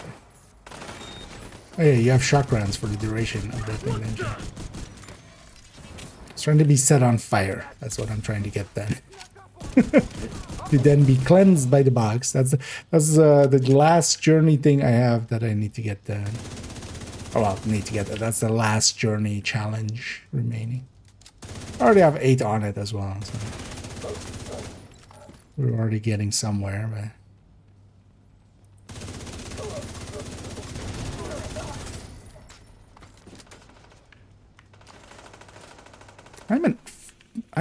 Why am I being the biggest idiot ever? I'm on sidearm specialist and I keep using my AR.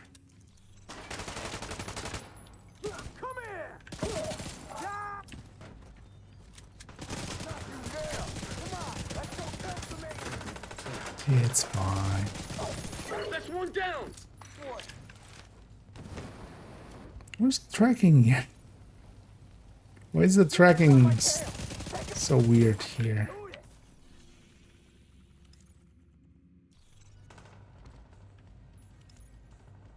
What's getting in its way? What?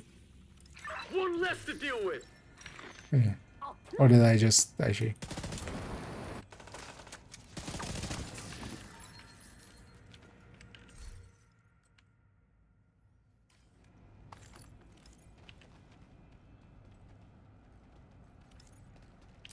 Onward.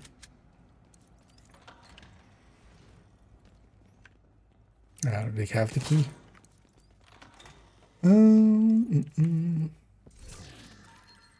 Play on easy level. This one legendary to will sell it. Well, that's because you're doing it already on that, so no need for me to do it. You're already clearing it, so yeah. Terminal and hostile control. But yeah, legendary. Actually, this build would do fine on legendary here in Summit. In Summit, it also scales numbers for legendary, where, you know, in strongholds and stuff, it doesn't scale numbers, it only scales armor and health. That's why the strongholds are especially quite a bit harder, actually, solo than they are in group setting. System reactivated. Another dead asshole. But yeah, Summit does scale. Actually, this will do fine on legendary. Destroyed. Thing would be 10 directors would be a bit much because they have especially the special ammo would all be disrupt.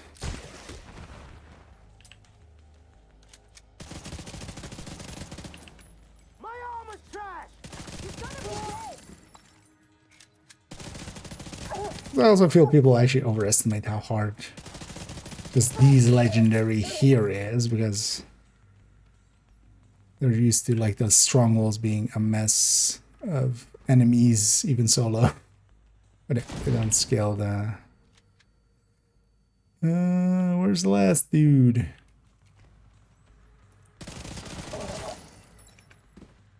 Found him.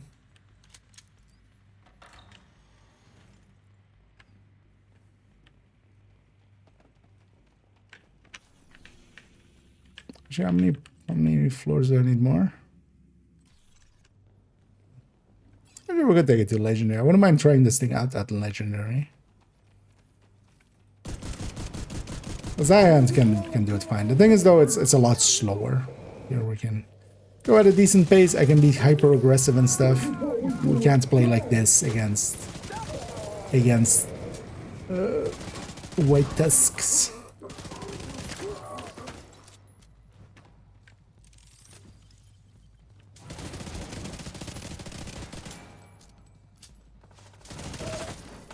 And then we just shoot their backpack off. That makes them take their helmet off on those heavies. We shoot the gas can on the back.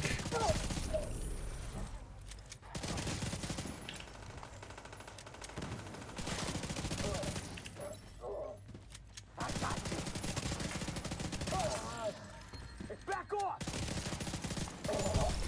I refuse.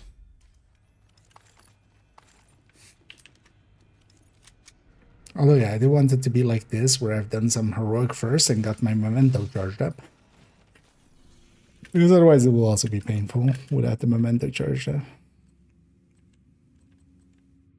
It's like the headshot honcho.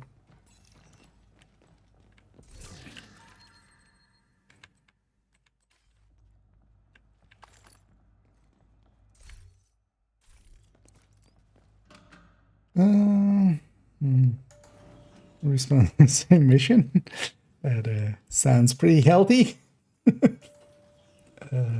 Either something went very right or something went very wrong, I'm guessing.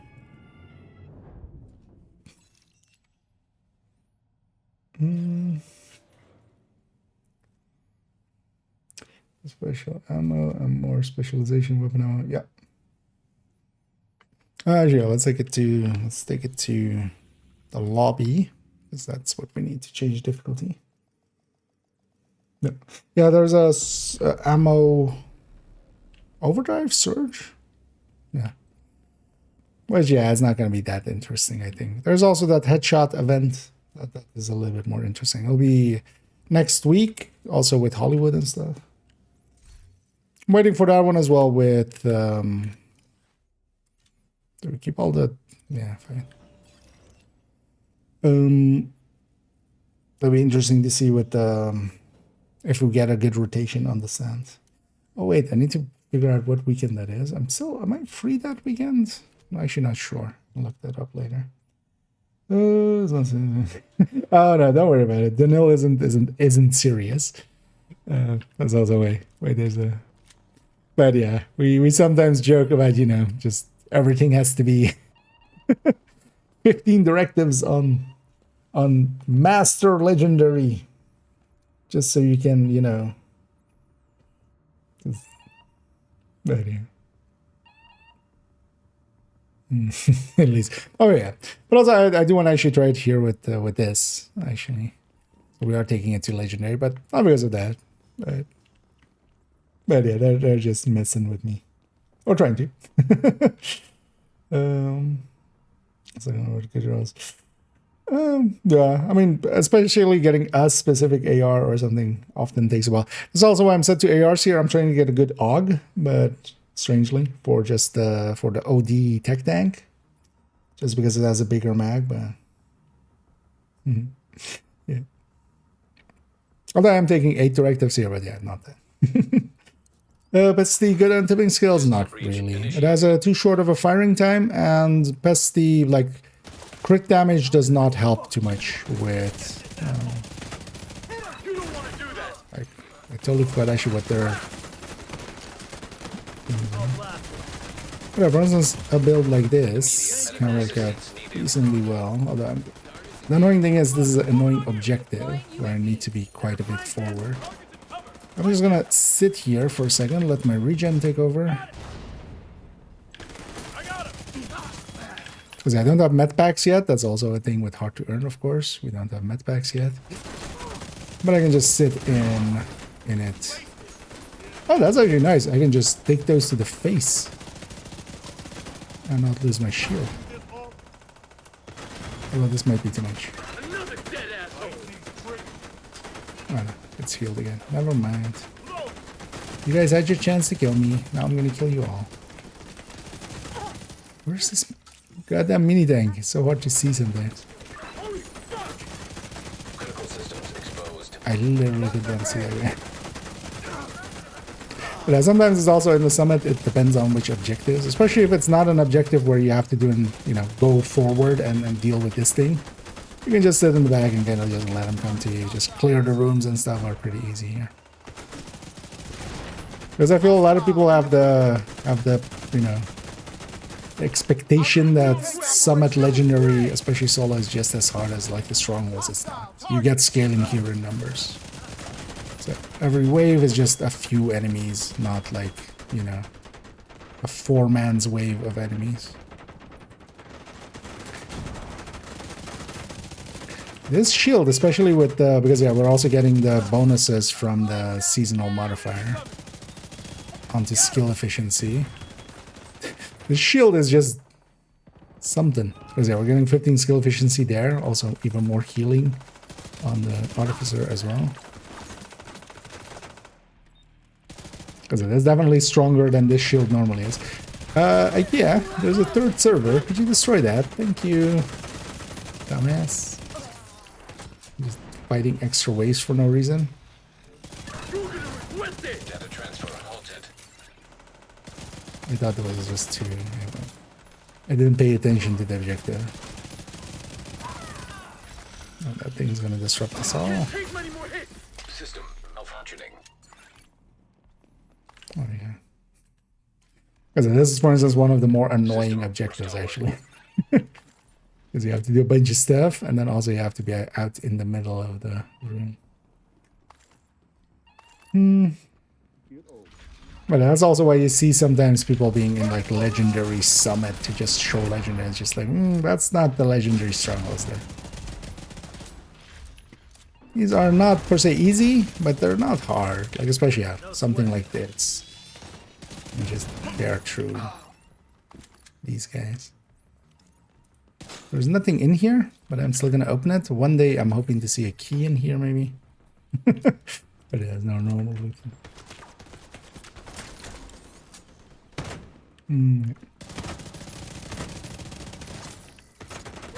Because in most rooms are gonna do this. Just let them come to you.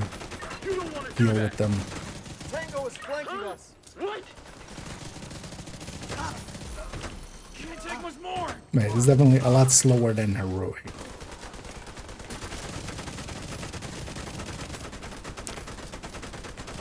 Does the challenge or the challenges XP scale? A tiny bit. It went from like 280 or something to 290. It's kind of funny how little that scales.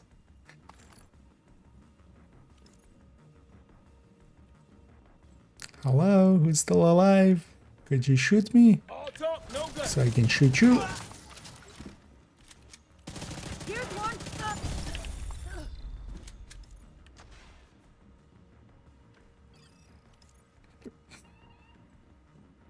The biggest enemies getting through these things.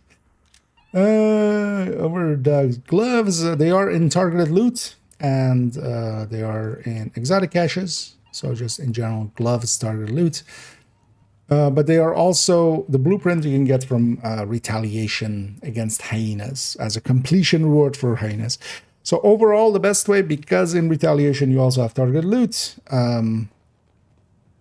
You can set your target loot to gloves, especially piss off hyenas a lot, and do a bunch of hyenas.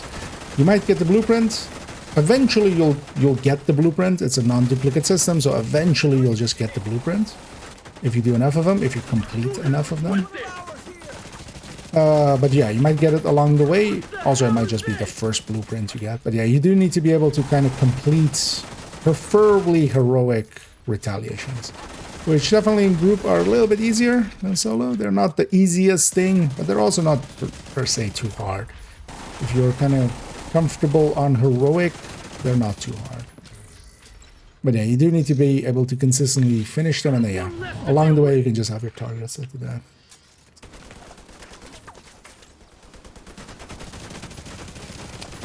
Otherwise, yeah, you can just, any other targeted loot gloves will work too.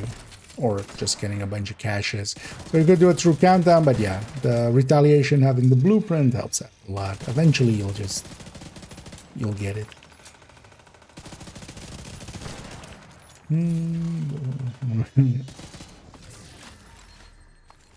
The main thing, alongside of other, it still needs to do damage, but especially, for instance, when we consider like pestilence skills with weapon damage. So for instance, on Coco is a really good build for pestilence. Concentrated Company, the new gear set. That adds into weapon damage and that benefits the pestilence. Here, the pestilence is just getting crit damage, which doesn't per se, it doesn't do anything special for the pestilence the way that Coco does, where the tick goes up by a lot. And then yeah, the firing time is important, but also yeah, for instance, as the recommended weapon, if you've seen it, me mostly go with the classic M60. Of course, Stoner and GR9, for instance, have more ammo and more firing time, especially the Stoner. But yeah, then you're giving up too much damage. So it is a trade-off, but yeah, the Pestilence's firing time is just way too short for that very long reload, and then also you're not per se getting too much. You're not per se getting too much like benefits towards the Pestilence. It's not the build for Pestilence. Pestilence would much rather be on a Lengmo setup or an what are you on? On the table? Wait, is this guy on the high ground?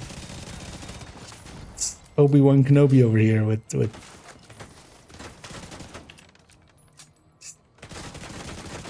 It's over, agent. I have the high ground.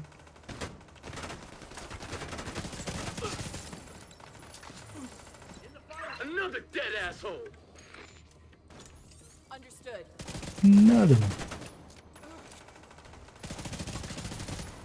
But as you watch out, I'm treating this as if I'm on heroic. But also, it doesn't matter too much. If I die, I die.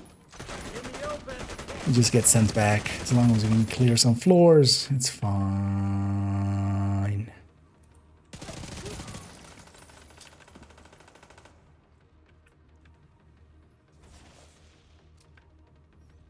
Yeah, I just did not say that as well. Beat me to it. Just plain hard. I mean, yeah, this is just hard. We can wipe them out. No. 3 dots means hard, right? 3 stars on that. But yeah, a good build can make that difference. But also, yeah, again, actually summit skills in numbers. That's why we're not like dealing with the way that strongholds have like a shit ton of enemies. They don't scale in numbers. They scale only in health and armor. So it's actually a lot easier to do summit with legendary. Oh, the key. So actually, so for instance, it's handy for this. Like, I would have to go check there. I would have to go check there. But instead, what I do is we like here. Actually, or was that something else? Wait. I'm confused. Is the key here or not? But yeah, I spotted the key for a second, I think. Or it's just ammo that dropped for some reason. Maybe there was a mini tank or something. Oh, that's maybe ammo in the previous room. That makes sense. Or was just an ammo drop or something in the previous room? Because yeah, it wasn't actually yellow, was it? It was white.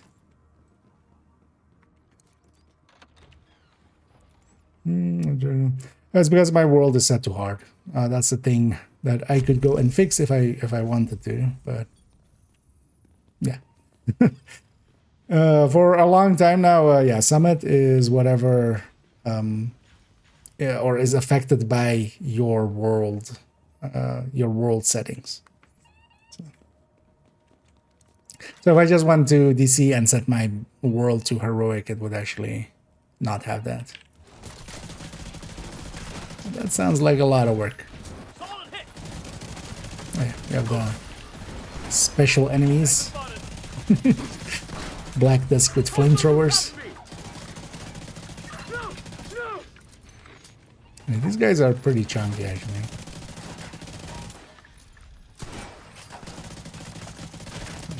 I don't want to put you in there. System disrupted. I should just ACS that. System reactivated. Also, it would be nice if they fixed that you didn't need to do that, but... We lost a man.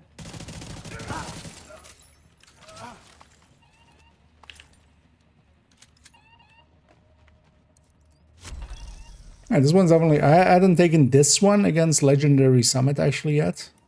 I've taken the high-end one, but yeah, this one definitely has more damage, of course, so... It feels it as well. Works pretty well. But that's why I'm getting purple loot, is my world set to to hard outside of here. Because I was farming hard bounties. Oh no, someone got good loot. I mean, you just set to heroic if you want the good loot. But no, so it doesn't, so the thing is, it only affects it like downward. So if you have heroic open world and you come here on normal, you don't get heroic loot, which is, you know, the worst of both worlds, basically, for us as players, but yeah. But if the world is set to normal and you come here on heroic, you get basically... Yeah, well, so the rolls on the thing seem to be still heroic, but you get some purple loot and stuff. Seems to be more the case. And then the purple loot will just be... The targeted seems to be affected by that. Mostly. Because the normal drop, the normal source drop, that seems to just be working fine. That's why you also always see on high end, it's not just the purple. It's mostly the target that's affecting that.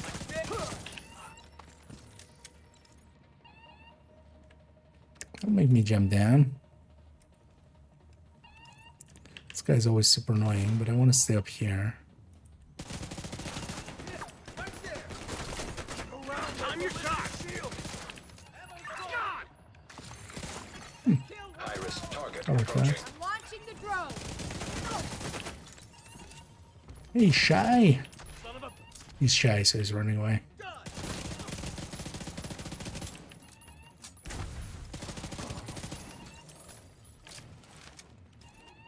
Come here. Let's tango. And as they say, it takes two to tango.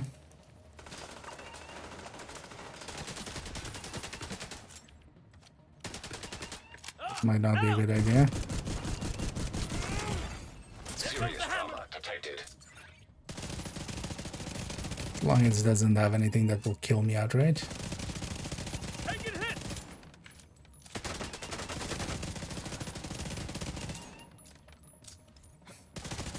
No, maybe. Oh shit. Hostile target! You get waves after? Good puzzle. Got the fuck up! Assumed he would be the last No wave. chance!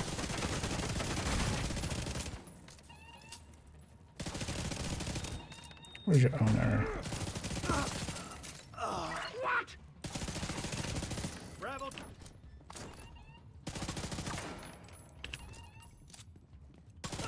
Shit, I totally forgot you get a bunch of waves even. Usually after named. Because I've been on a boss 4, you usually get that, of course.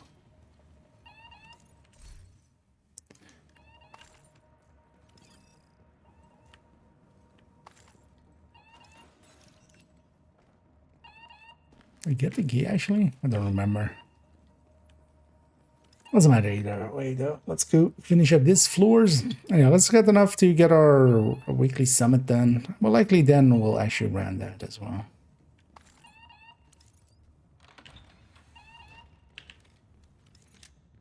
And, yeah, and then tomorrow I'll edit together what we recorded today.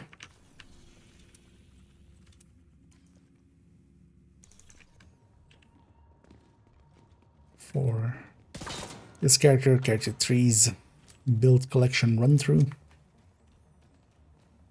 But I'll also be streaming a lot tomorrow as well. I think.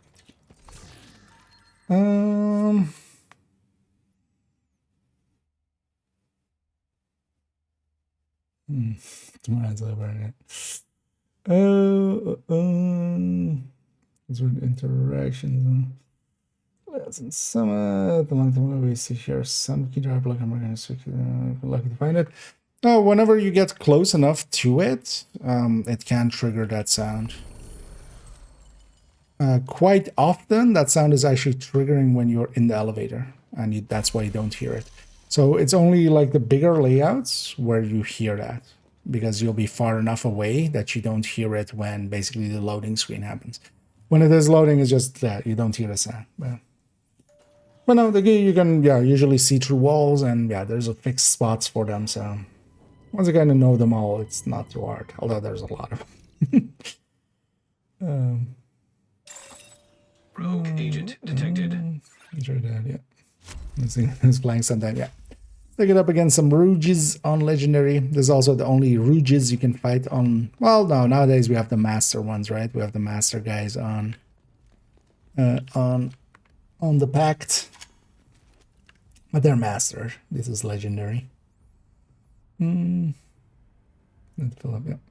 Yeah, I wouldn't want to start on Legendary with this. I would just do 3 floors Heroic and then at least, and then charge that up and then go in. There are kind of fun, yeah. So builds, some builds. I mean, I have the like a weapon. There's plenty of players that just like a weapon and they just keep using it on all builds.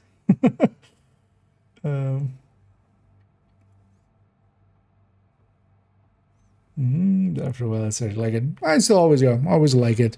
I wouldn't want to run it way too much, but just here and there, I'm perfectly content running some Summit here and there. It is different enough. It's an annoyingly big room. Where did you guys spawn?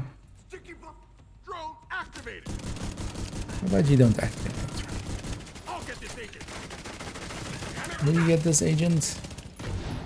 And these rogues are just stronger and like a little bit more dangerous, but Hostile artillery turret detected. usually as well they have like more annoying skills. I have no idea what an artillery turret is, and it might murder me, but it didn't. So, Rogue agent eliminated. so there is that.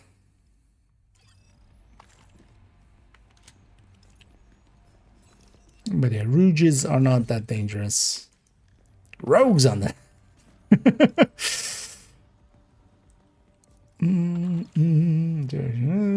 Any idea how exotic side on Busy Little Bee works? Apart from talent, tech subscription seems it could be strong. It is very strong. It is actually one of the strongest tools, but it's a lot of work to get it going unless you specifically need it. So actually, Busy Little Bee gets used in speedruns. So one of the things as well with the Busy Bee is you can actually stack it up even before going in a fight on, like for instance here, once I kill these enemies, I could actually shoot weak points while they're on the ground. So enemies that have weak points remaining, like that guy's backpack and stuff. And you can actually get stacks on the Busy Bee. So you could go into the next room, then swap your weapon and kind of like through it. And that actually gets used in speedruns.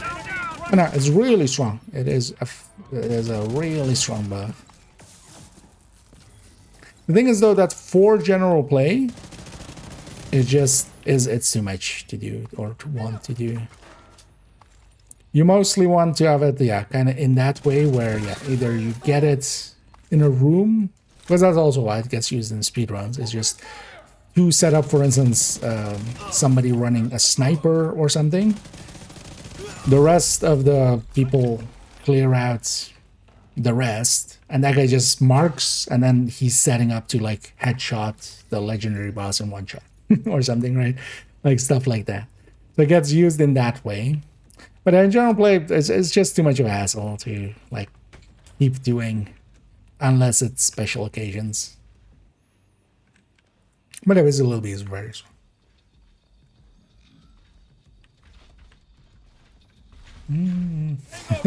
Oh yeah, indeed. Been 35k for a little bit.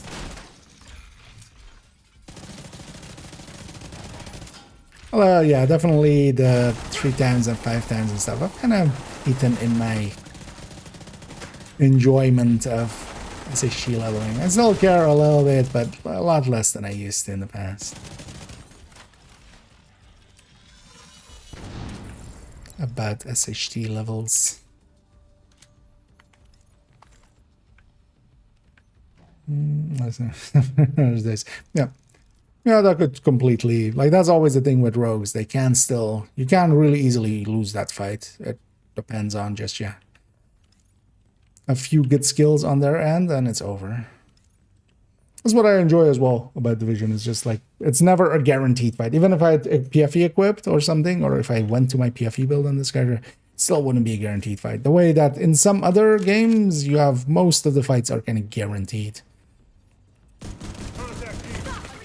Oh, ow, ow, ow, ow, ow. Also,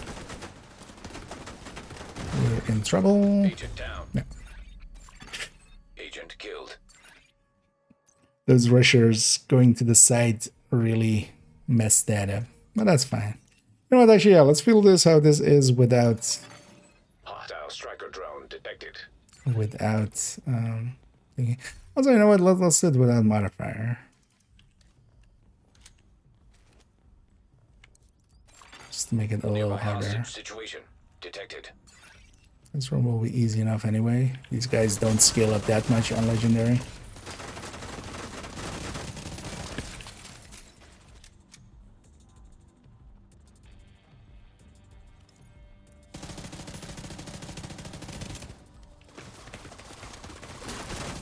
I need to watch out, I don't have my regen yet. Shouldn't just make cheap hits.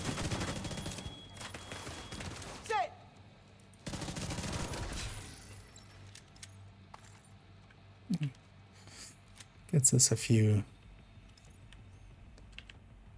drops.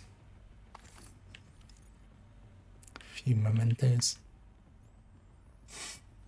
And I started getting comfortable and the game punished me for it. I was like, I'll just go and ACS stack, get some more damage out of it, but yeah. Shade tech detected. Wait, is it double? Is it two of them? No. Right? I wouldn't do that on low floors. Sometimes you have two of these boxes.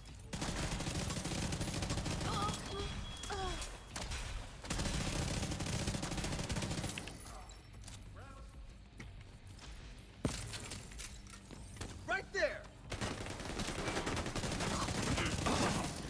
Copy that. New target.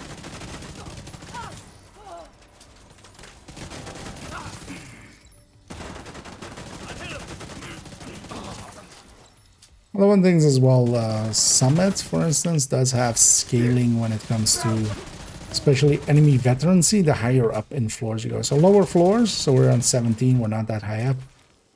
We see a lot of reds. And then if we were doing the same floors on like 90 plus, everything would be elite by that point. So there's even scaling like that. And then actually that affects the drop rates as well a little bit. Not a lot, but a little bit. So it's just kind of easier here on these lower floors.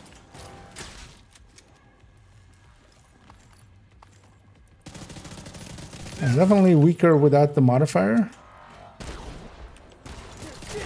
Of course.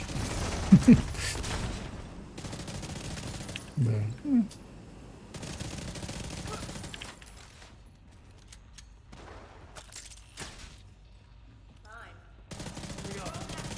Hostile civilian target.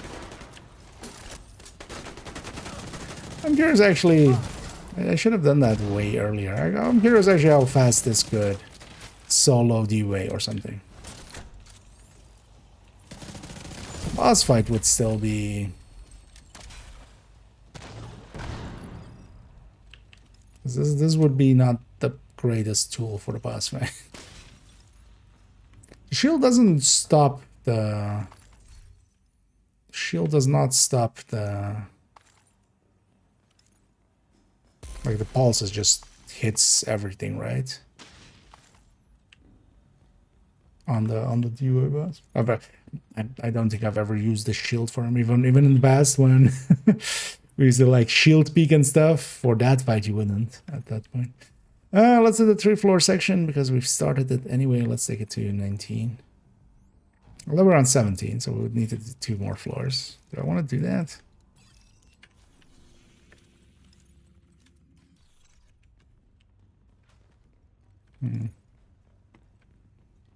Maybe we die. I'm gonna play pretty aggressive and maybe we die. And then I have an excuse.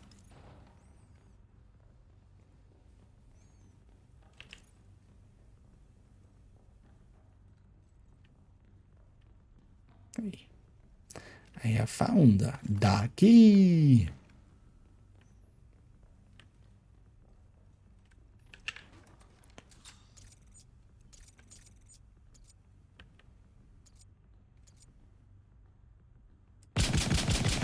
Will this work? Not really.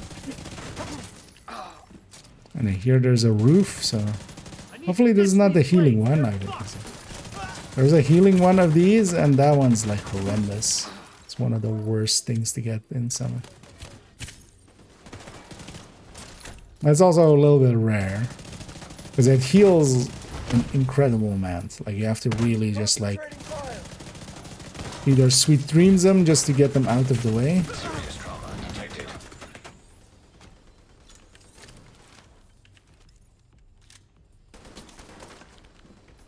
Oh yeah, I turned around. Like, where's my companion? Off.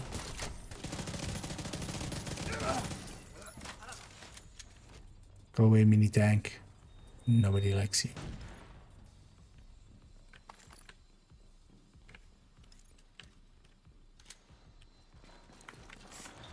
They're tailing me. Nope. I keep forgetting that, yeah. Sometimes we need to pay attention when we go from one room to another. Because of this guy.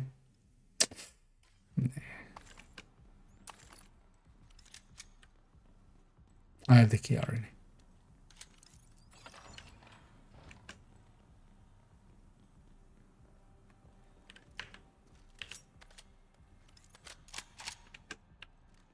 Keep trying to ACS stack and it keeps not really working out for me. Taking way too many hits while trying to do so. You know what? Hit my shield. Curious. You missed. That was in range to hit me. Did you go away?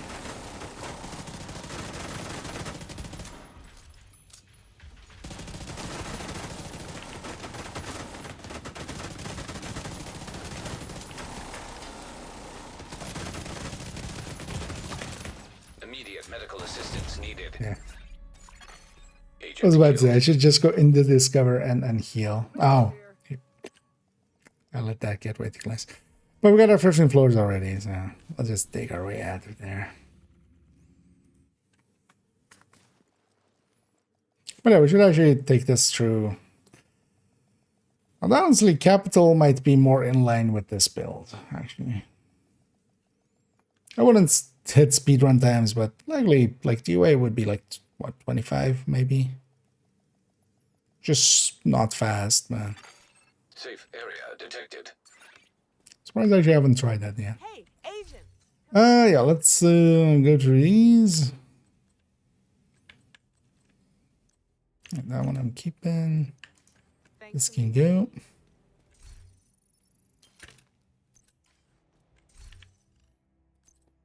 Put this away before we forget. Let's pop these caches, and then, yeah, we'll round out here. We'll go and raid someone, as we always do on the Twitch end. I need to put the DNA chest back. Good to see you. Is it good to see me? No, free exotic component in the form of a overlord. Business. Although free. As free as it gets. How many am I up to again? 64. As many as we can have bounties. Yeah, let's put this chest back. Let's just load up normal strider tick tank. There we go. Yeah, let me catch up to here, and also, yeah, let me first find this somebody to raid. Let's see who's about. Oh yeah, that works out perfectly. Send everybody off to Manny as he's busy debriefing Schaefer. Something here. No. If you don't mind, what are the mechanics for using Devil's Due named backpack? So it has two states. It is before a kill, or when it's in that kill state, and then there's a normal state. Let me actually look at one while I'm. So it's actually the values on it. I always forget.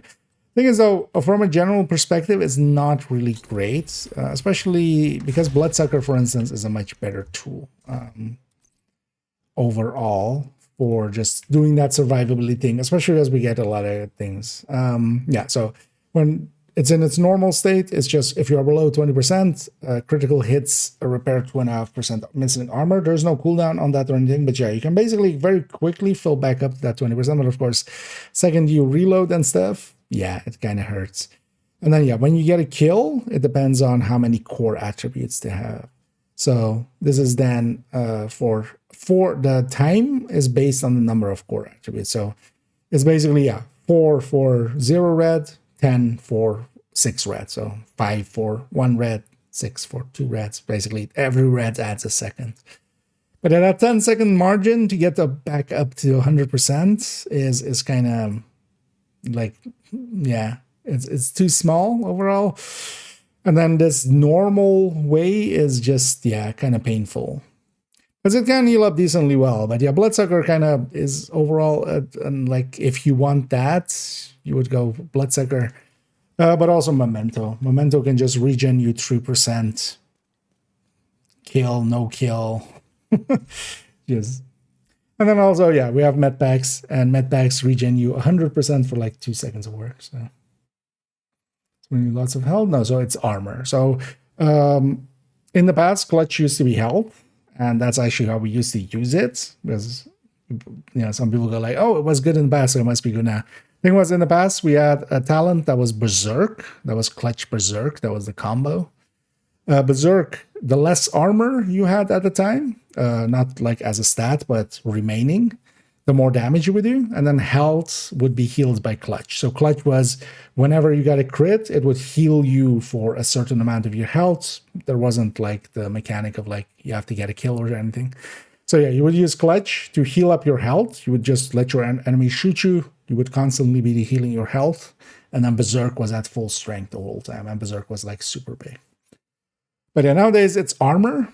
And healing armor, there's a lot of talents that can go with that. And then also, yeah, it doesn't have that Clutch side of thing or the Berserk side of things to like really, that's fed off of it so much.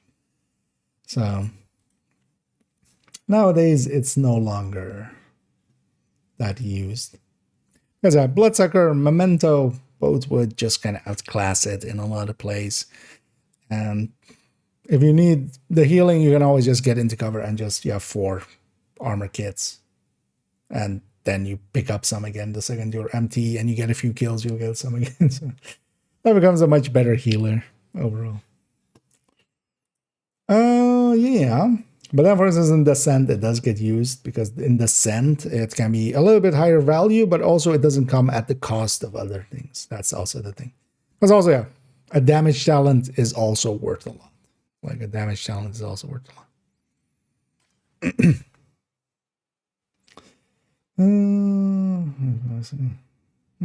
Nice. Yeah, let's round out. We'll send everybody off to Manny here, who's doing things and stuffs, showing things on the map, I'm guessing. And then yeah, I'll be back tomorrow, likely tomorrow as well. I'll jump on in the afternoon and in the evening, and we'll kind of do the same thing as well. Play around a little bit, and then in between go and record Character 4's builds collection run through video. And then yeah, we'll have 5 remaining for in the future. And today, yeah, was that today? Was that yesterday? Been streaming so much it's all melting together. That was today, right? Yeah, today the Concentrated Company video went up that we recorded yesterday.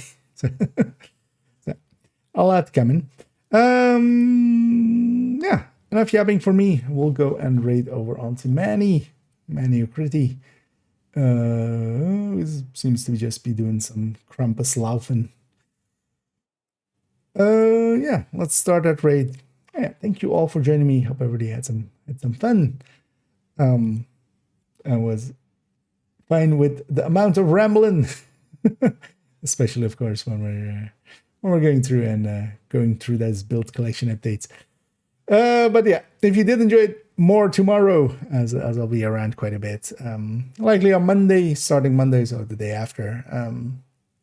I'll start streaming. I will have to start streaming less, but still I'll be around quite, of course, every evening most of the time. So, yeah, that's the housekeeping and everything. Thank you all for joining me. Hope everybody had some fun.